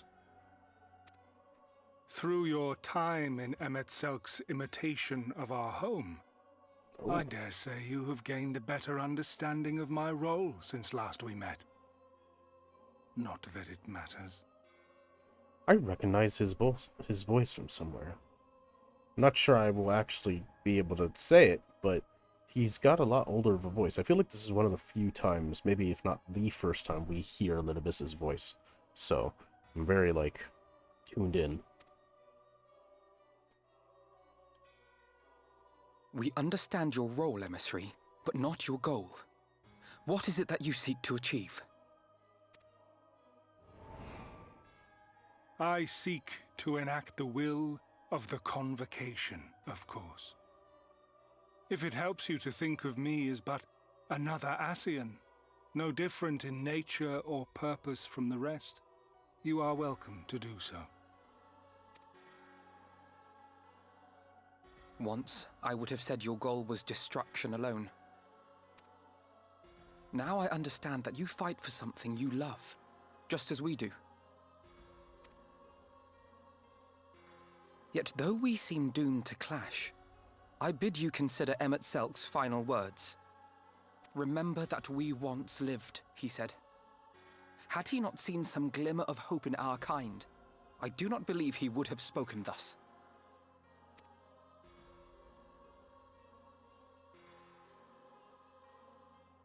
None better understood your plight than he. His words must surely be worthy of your consideration.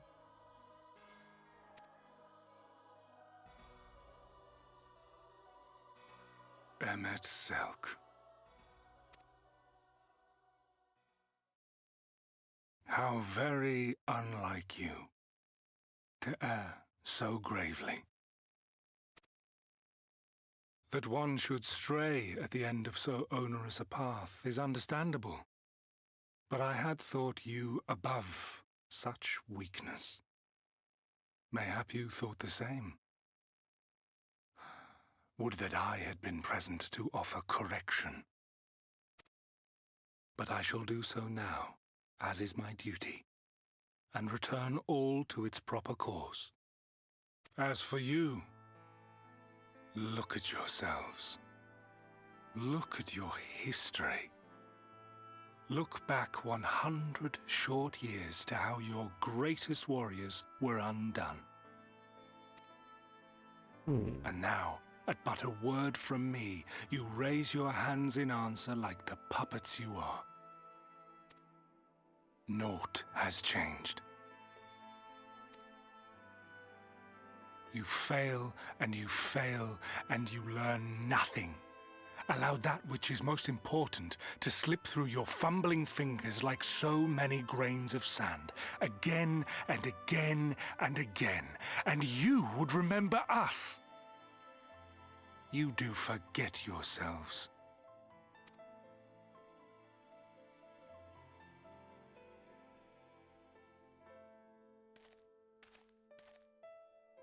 There is no common ground to be found between you and I, nor do I require any. I have my duty.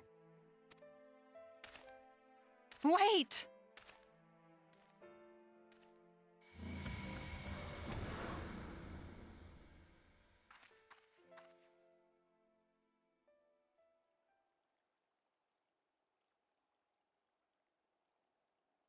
Well, we have confirmed the identity of our foe at least, and 'tis safe to say his objective is the rejoining. But we still have no idea how playing the part of a warrior of light will further his cause, nor why he would spur others to do the same.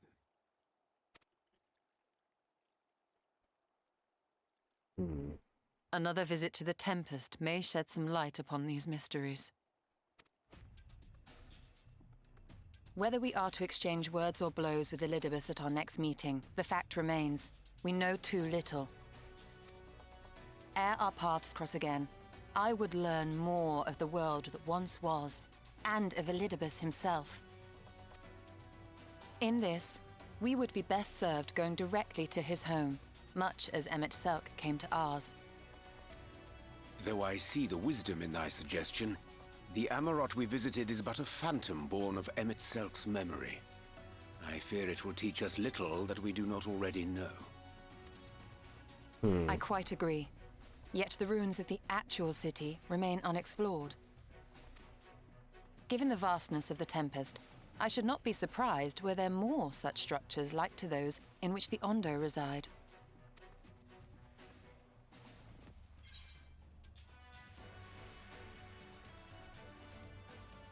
If there's aught to be learned, I want to know.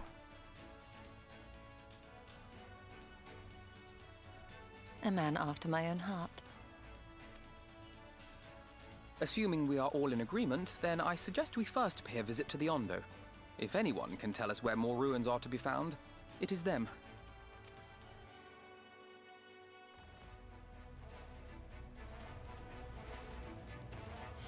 Okay.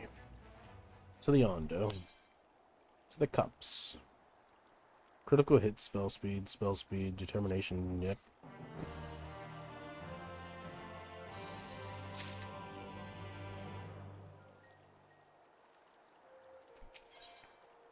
Oh. Accessories, huh? Oh, that's cool. That's cool. It's just gonna give me a full set of accessories? Ooh, I'm actually pretty full on accessories. I should get rid of some of these, like these or something. Oh, right. These old level 50 ones that nobody's using currently.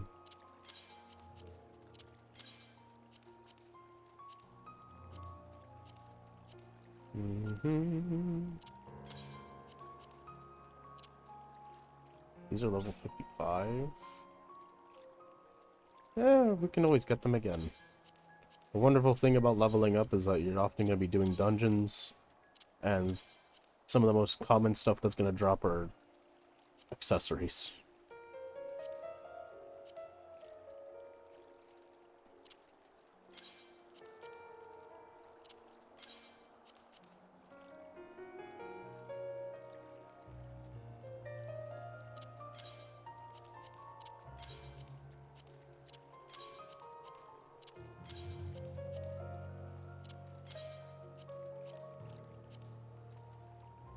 Alright. Alphino has the right of it. Let us pay a visit to the Ondo. We should speak with Tolsh-Ath first. Tolsh-Ath first. As chieftain, he is doubtless privy to the great many secrets.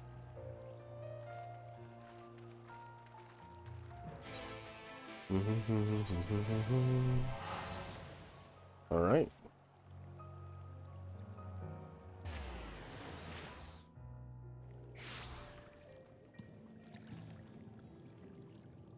Give me one moment. That's interesting.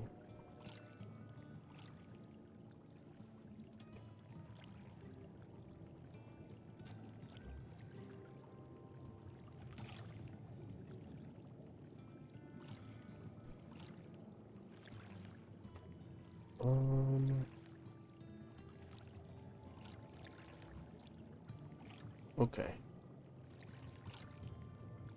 Right, where am I going?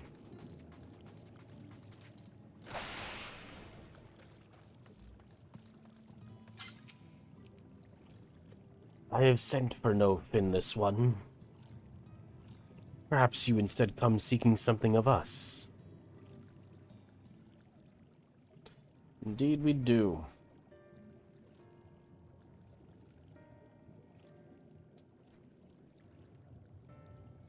Ruins which your kind have yet to explore. I see. I know of one such place. Alas, under these circumstances, I'm afraid we can spare none to guide you there. And what circumstances are there? Are these? Rather than hunt for their own meals, the Benthos have pillaged our stores of Minuary liver. They must be replenished with haste. The Benthos, a particularly violent tribe of Ondo, if I recall. A bank of bottom feeders. We've all lost much in the flood, but while others work to rebuild, they resort to thievery and murder. Revenge, they call it, when they prey upon your kind. But do not be fooled. They care not who they harm. Would that we had the warriors to challenge them. This is not the first time they have stolen from us. There is no resource more precious than liver. All must dedicate themselves to the hunt. Unless, of course, we were to reclaim the livers for you. It seems a fitting payment for vital information, does it not? Moreover, one could argue that by employing Bismarck to reach these depths, thereby driving back the waters, we are in part responsible for the deeds of those driven to desperate ends by the changing climes. One good turn and all that. We certainly can't leave them like this.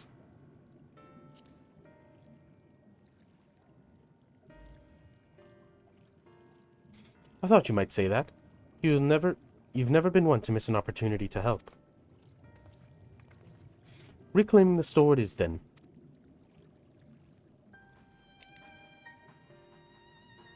We would be grateful beyond words if you did. The Benthos have surely taken the livers back to Flounder's Floor, but be warned, there will be no shortage of guards waiting to spear intruders. Then we'll have care not to draw their attention, shall we?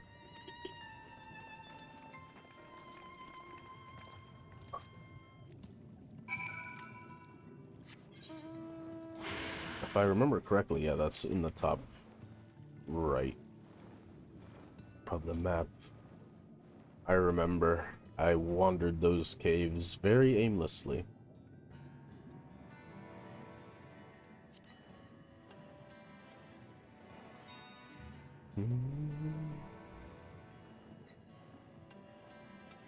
Showing Amara is crazy. Knowing that there are actual ruins under there too is interesting, to say the least.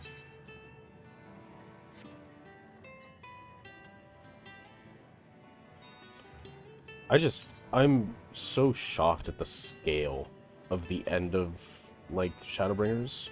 I just didn't expect it to be that, like, crazy. There really was.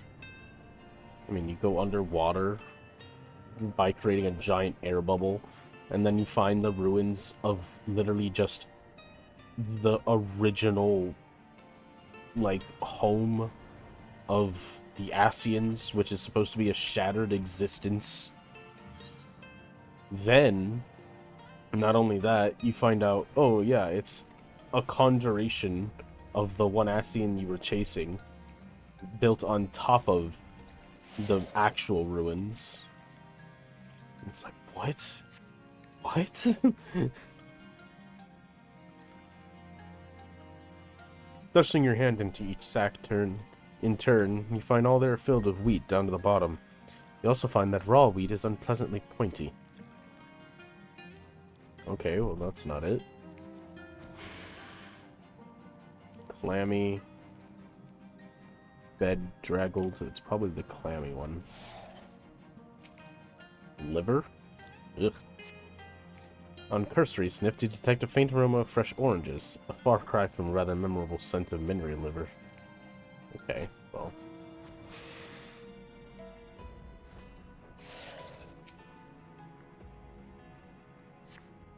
These boxes are filled with assorted vegetables. Liver's not a vegetable. Yeah, you know, you're not wrong. Also, Arion J kind of pointing up here, huh? Oh. Huh.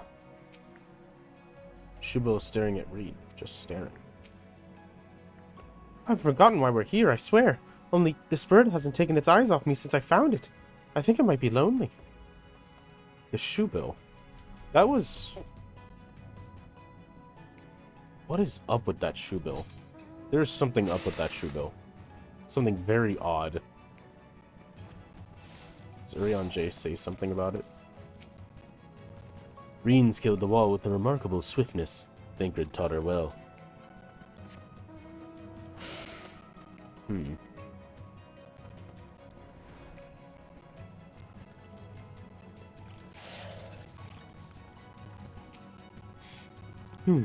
It's probably this one.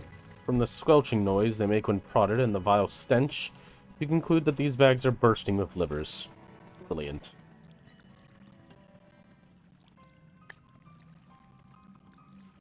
The Shubil. What is the Shubil? Are those them?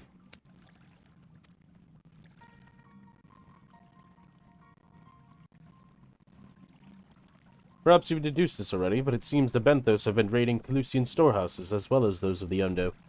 Oranges, pumpkins, wheat. Well, we can discuss this after we see the livers back to Torsouth. It wouldn't do to keep him in suspense.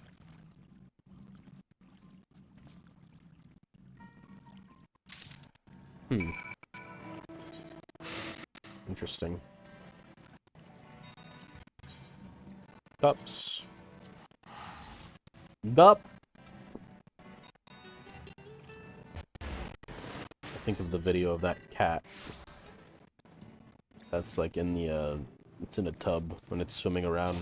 Its head is like just above the water as it's swimming and it goes gup. Gup. It's a funny video. I am relieved to see you unspeared. Liver. Chicken. Liver.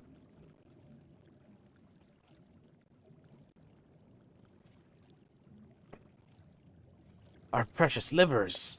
I knew you would not fail.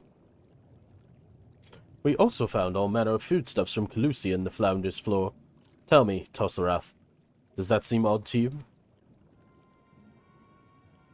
It is brazen, to be sure.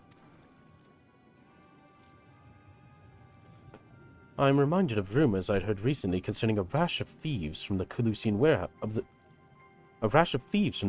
warehouses. These perpetrators enter in the dead of night and are gone before anyone had realized what had happened. The Umoran army has been investigating, but thus far to no avail. Perhaps the reason they have struggled so is that they are quarries of the sea. The true question, then, is what we mean to do about it. Much as I would like to proceed to the ruins without further delay, we cannot allow the Benthos to carry on as they are. If I may, I believe that the ruins are, in fact, key to the Benthos' plans. Is that so?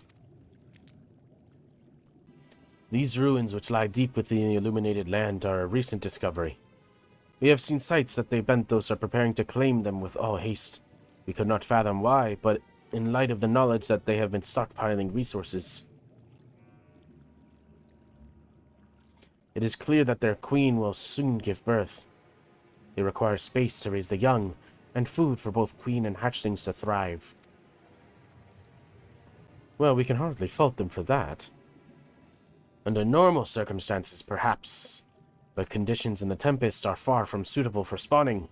Its resources barely able to sustain our current population. There is only one reason they would disregard this. They seek to build an army, and with it take revenge upon the Finless. It is not a surprise.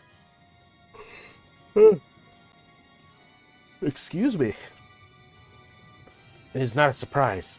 They came to us not long ago, seeking allies for the cause. We rebuffed them, of course. The suffering of others will not serve as a balm to their own. Their queen, however, desires only bloodshed, and will gladly send her children to die in our stead. If they are planning to wage war, that changes matters considerably. Indeed. I doubt that this can be resolved without violence, but perhaps with a show of force we can convince them to see reason before their die is cast. I would rather not risk your people in an attempt. Excuse me.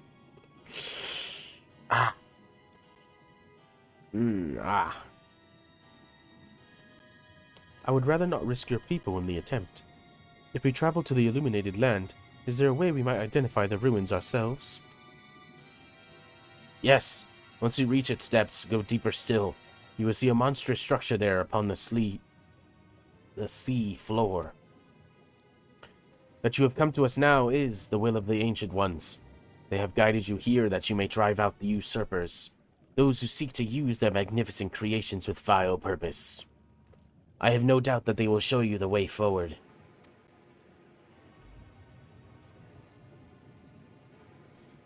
I am afraid that the dead do not speak so quite so clearly. Nevertheless, we shall try not to disappoint. If what we seek lieth deeper still beyond Amarot, I would call upon the assistance of another. Of who? We do slaying armor here, because we slay.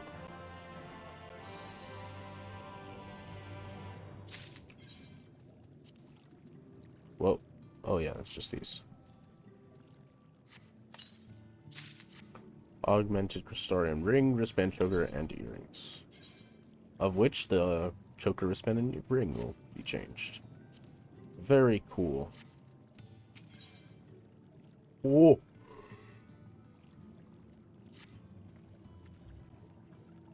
Though our course hath been decided, to pursue it we must needs beseech the aid of a friend. I speak of Bismarck. Pray follow me to the Sullen, that we might seek an audience with him once more. Okay. All the way back there, huh? That's quite far.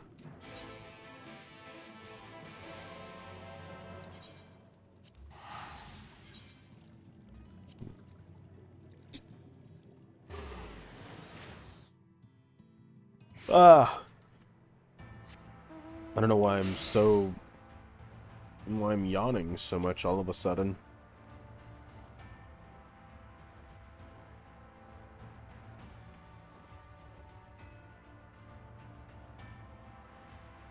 Dun, dun, dun, dun, dun, dun.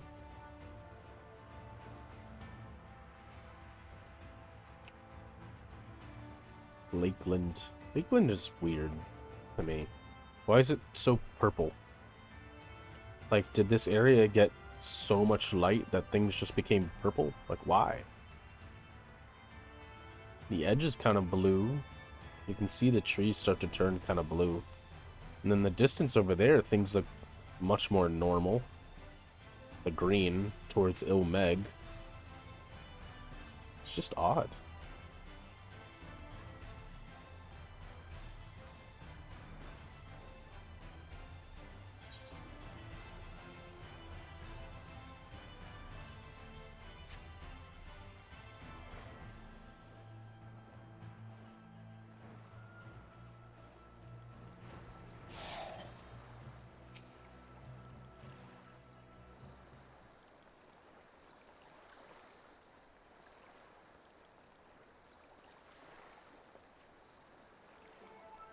From here, we press onward to the Isle of Ken. I myself shall proceed on foot. Foot? You've perfected your technique, then? Just so. The water will be glass underneath my feet, and provideth purchase fragile yet true. Watch closely. Oh, I certainly shall. Forgive me, but would it not be easier to perfect your swimming technique? Aye, 'twould be a pity if you drowned, truly.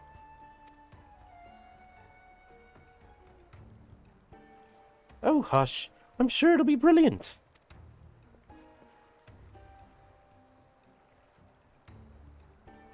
I still find it so funny he can't.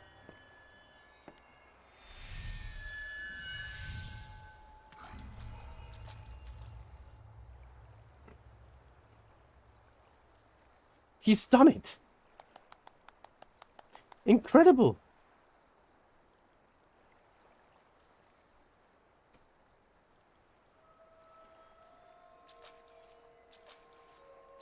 Whoa. Urion J.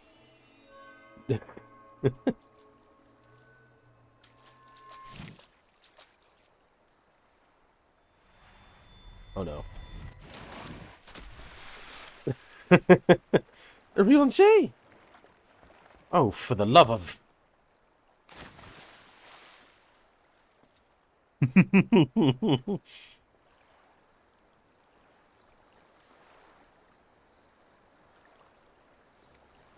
Mine apologies. The technique requireth the purest of focus, and mine was lacking.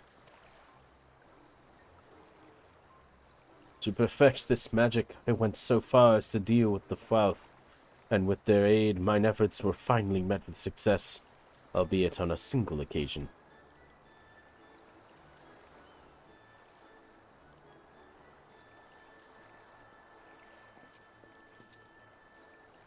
I know not why I cannot repeat it. I thought I saw you waver a bit towards the end there. Perhaps you're simply tired?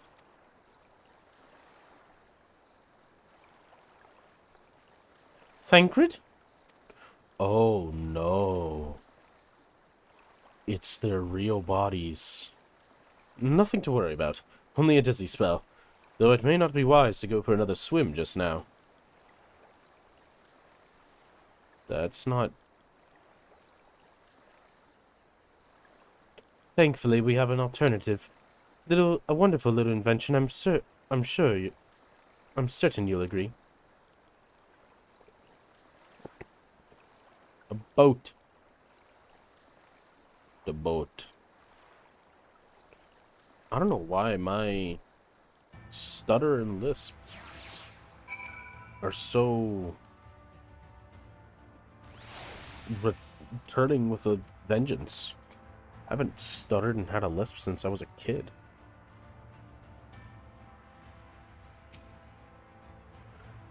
I will petition Bismarck's aid on our behalf. Let us pray my diplomacy proveth more effective than mine experimental magics.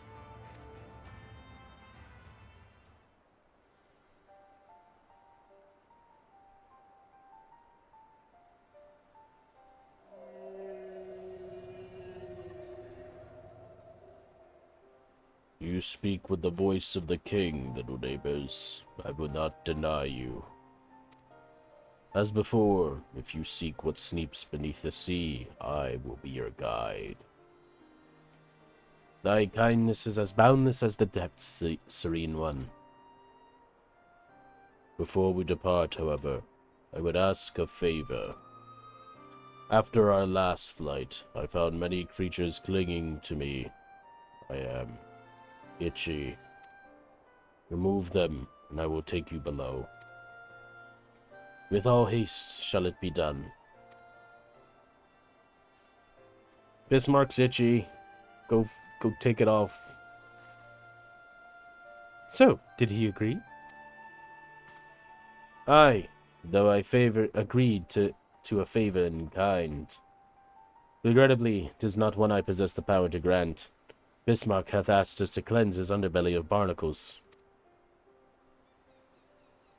Alas, one must needs dive beneath the surface to do so. Even if I could master the power to walk upon it, it would not avail me. Oh, for heaven's sake, is that all? Cole and I are more than capable of that. But the Kojin's blessing will have it done within... We'll have done with it in moments, and better than standing here and listening to this nonsense. I'll take the right, you take the left. Now go.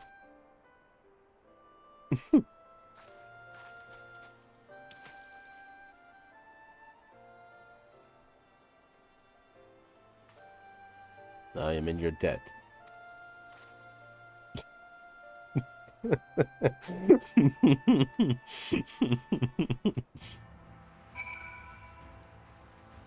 It's so funny.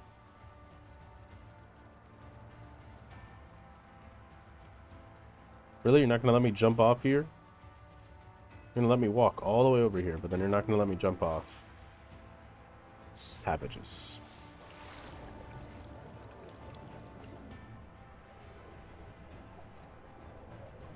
Tenacious barnacle. Ugh, barnacles are crazy. Blech. After a good deal of prying from various angles, you dislodge the barnacle. I've seen a barnacle removal on, like, turtles and stuff. Poor turtles. It must feel so good getting them peeled off, but at the same time, barnacles are disgusting. After a good deal of prying from various angles, you dislodge the barnacle. And these look super fleshy. It's so gross. After a good deal of prying from various angles, you dislodge the barnacle.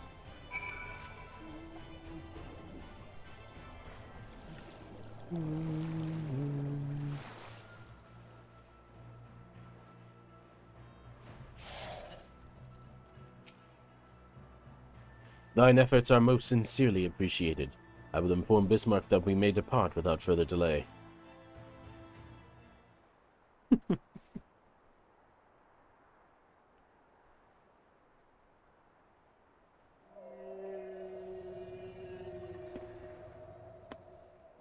Much, much better. Thank you, little neighbors. I remember, a long time ago, another did this favor for me. After the flood, when I chose this spot for my slumber, he came and made a home on my back. Ken was his name. When I grew itchy, I stirred, but he was not afraid. No, he asked me what was wrong. I told him of the creatures clinging to my belly, and he dove into the water. He helped me. He was my friend. He told me he wished to live in peace, away from his people and their wars. This I understood. I treasured our time together, brief though it was. brief though it always is.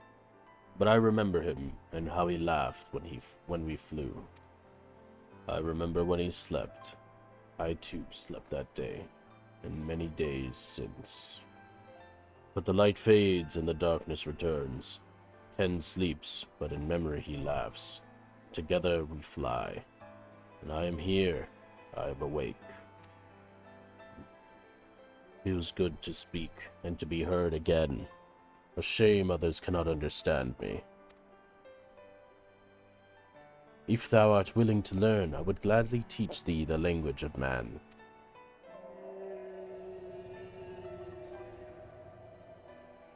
Thank you, little friend, but it is time I grant you your request. But first, I will take flight to cleanse my body and prepare. Dive will be swift, and I will not have you struck by an errant debris.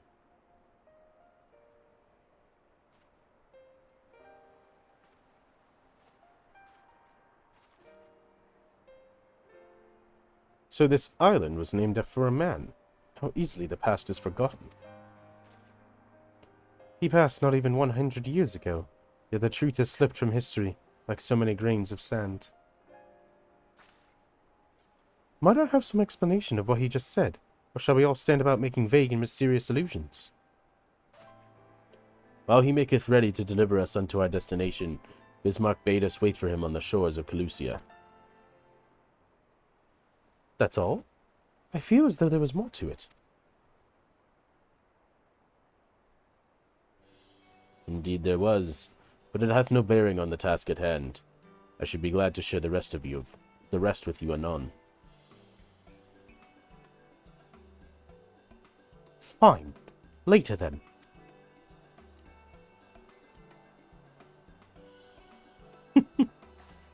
If Bismarck requires time to prepare, might I suggest a short respite?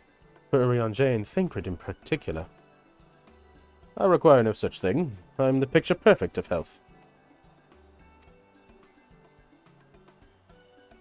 Mine was but a momentary lapse in concentration. Worry not on my account. You mustn't push yourself so. Please rest.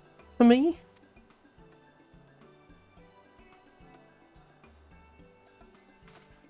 All right. If you insist.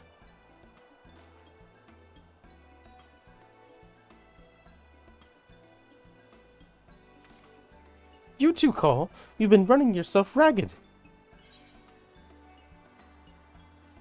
Yes, ma'am.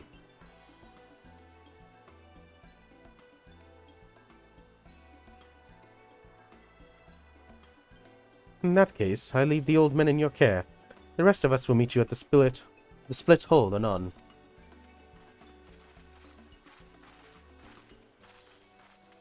Old. Word of advice. Never let it show. When she realizes she struck a nerve, she remembers. By the God, she remembers. In any case, if we must be made to rest, I know a place in the Sullen that's better for it than most. Come with me.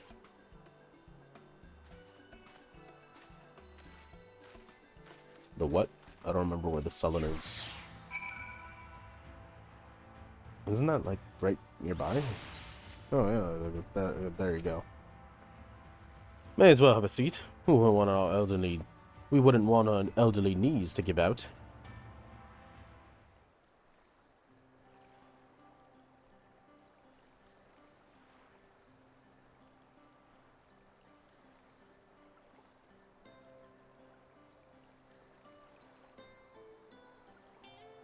To hear her speak, you'd think I'm on my deathbed. By the 12, I wish that girl wouldn't worry so much. Thy countenance belies thy words, Master Thancred. I'm sure I don't know what you mean. Let the record show that I am here under protest. Though I can't say I mind the view.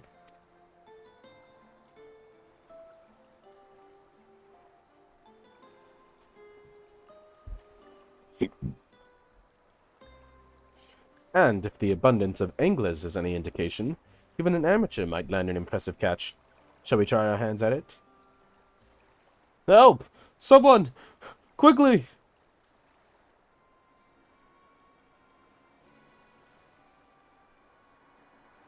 It's Nightshade! We were attacked on the road from the Crystarium! Barely escaped with me life! I suppose we might have predicted this.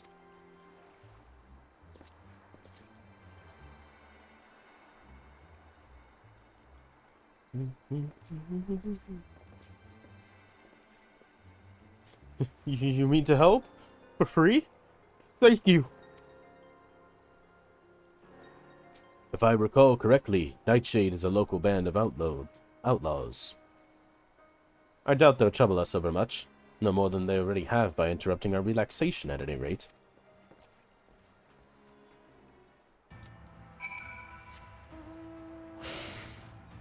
Time to go destroy a bunch of local outlaws.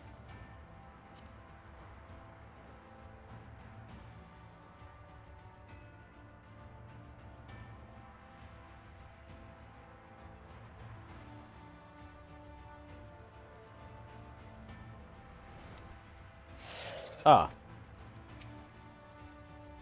These two have matters well in hand by the looks of it.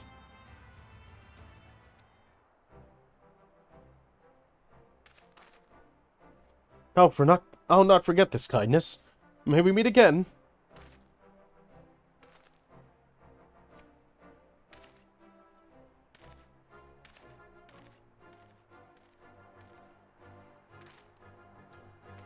Is that you, sir?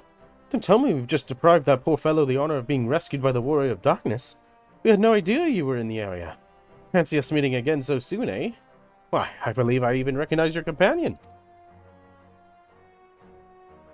Ah, yes. From the infirmary. You had a message for the Crystal Exarch, did you not?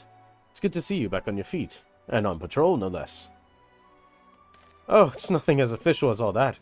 Strictly speaking, we're off duty.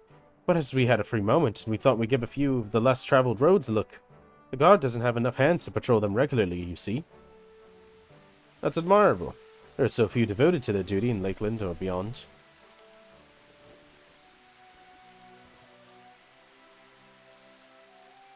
Well, we've been talking about it for a while, and neither of us is satisfied with just seeing our service.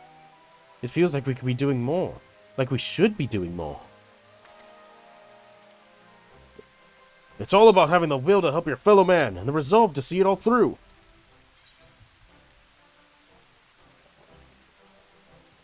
I remember you, the excitable one.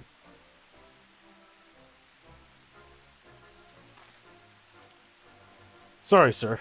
I got a bit overexcited the other day. Couldn't get me words out. The name is Vonard, sir. I'm with the guard, but I don't want to just protect Lakeland. I want to protect the lot. Just like the Warriors of Light. Sadly, our duties prevent us from venturing too far from our lone little corner of Novfront. What we'd really like to do is travel, to better ourselves, and to go where the need is greatest. But everyone has to start somewhere, don't they? For now, if we can't stop Nightshade from robbing the odd fisherman, then that's what we'll do.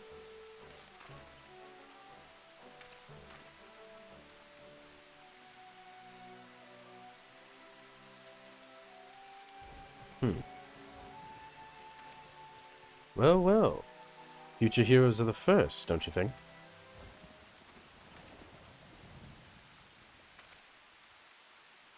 They want not for spirit, but 'tis but a pithy. They draw inspiration from so clouded a wellspring. Yet it avail us not to fret in idleness. We must needs press on if we are to bring Elidibus's schemes to light. Ooh. Gotta go for the critical hit. Critical hit is huge.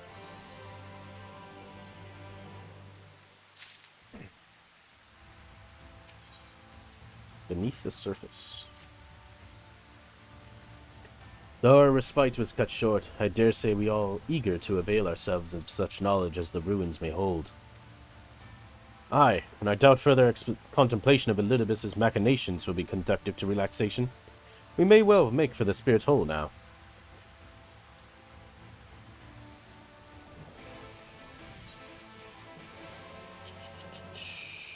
That is Clusia. We could probably get away with doing right. Yeah.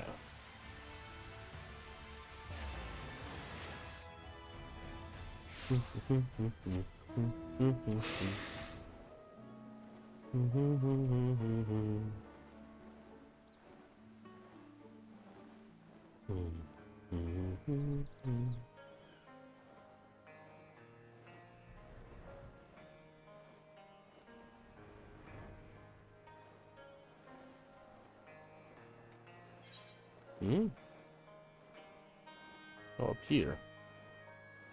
It's an interesting spot.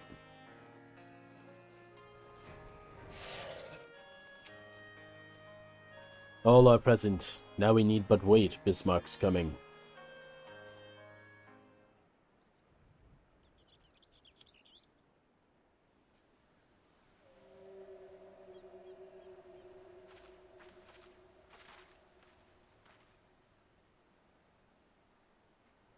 "'Tis time. Pray make ready."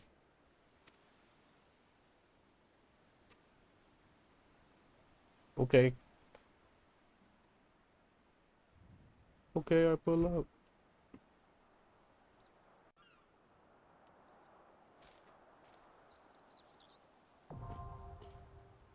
Oh, anamnesis, amnesis, anamnesis, amnomnesis, Ander. Weird. Well, it's a dungeon. Okay. How long? 15 minutes. Oh boy. Isn't that just lovely? And we're almost fully leveled to 82 or 81. Do I get anything at 80? I get this at 82. Which, all things considered, not very crazy. It's just an upgrade to Doom Spike when you do the full combo. It's really not much. 84, you do get the extra wing glide charge, which is pretty cool. 86 is huge. 86 is a big level. That's the upgrade to full thrust and chaos thrust. That's a really big upgrade. 88 is cool. It's another life surge. It's alright. 90 is another big one, because that gives you access to Wormwind. And that would be pretty much every ability that I could place on my hotbar accounted for. Wormwind is the last one, because Stardiver is only grayed out because you can only access it when you're under Life of the Dragon. This is grayed out because you need First Mind's Focus, which doesn't become accessible until that point. After that,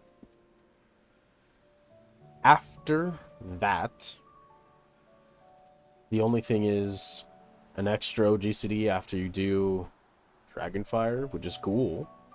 Upgraded True Thrust, upgraded Raiden Thrust. No, upgraded Vorpal, upgraded Disembowel. And then a follow-up after Stardiver. That's literally it.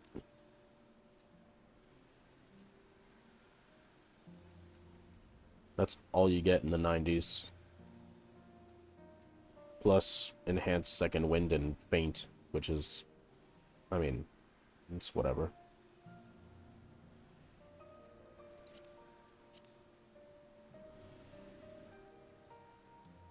Certainly somewhat interesting. Oh, I think from the last time I streamed, yeah, I unlocked Viper and Pictomancer. I hadn't commented on it, but I did. Pictomancer and Viper are unlocked.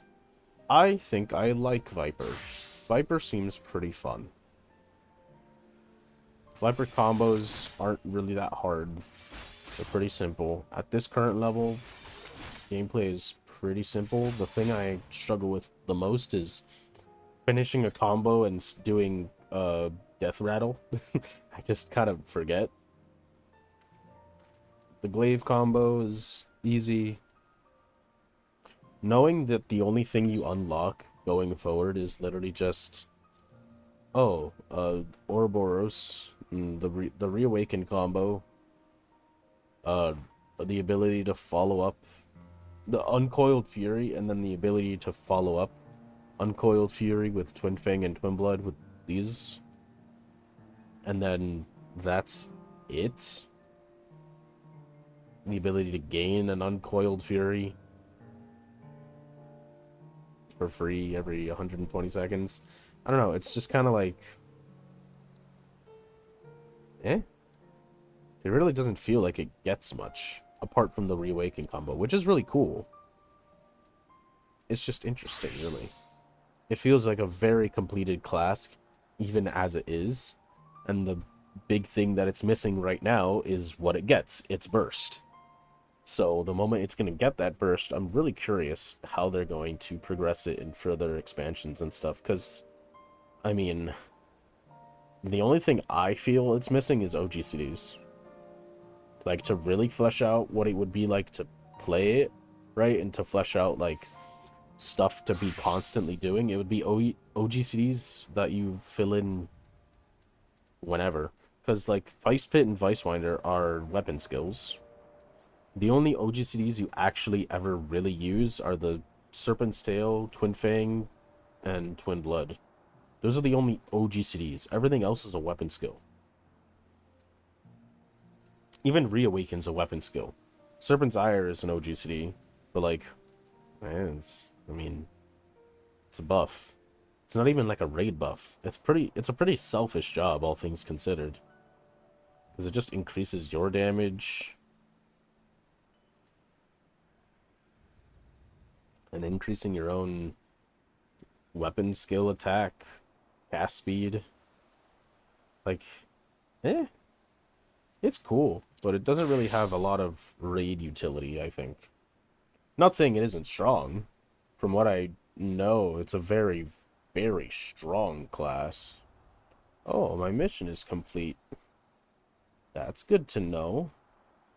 I've been trying to build up my, what are those called? My squadrons? Yeah, my squadrons. My adventure squadron. Because I want to be able to level up classes solo a lot easier. Because, like, DPS jobs, just... any DPS job absolutely sucks to level up. They're just not fun. Because the only options you have are Wondrous Tales once a week. Which are once a week, and most of the time it's not going to be even... it's going to be barely one level. Duty Roulette, which you will only ever find possibly Adventure in Need in an Alliance raid, and even then, with the time that it takes to queue for an Alliance raid, you're likely going to... it's probably going to change by the time you actually queue up, which means you won't get the Adventure in Need healing, like thing. So you're just going to be doing these and taking away the, like, extra bonus that you would get if you just did a healer or a tank. Then... Your last option is dungeons, which the problem with just doing dungeons is that queues take forever. So you're left with, well, you either do dungeons in a party or you just sit there for 15 minutes per dungeon.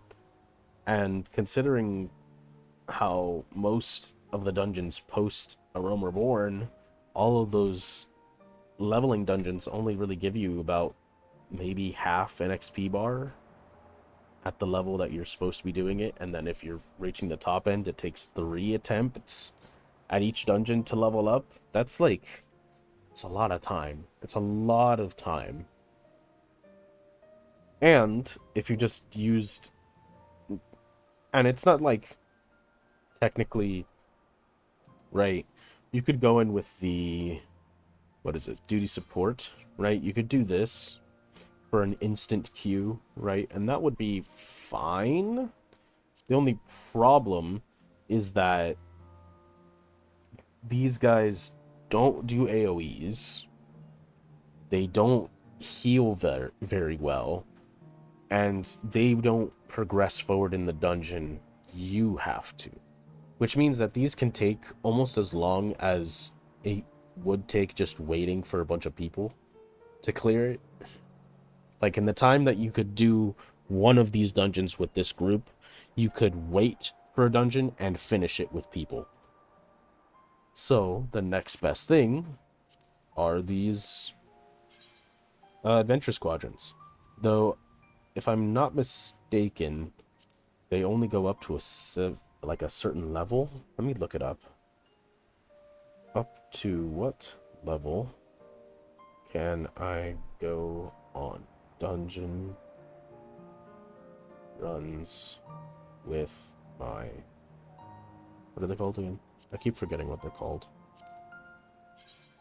Adventure Squadron. Adventure Squadron.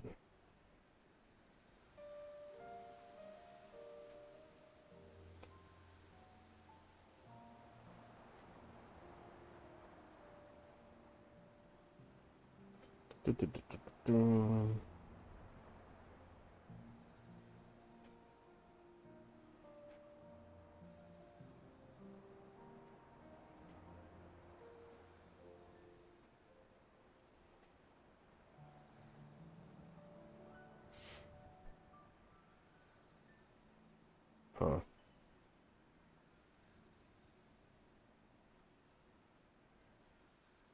$60. Yeah, so you can only ever do it up to Heavensward. But even still, that's at least something.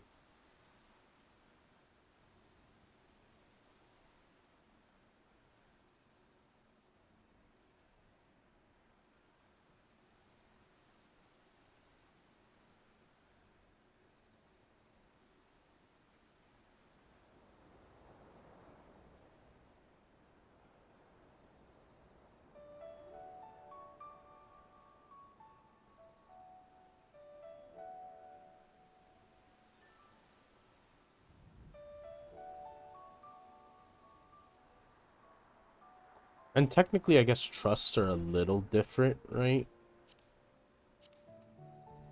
Like when I go to this is a little different than a trust, right? These are duty support. I think the trusts are generally better, but you have to level them up. So like you'd have to go in here and then level up each of these individually in order for them to get, like, in order to do these. And I think the trusts are better.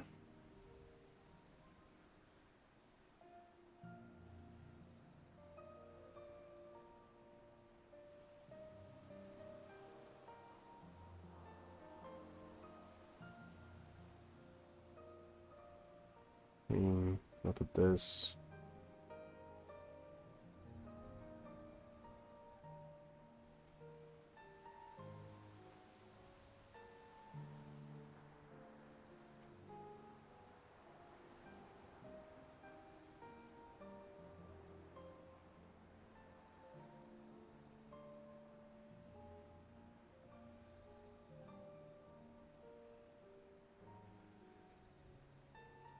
I'm trying to read.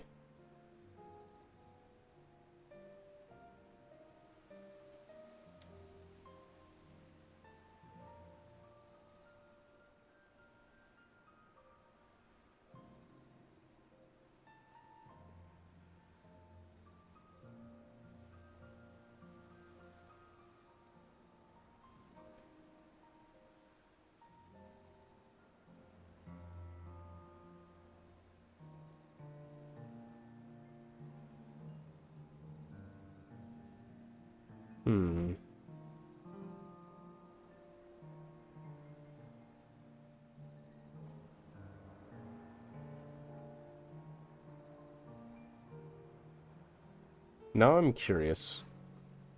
What is the AI like in trusts?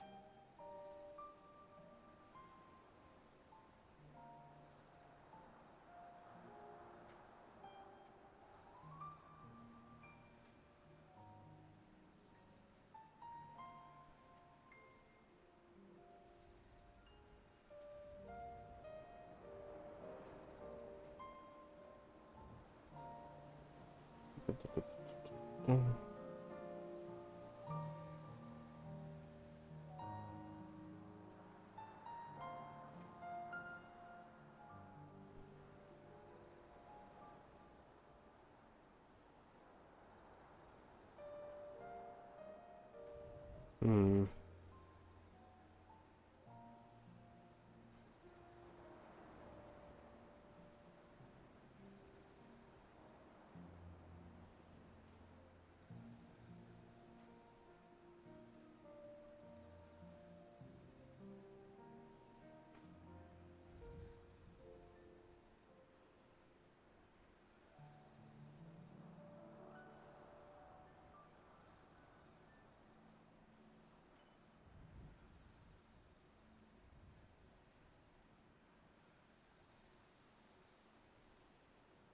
Hmm.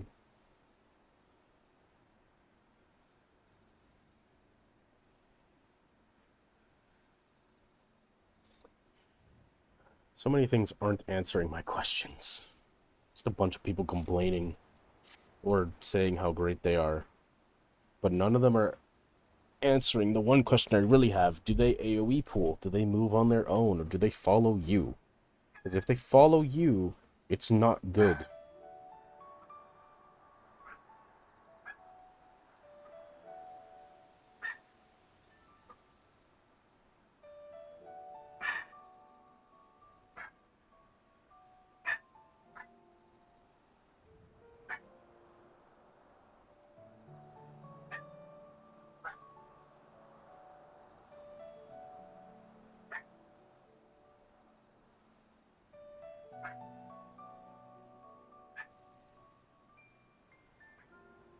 Hmm.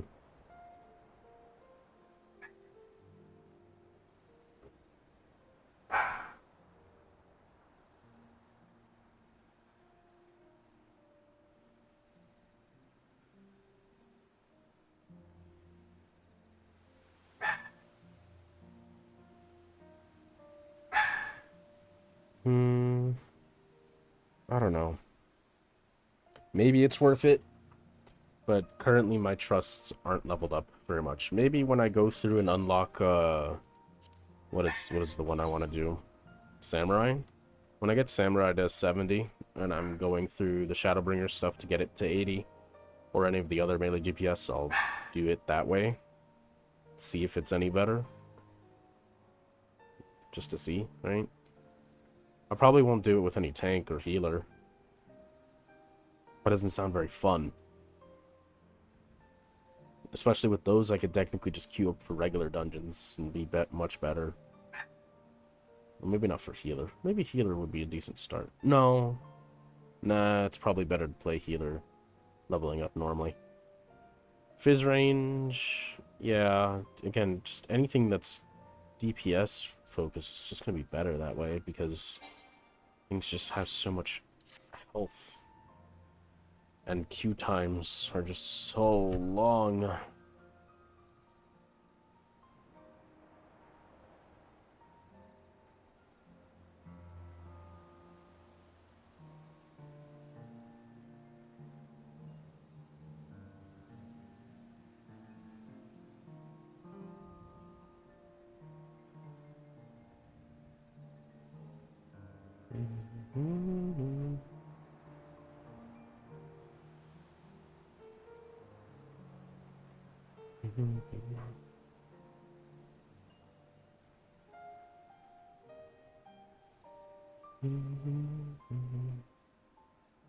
Alright, it's been over 15 minutes and we're not in.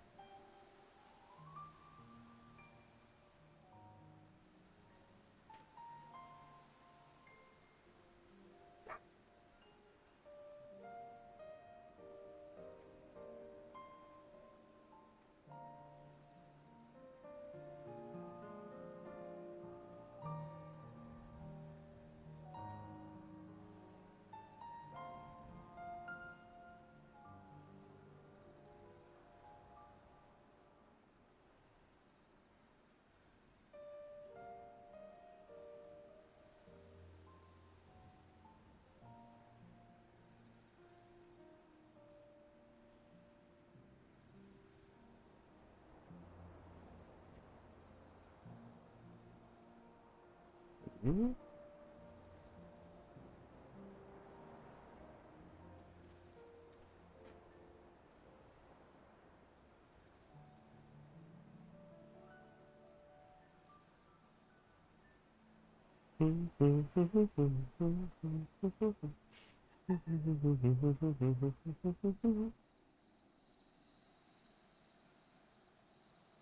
Anyway, why is it taking so long? Please.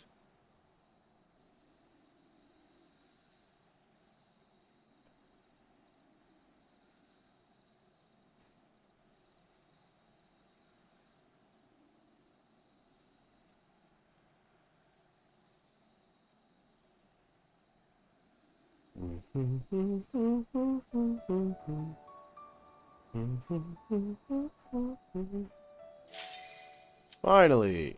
Alright.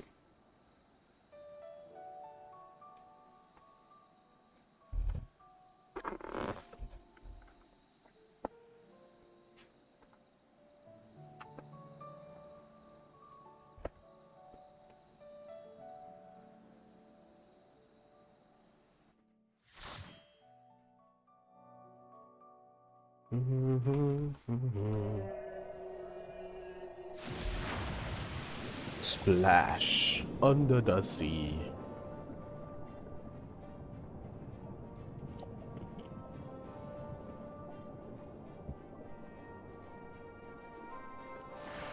Animens. Amnesias. Anamnesis.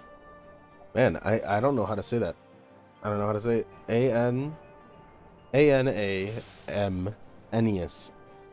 Anamnesis? To the depths. Oh, I like that gunbreaker weapon. It's the Shadowbringers one. It looks cool. Oh, names indeed.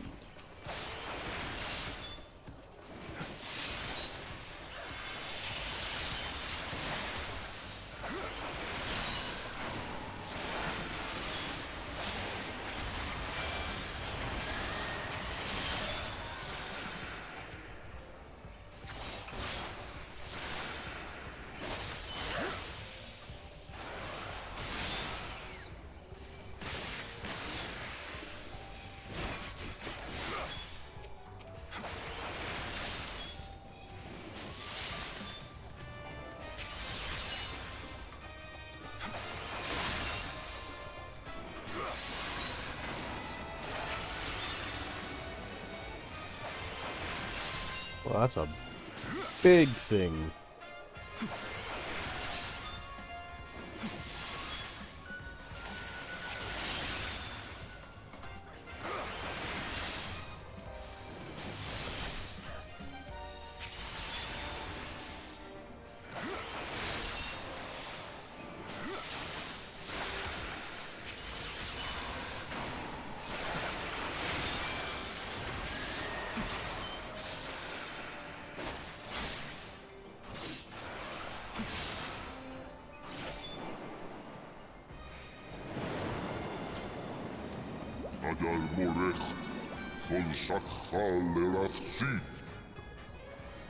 Whoa.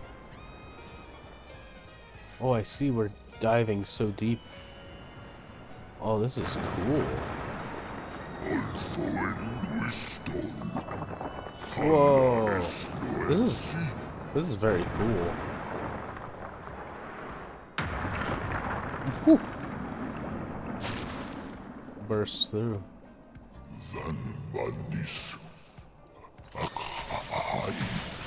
Whoa. Nasty.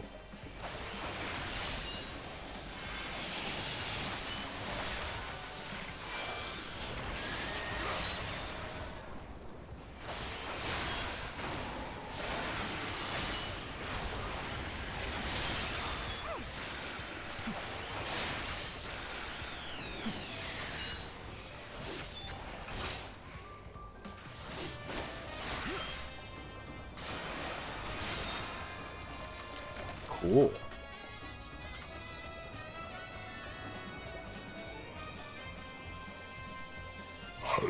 What is that?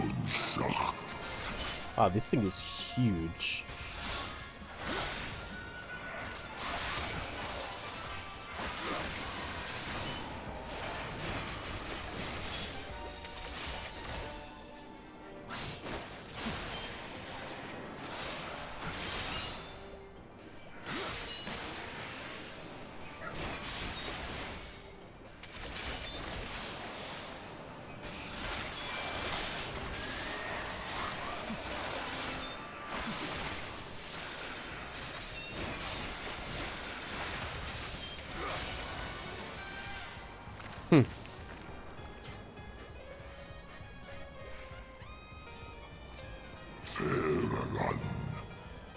There it lies. I give you my breath.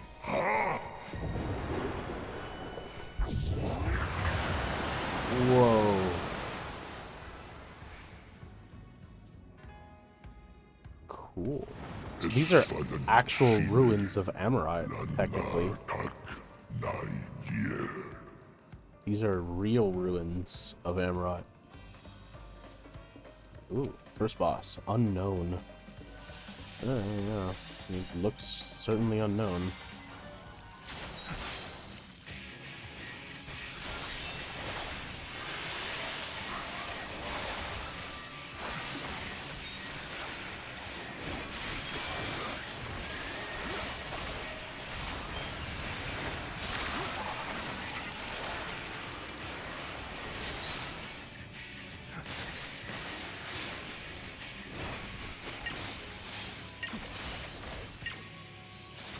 What is that?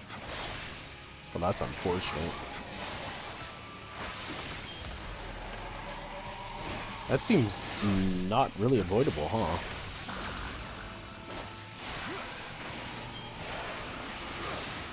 It doesn't seem to have a lot of health, thankfully, but still.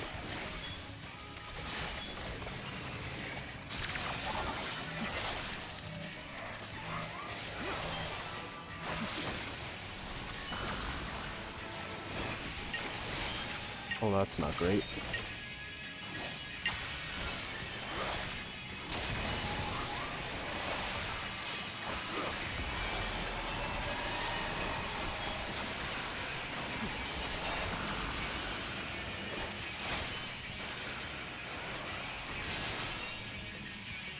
Oh, why are there two of them? I just noticed this other one is another unknown.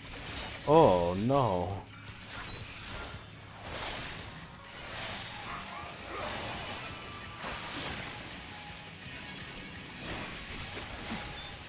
Oh, this isn't good.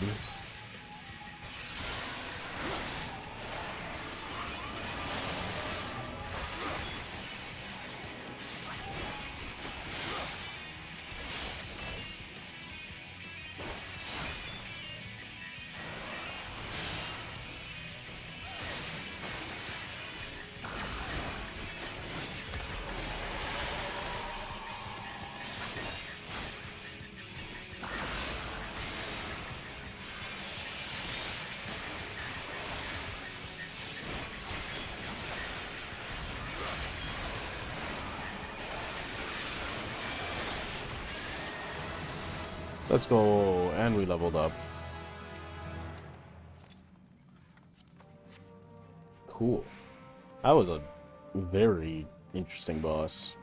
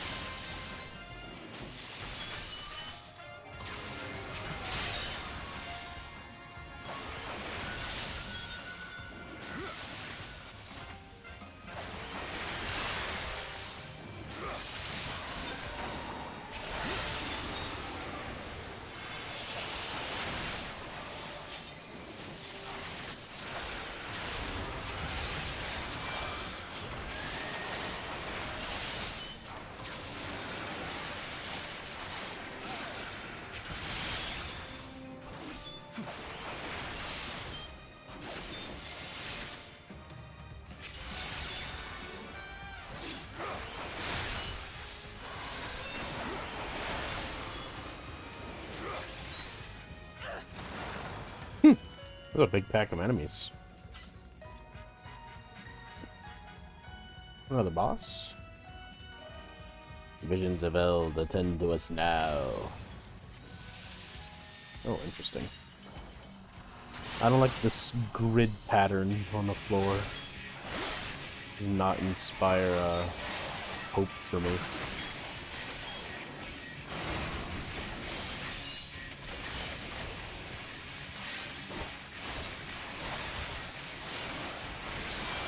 Uh-oh. That was not great.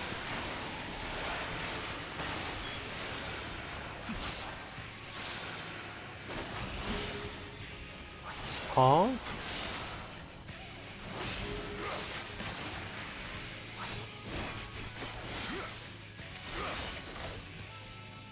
Oh, man.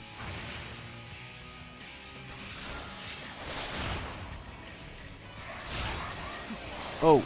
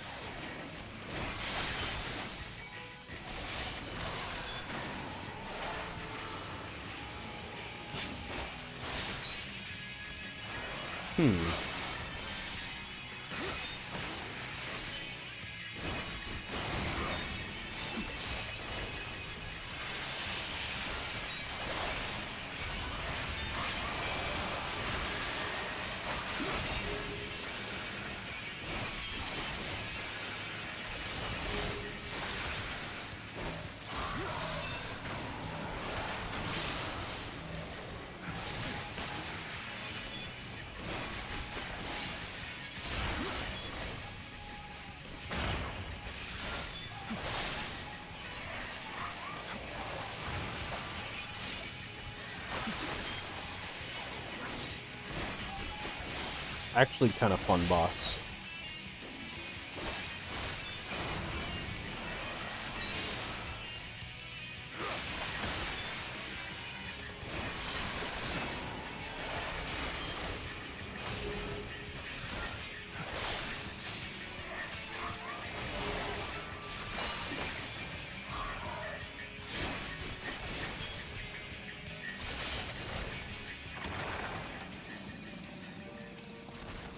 Cool.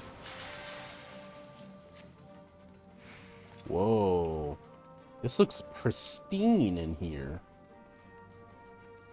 The Archive Eternal.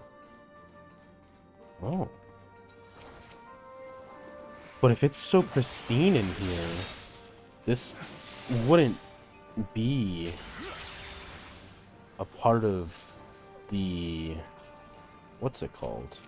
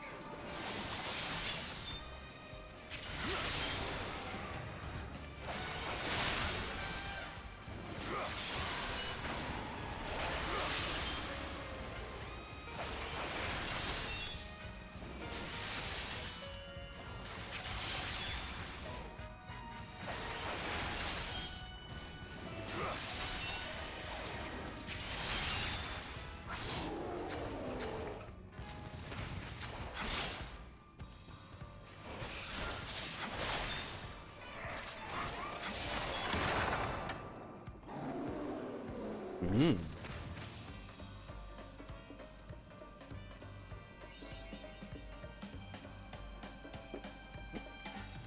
Well, that's it. This is the final boss. Oh, this is Genbu's model.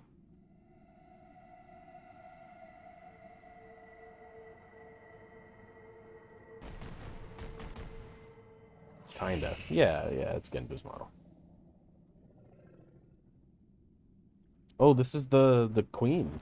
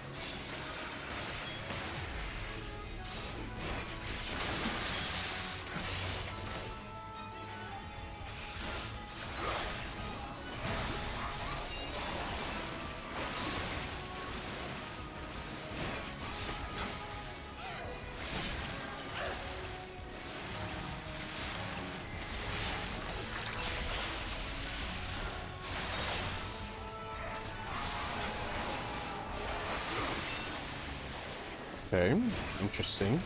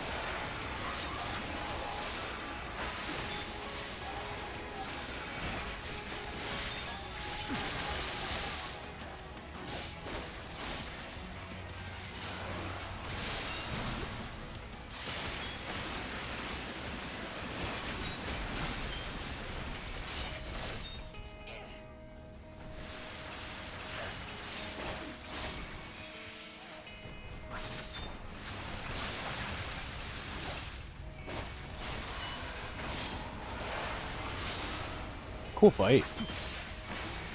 I like this fight.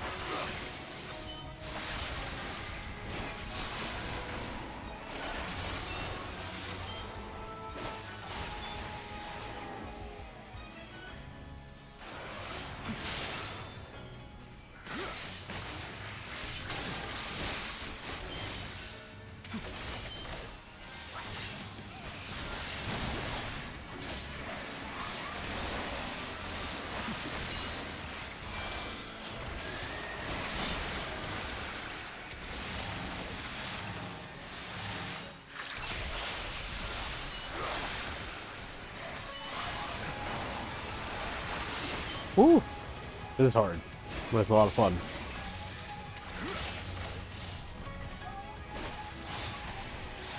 It's almost dead. We do this. Oh. I should have done that earlier.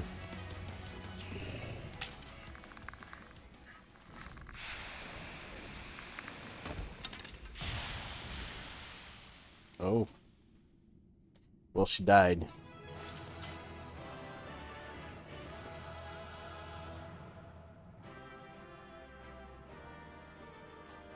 Well, she died. Not much to say, really. I don't need that.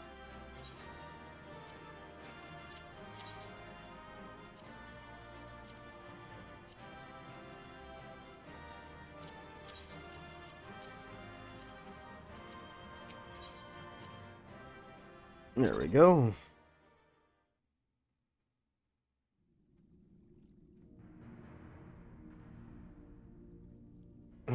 This structure must have served an important function. And here are yet more crystals. I too noted the crystal repository on the way. The Benthos seem to employ them in their spellcasting.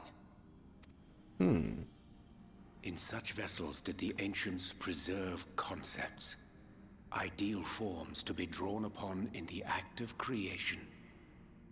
That so great an abundance should reside here lendeth credence to Ishtola's conclusion. This facility held great significance.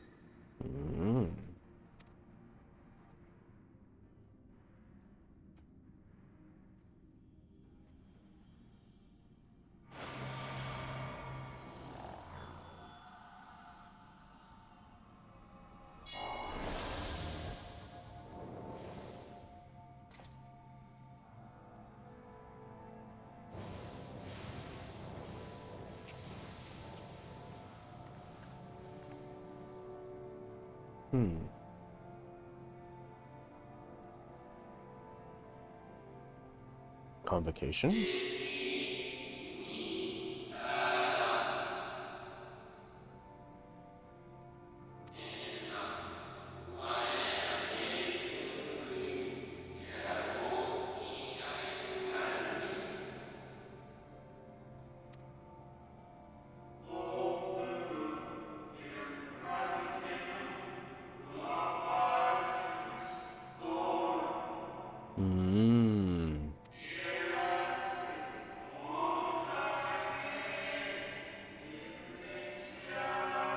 Wait, I was supposed to be reading these.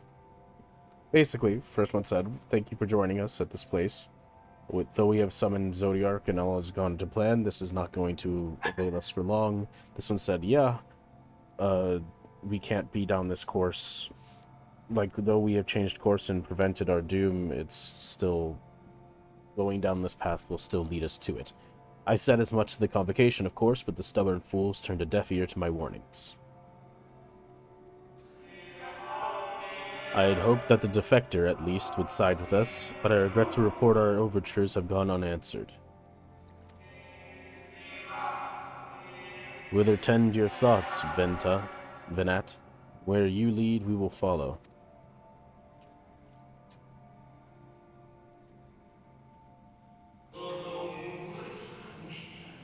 I shall not speak ill of the convocation.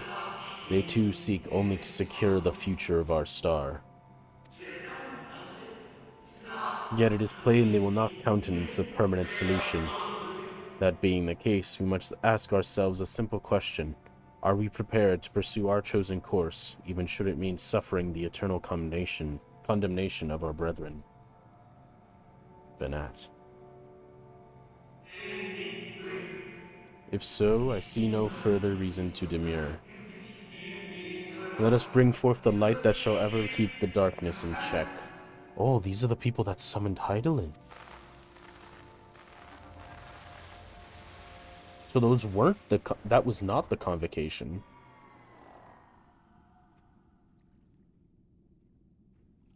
So, it was they who first summoned Hydaelyn. Their discussion did seem to imply as much, yes. I cannot say I have ever heard of this Venar before. For a certainty, Emet-Selch never uttered the name, speak though he did, of the schism which Zodiark's advent wrought upon mankind. Some were of the viewpoint that his power must needs be restrained, and to that end did they call forth she who would serve as his shackles. We now know that it was this Venar to whom they looked for leadership. And that this place, in all likelihood, served as their headquarters. The presence of such intimate records attests to that. I would hear what else they have to tell us. All of it. Did anyone see the source of the image? Yeah, it was that thing back there.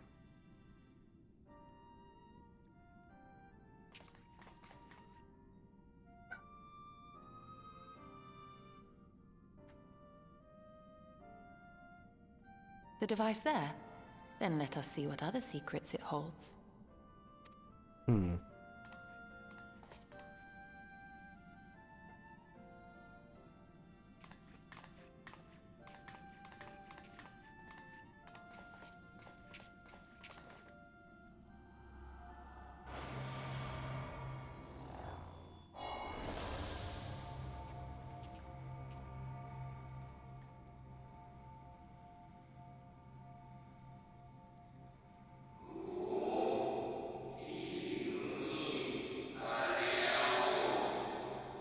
But not, please, why must it be you? If I may speak plainly, I would sooner it were another, any other. You are our leader, none can take your place. You know as well as I that but few support our cause, far fewer than they who place their faith in Zodiark. If Hydaelyn is to stand a chance of opposing him, I am the one, the only one, who might suffice as her heart. Rest assured, however, I shall not vanish from this world. The form I take shall ever remain my choice.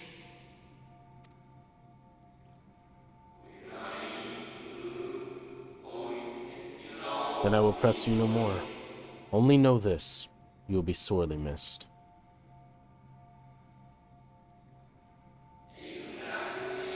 I wonder, is this how the convocation felt about Elidibus?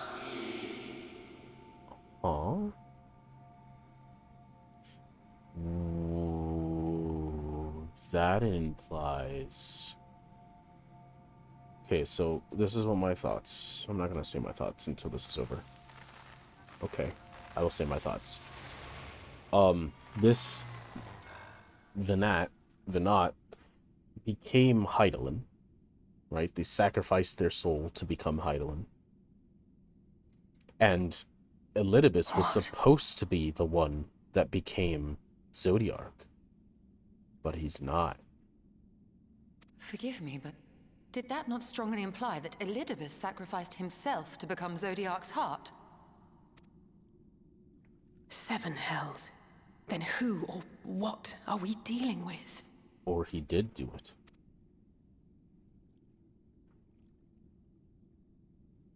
And that just is Zodiark? Oh gosh. I guess considering there have been a good couple calamities, Zodiark would have been combined together. And we know that they get shattered. Oh. Ooh. What does it mean? The device appears to activate via a form of ethereal attunement, not unlike an aetheryte. Beyond that, I can say little for certain, save that we should take this opportunity to see what other records it contains. No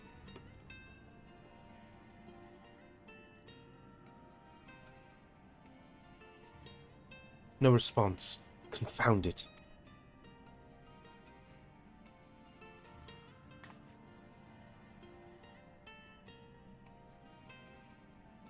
Sorry, give me a moment.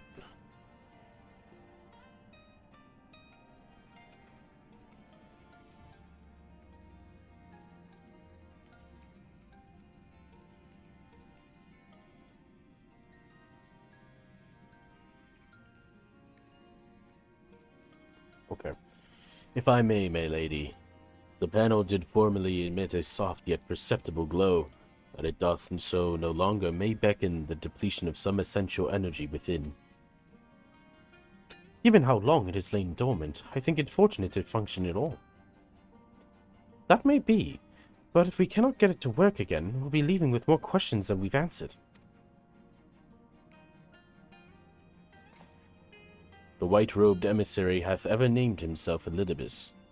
Yet if the shade spoke true, Elidibus ceased to be ere even the sundering became to pass. This calleth to mind a truth that Emet-Selch did once reveal in passing, that the names by which we know our foes are not those given to Ascians at birth. Rather, they are the titles of office, offered to individuals as merit at such times as the role becometh vacant. Perchance the Elidibus that Zodiac's heart and the emissary with whom we are acquainted be not one and the same, but predecessor and successor.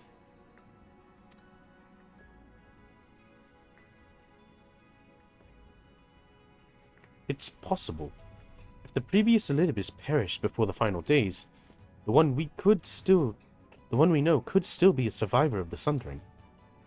And yet, something in that explanation rings false. I will remain for a time. I would not abandon my attempts to revive the device so soon. There is more to learn here. I can feel it. In matters of aetherology, I know of none as capable as thee. If there existeth a means to learn more, thou wilt surely find it. Whilst thou art thus engaged, we shall attend to matters on the surface.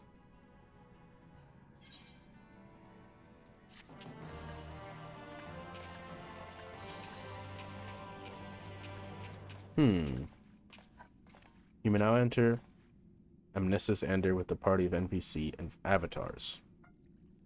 Ah, it's just added to the trust that we were looking at before. Interesting. Echoes of a Fallen Star. Can we but uncover Elidibus's true origins, we may yet come to understand his designs. To that end, Y'shtola must needs be afforded as much time as she doth require to complete her investigation. To the extent that such things are within our control, yes.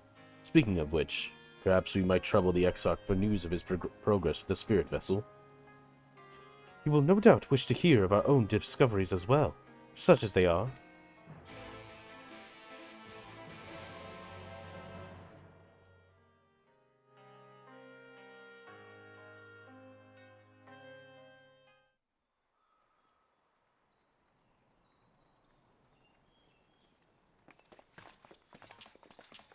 After we finish this quest, I will need to take a small break. But then I'll be back. Oh, what is happening? Dare I ask what's going on? Ah, excellent timing. For me, in any case. We have a problem. The vast majority of those gathered here are presently in the employ of the Guard or else one of the facets, and no longer wish to be so. In principle, all are free to change vocation at any time, but a city does require a certain number of people in these positions if it is to continue to function. For the moment, I have asked them to postpone their resignation until such time as replacements can be found. As you may have surmised, we have the Warrior of Light to thank for this. It's you! The Warrior of Darkness!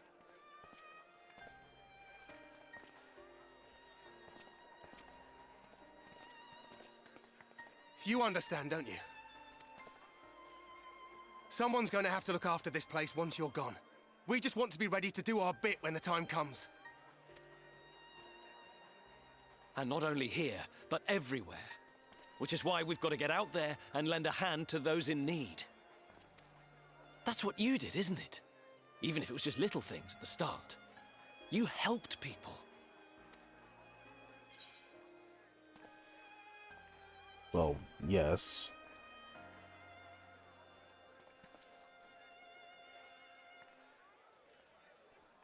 And we're trying to do the same.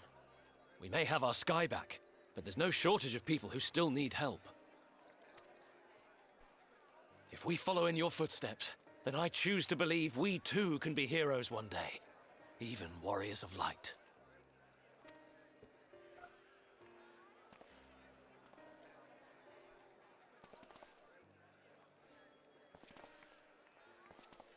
Hmm.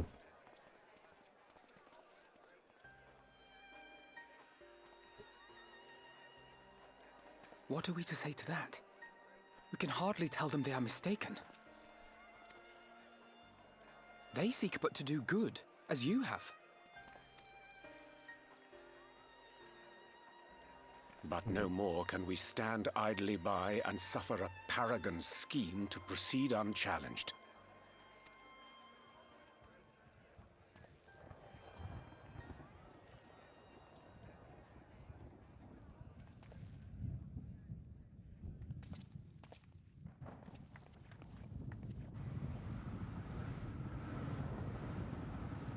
Huh?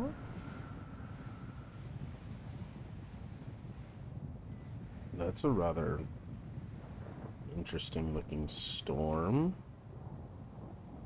What's happening to the sky?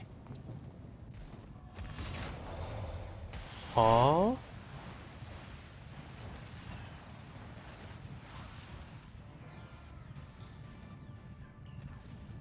Huh? What? Wicked White. Oh no. What? What? By the 12.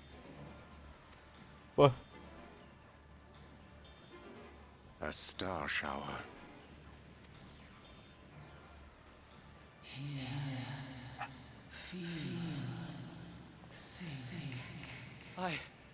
I hear a voice. You and all? Then why does it feel like it's inside my head? Hear? Feel? Think? I hear it. Huh? Me too. Did I not tell you, my friends? You are warriors of light!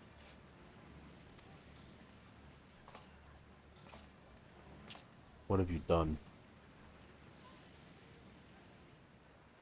You're back!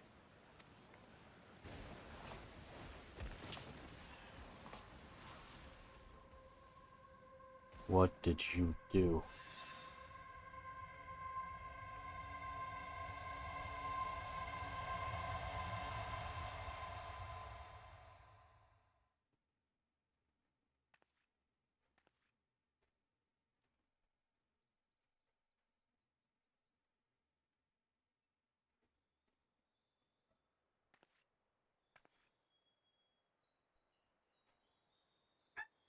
What you hear is the voice of light itself, and it has blessed you with its power.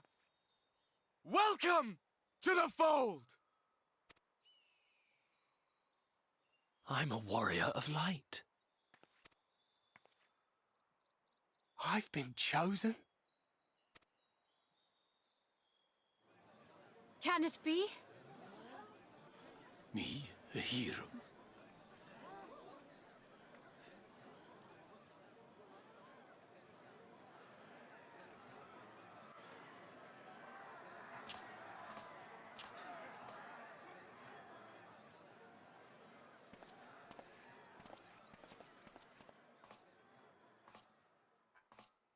Wait!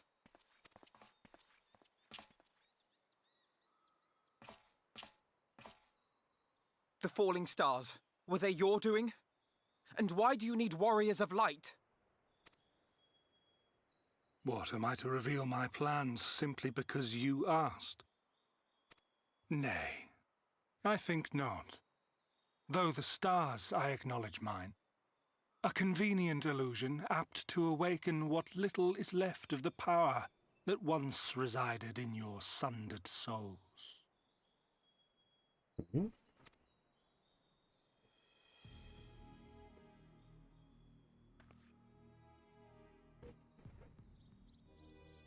That which you and yours call the echo. And an echo it is, of a symphony, but a fraction of what men in their completeness once possessed. Even those among you who tower over others in the gift have only the faintest trace of it. But though sundered and forgotten through death and mocking rebirth, it has persisted. A whisper of our past, burned into your very ether, along with the sight of our end. Through the rekindling of memory, I have awoken the ability, just as Hydaelyn is wont to do when she has need of new minions.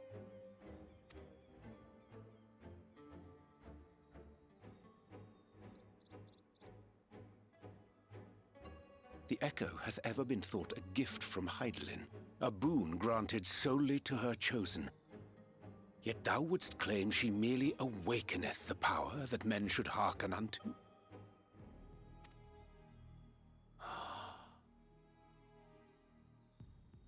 Her voice. Given the perceived simultaneity of her call and the awakening of her chosen's capacity to hear it, it is only natural that we thus attributed the source of the gift. Yet if, in truth, the echo is a prerequisite for hearing her voice, one might surmise that her call never ceaseth, such that all who awaken to their innate gift might receive of the blessing of light at the self-same instant. Oh. In sooth, we bore witness to this but moments ago. At the sight of the star shower, full many in the crowd did speak of hearing a voice in their minds, did they not?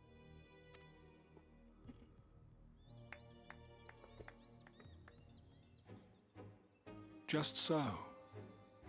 And whenever Hydaelyn has need of new servants, she is quick to pluck comets from the heavens or create illusions of the same. Why then didst thou conjure this vision, full knowing that thine age-old foe would thus claim those awakened to the gift? Foe? You must be mistaken. As you see, I am a warrior of light. And together with my comrades in arms, I shall save the world. Just like you.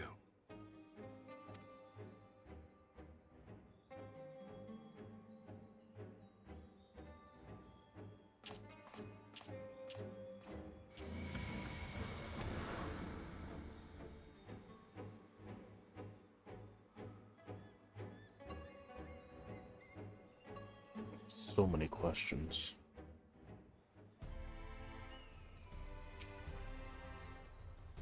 The more that Ibis reveals, the less I understand. But that he has made a fine mess of things is plain.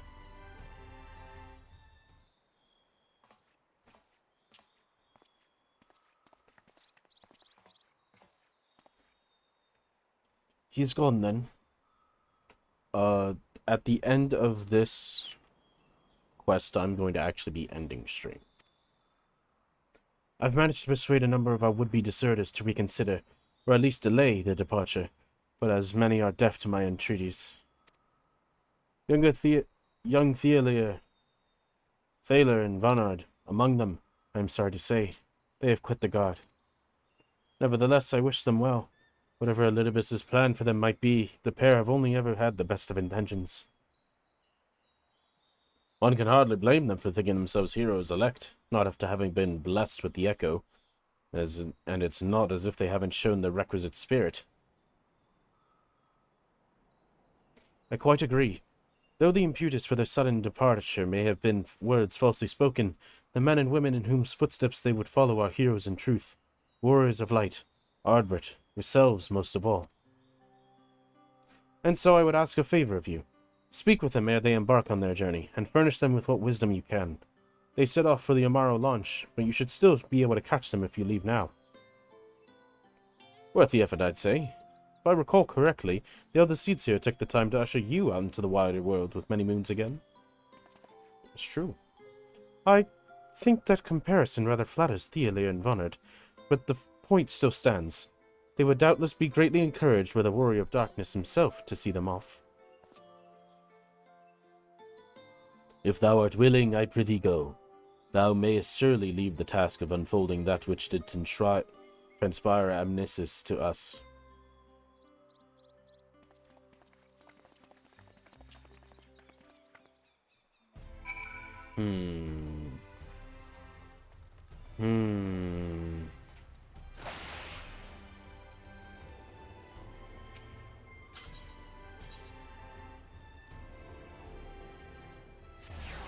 The Amaro launch.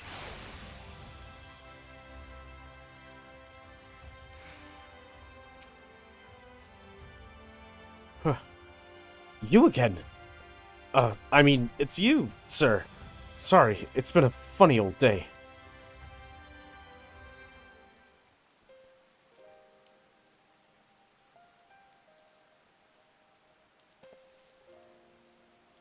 You can be sure we'll take those words to heart. I still can't believe it. You coming all this way just to speak with us. I swear we won't let you down. So long as it helps someone, we'll do what needs doing out there, no matter how small. And when larger threats loom, we'll be ready to face them. You see if we aren't.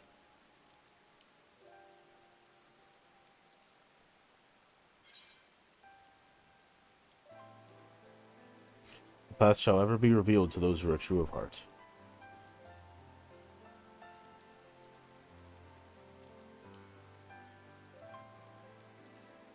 We'll be off then.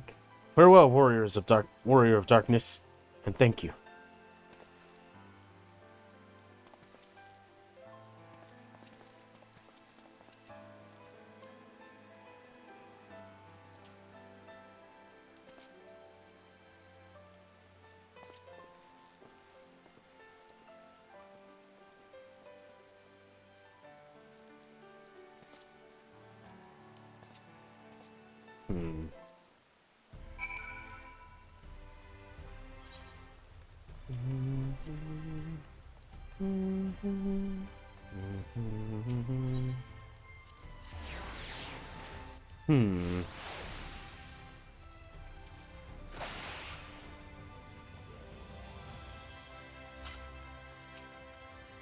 You have business with the Crystal Exarch? Just say the word and I will be happy to escort you to the Ocular.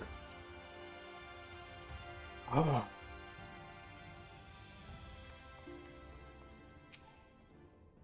Thank you for making the effort. I'm certain your words will be a boon to them. While you were away, the others told me of your investigation. We have yet to discuss how to proceed, however.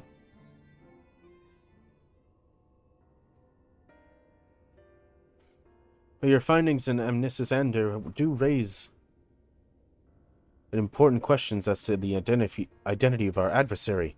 We are no closer to discerning his design, nor do I know of any other potential avenue of investigation.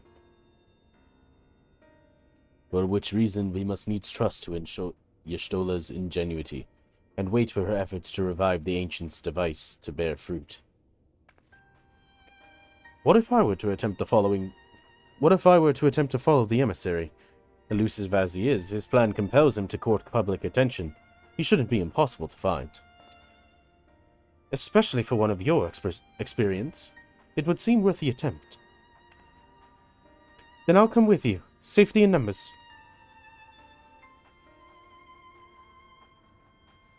In combat, perhaps. But where stealth is required, the opposite is true. Happily, I don't plan on getting myself caught, so you've no need worry. Nor do I intend to vanish for moons on end. We still have the empty to attend to, don't we? Alright. Then I look forward to your return.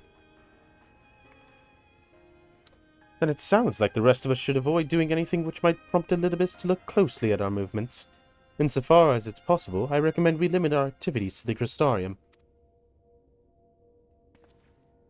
Speaking of which, Exarch, might I ask if you've made any progress with the spirit vessel? Of course. We are presently studying the principles underpinning memory transference and, I believe, nearing the requisite level of understanding. Less hearteningly, practice trials of transference methods suited for use with the vessel have yet to yield satisfactory results, to put it mildly. There are still many promising possibilities we have yet to test. Indeed, though it may take some time yet, we are well on our way to a solution. And I shall not rest until one is found. Though we are all grateful for thine unstinting efforts, thou needest not labor to the exclusion of all else. If it would serve to lighten thy burden, however little, I should gladly offer mine assistance. Quite. I, for my part, will do what I can to ensure that Crystarium continues to run smoothly, in respite of recent disruptions. Then perhaps I could help. There is something I can do. There must be something I can do, even if it's just guard duty.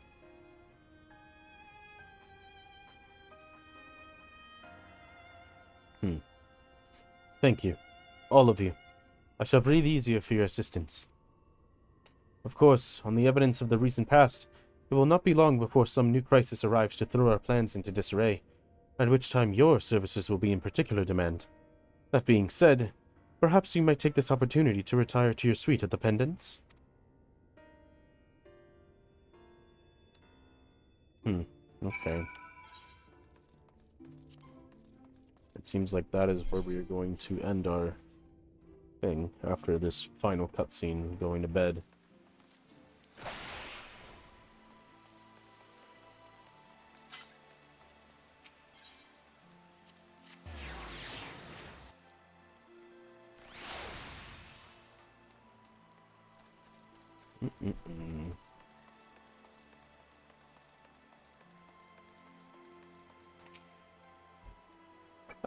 A pleasure as always, Master Hima. I am relieved to see you unharmed in the earlier commotion, though, if I may, you do look somewhat weary. I presume you will be retiring to your suite. Very good. Do let me know if there's anything you require.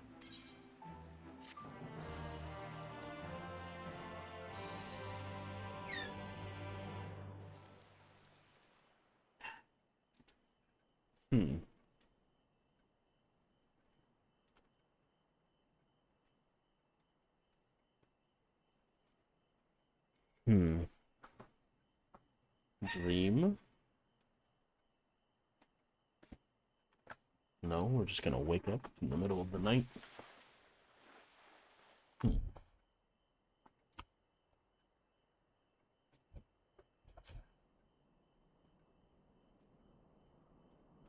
What's happening?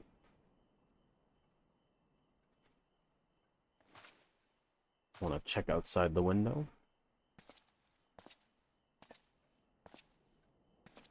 Oh no, a tea kettle. And a book.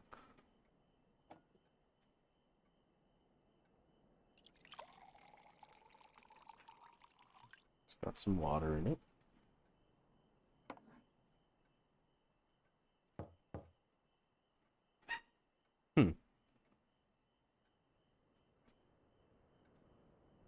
Master Hima, it's Glennard from the Wandering Stairs. I apologize for calling so late.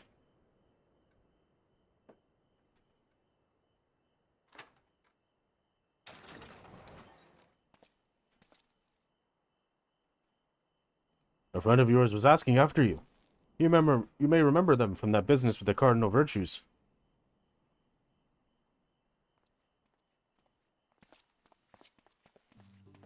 Hey, that's interesting. Eureka. What charming accommodations.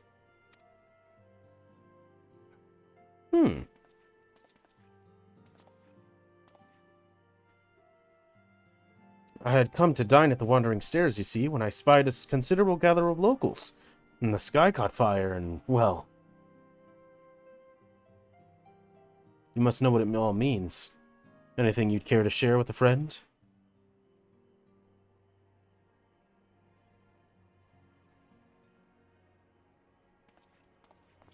Oh, this is cool.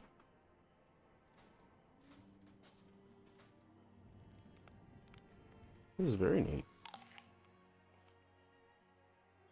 That is alarming, to say the least. It's all well and good that others have come to appreciate the Warriors of Light, but we cannot allow this charlatan to exploit their legacy.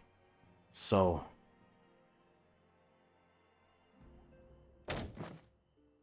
yes, why not? We shall reform the indomitable duo that is Reek and Call, and put an end to his shenanigans.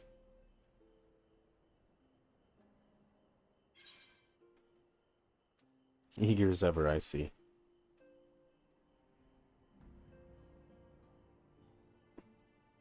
Yes, I know. No need to say it. You've no intention of involving me. I'm stupid, but I'm not naive.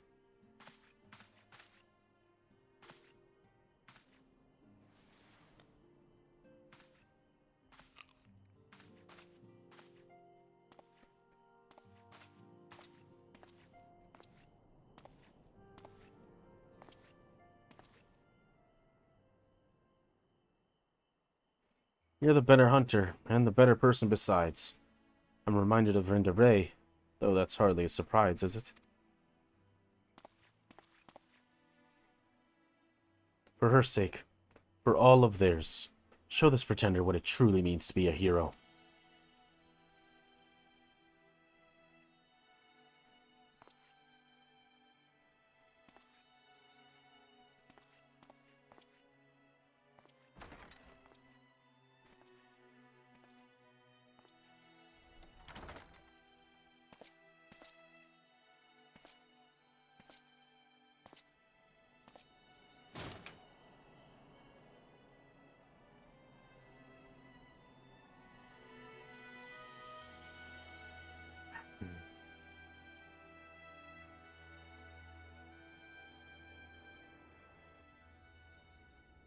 Using our friend's body like that.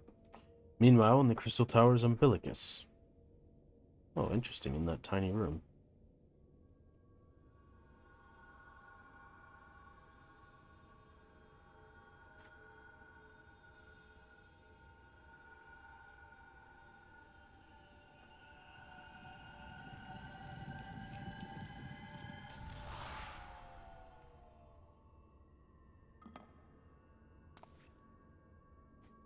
Foiled again.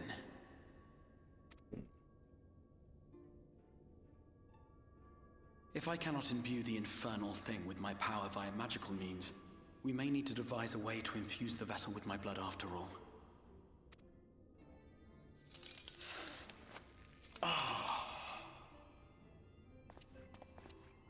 Art thou unwell?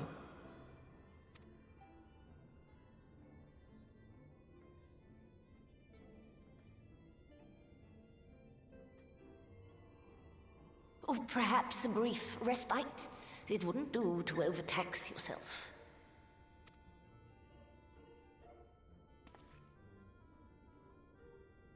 I'm fine. And given to stubbornness, I'm afraid. Especially when I have a stake in the outcome.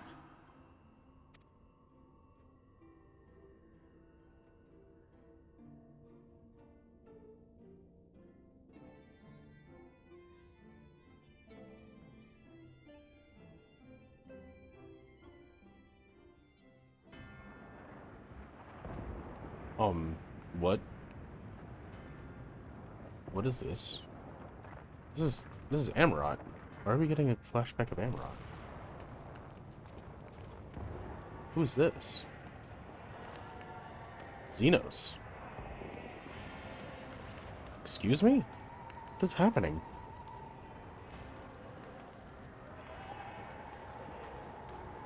Is he in the first?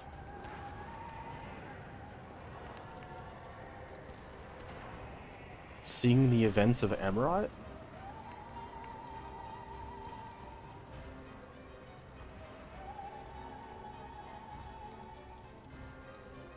There's no way he could... I guess he's technically an Ascian. There's nothing stopping him from just seeing it. The dream again. A dream? Oh no. Oh, no. You know what? He probably is. He is probably a shard. He's probably some sort of, like, I don't know. I've had theories about, like, us and the Warrior of Light, right? About how the Warrior of Light was some some ancient who was split up during the Highland Zodiac fight, right? Now it's kind of interpreted that every single person in each of the worlds is a reflection of those people, and Xenos might be one of it might be one, and he might be realizing it, which is why he's become so powerful as an Ascian. Meanwhile, in the source, changed his outfit. A recurring dream. They do so fascinate me. Might I trouble you for the details? Is that... No. I have always dreamed of it. Fire falling from the heavens, and the city, nay, the whole world ablaze. Always dreamed it. Oh no. Indeed. Could MSQ have found a way? Precious few possess memories of the final days. This guy sounds like the same body as that guy from... I forgot what's her face's brother, the one that was Garlean. The final days.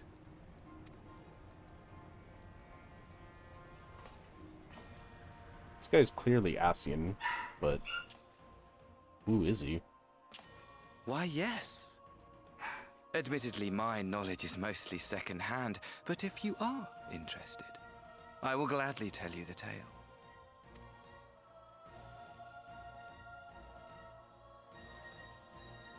The tale of the world's end.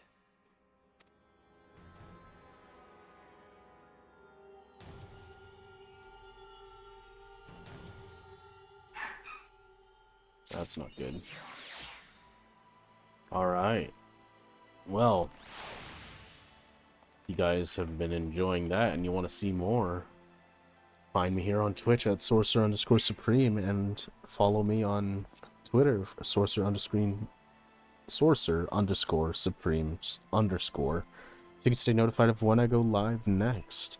And if you want to catch a VOD in case you missed anything, go to Sorcerer Supreme VOD on YouTube and go ahead and subscribe there. You can see all the videos I've posted of all the streams. If you guys have enjoyed, hope you guys have enjoyed. My name's been Sorcerer Supreme, this has been Final Fantasy XIV, and I hope you have a good rest of your day. Goodbye.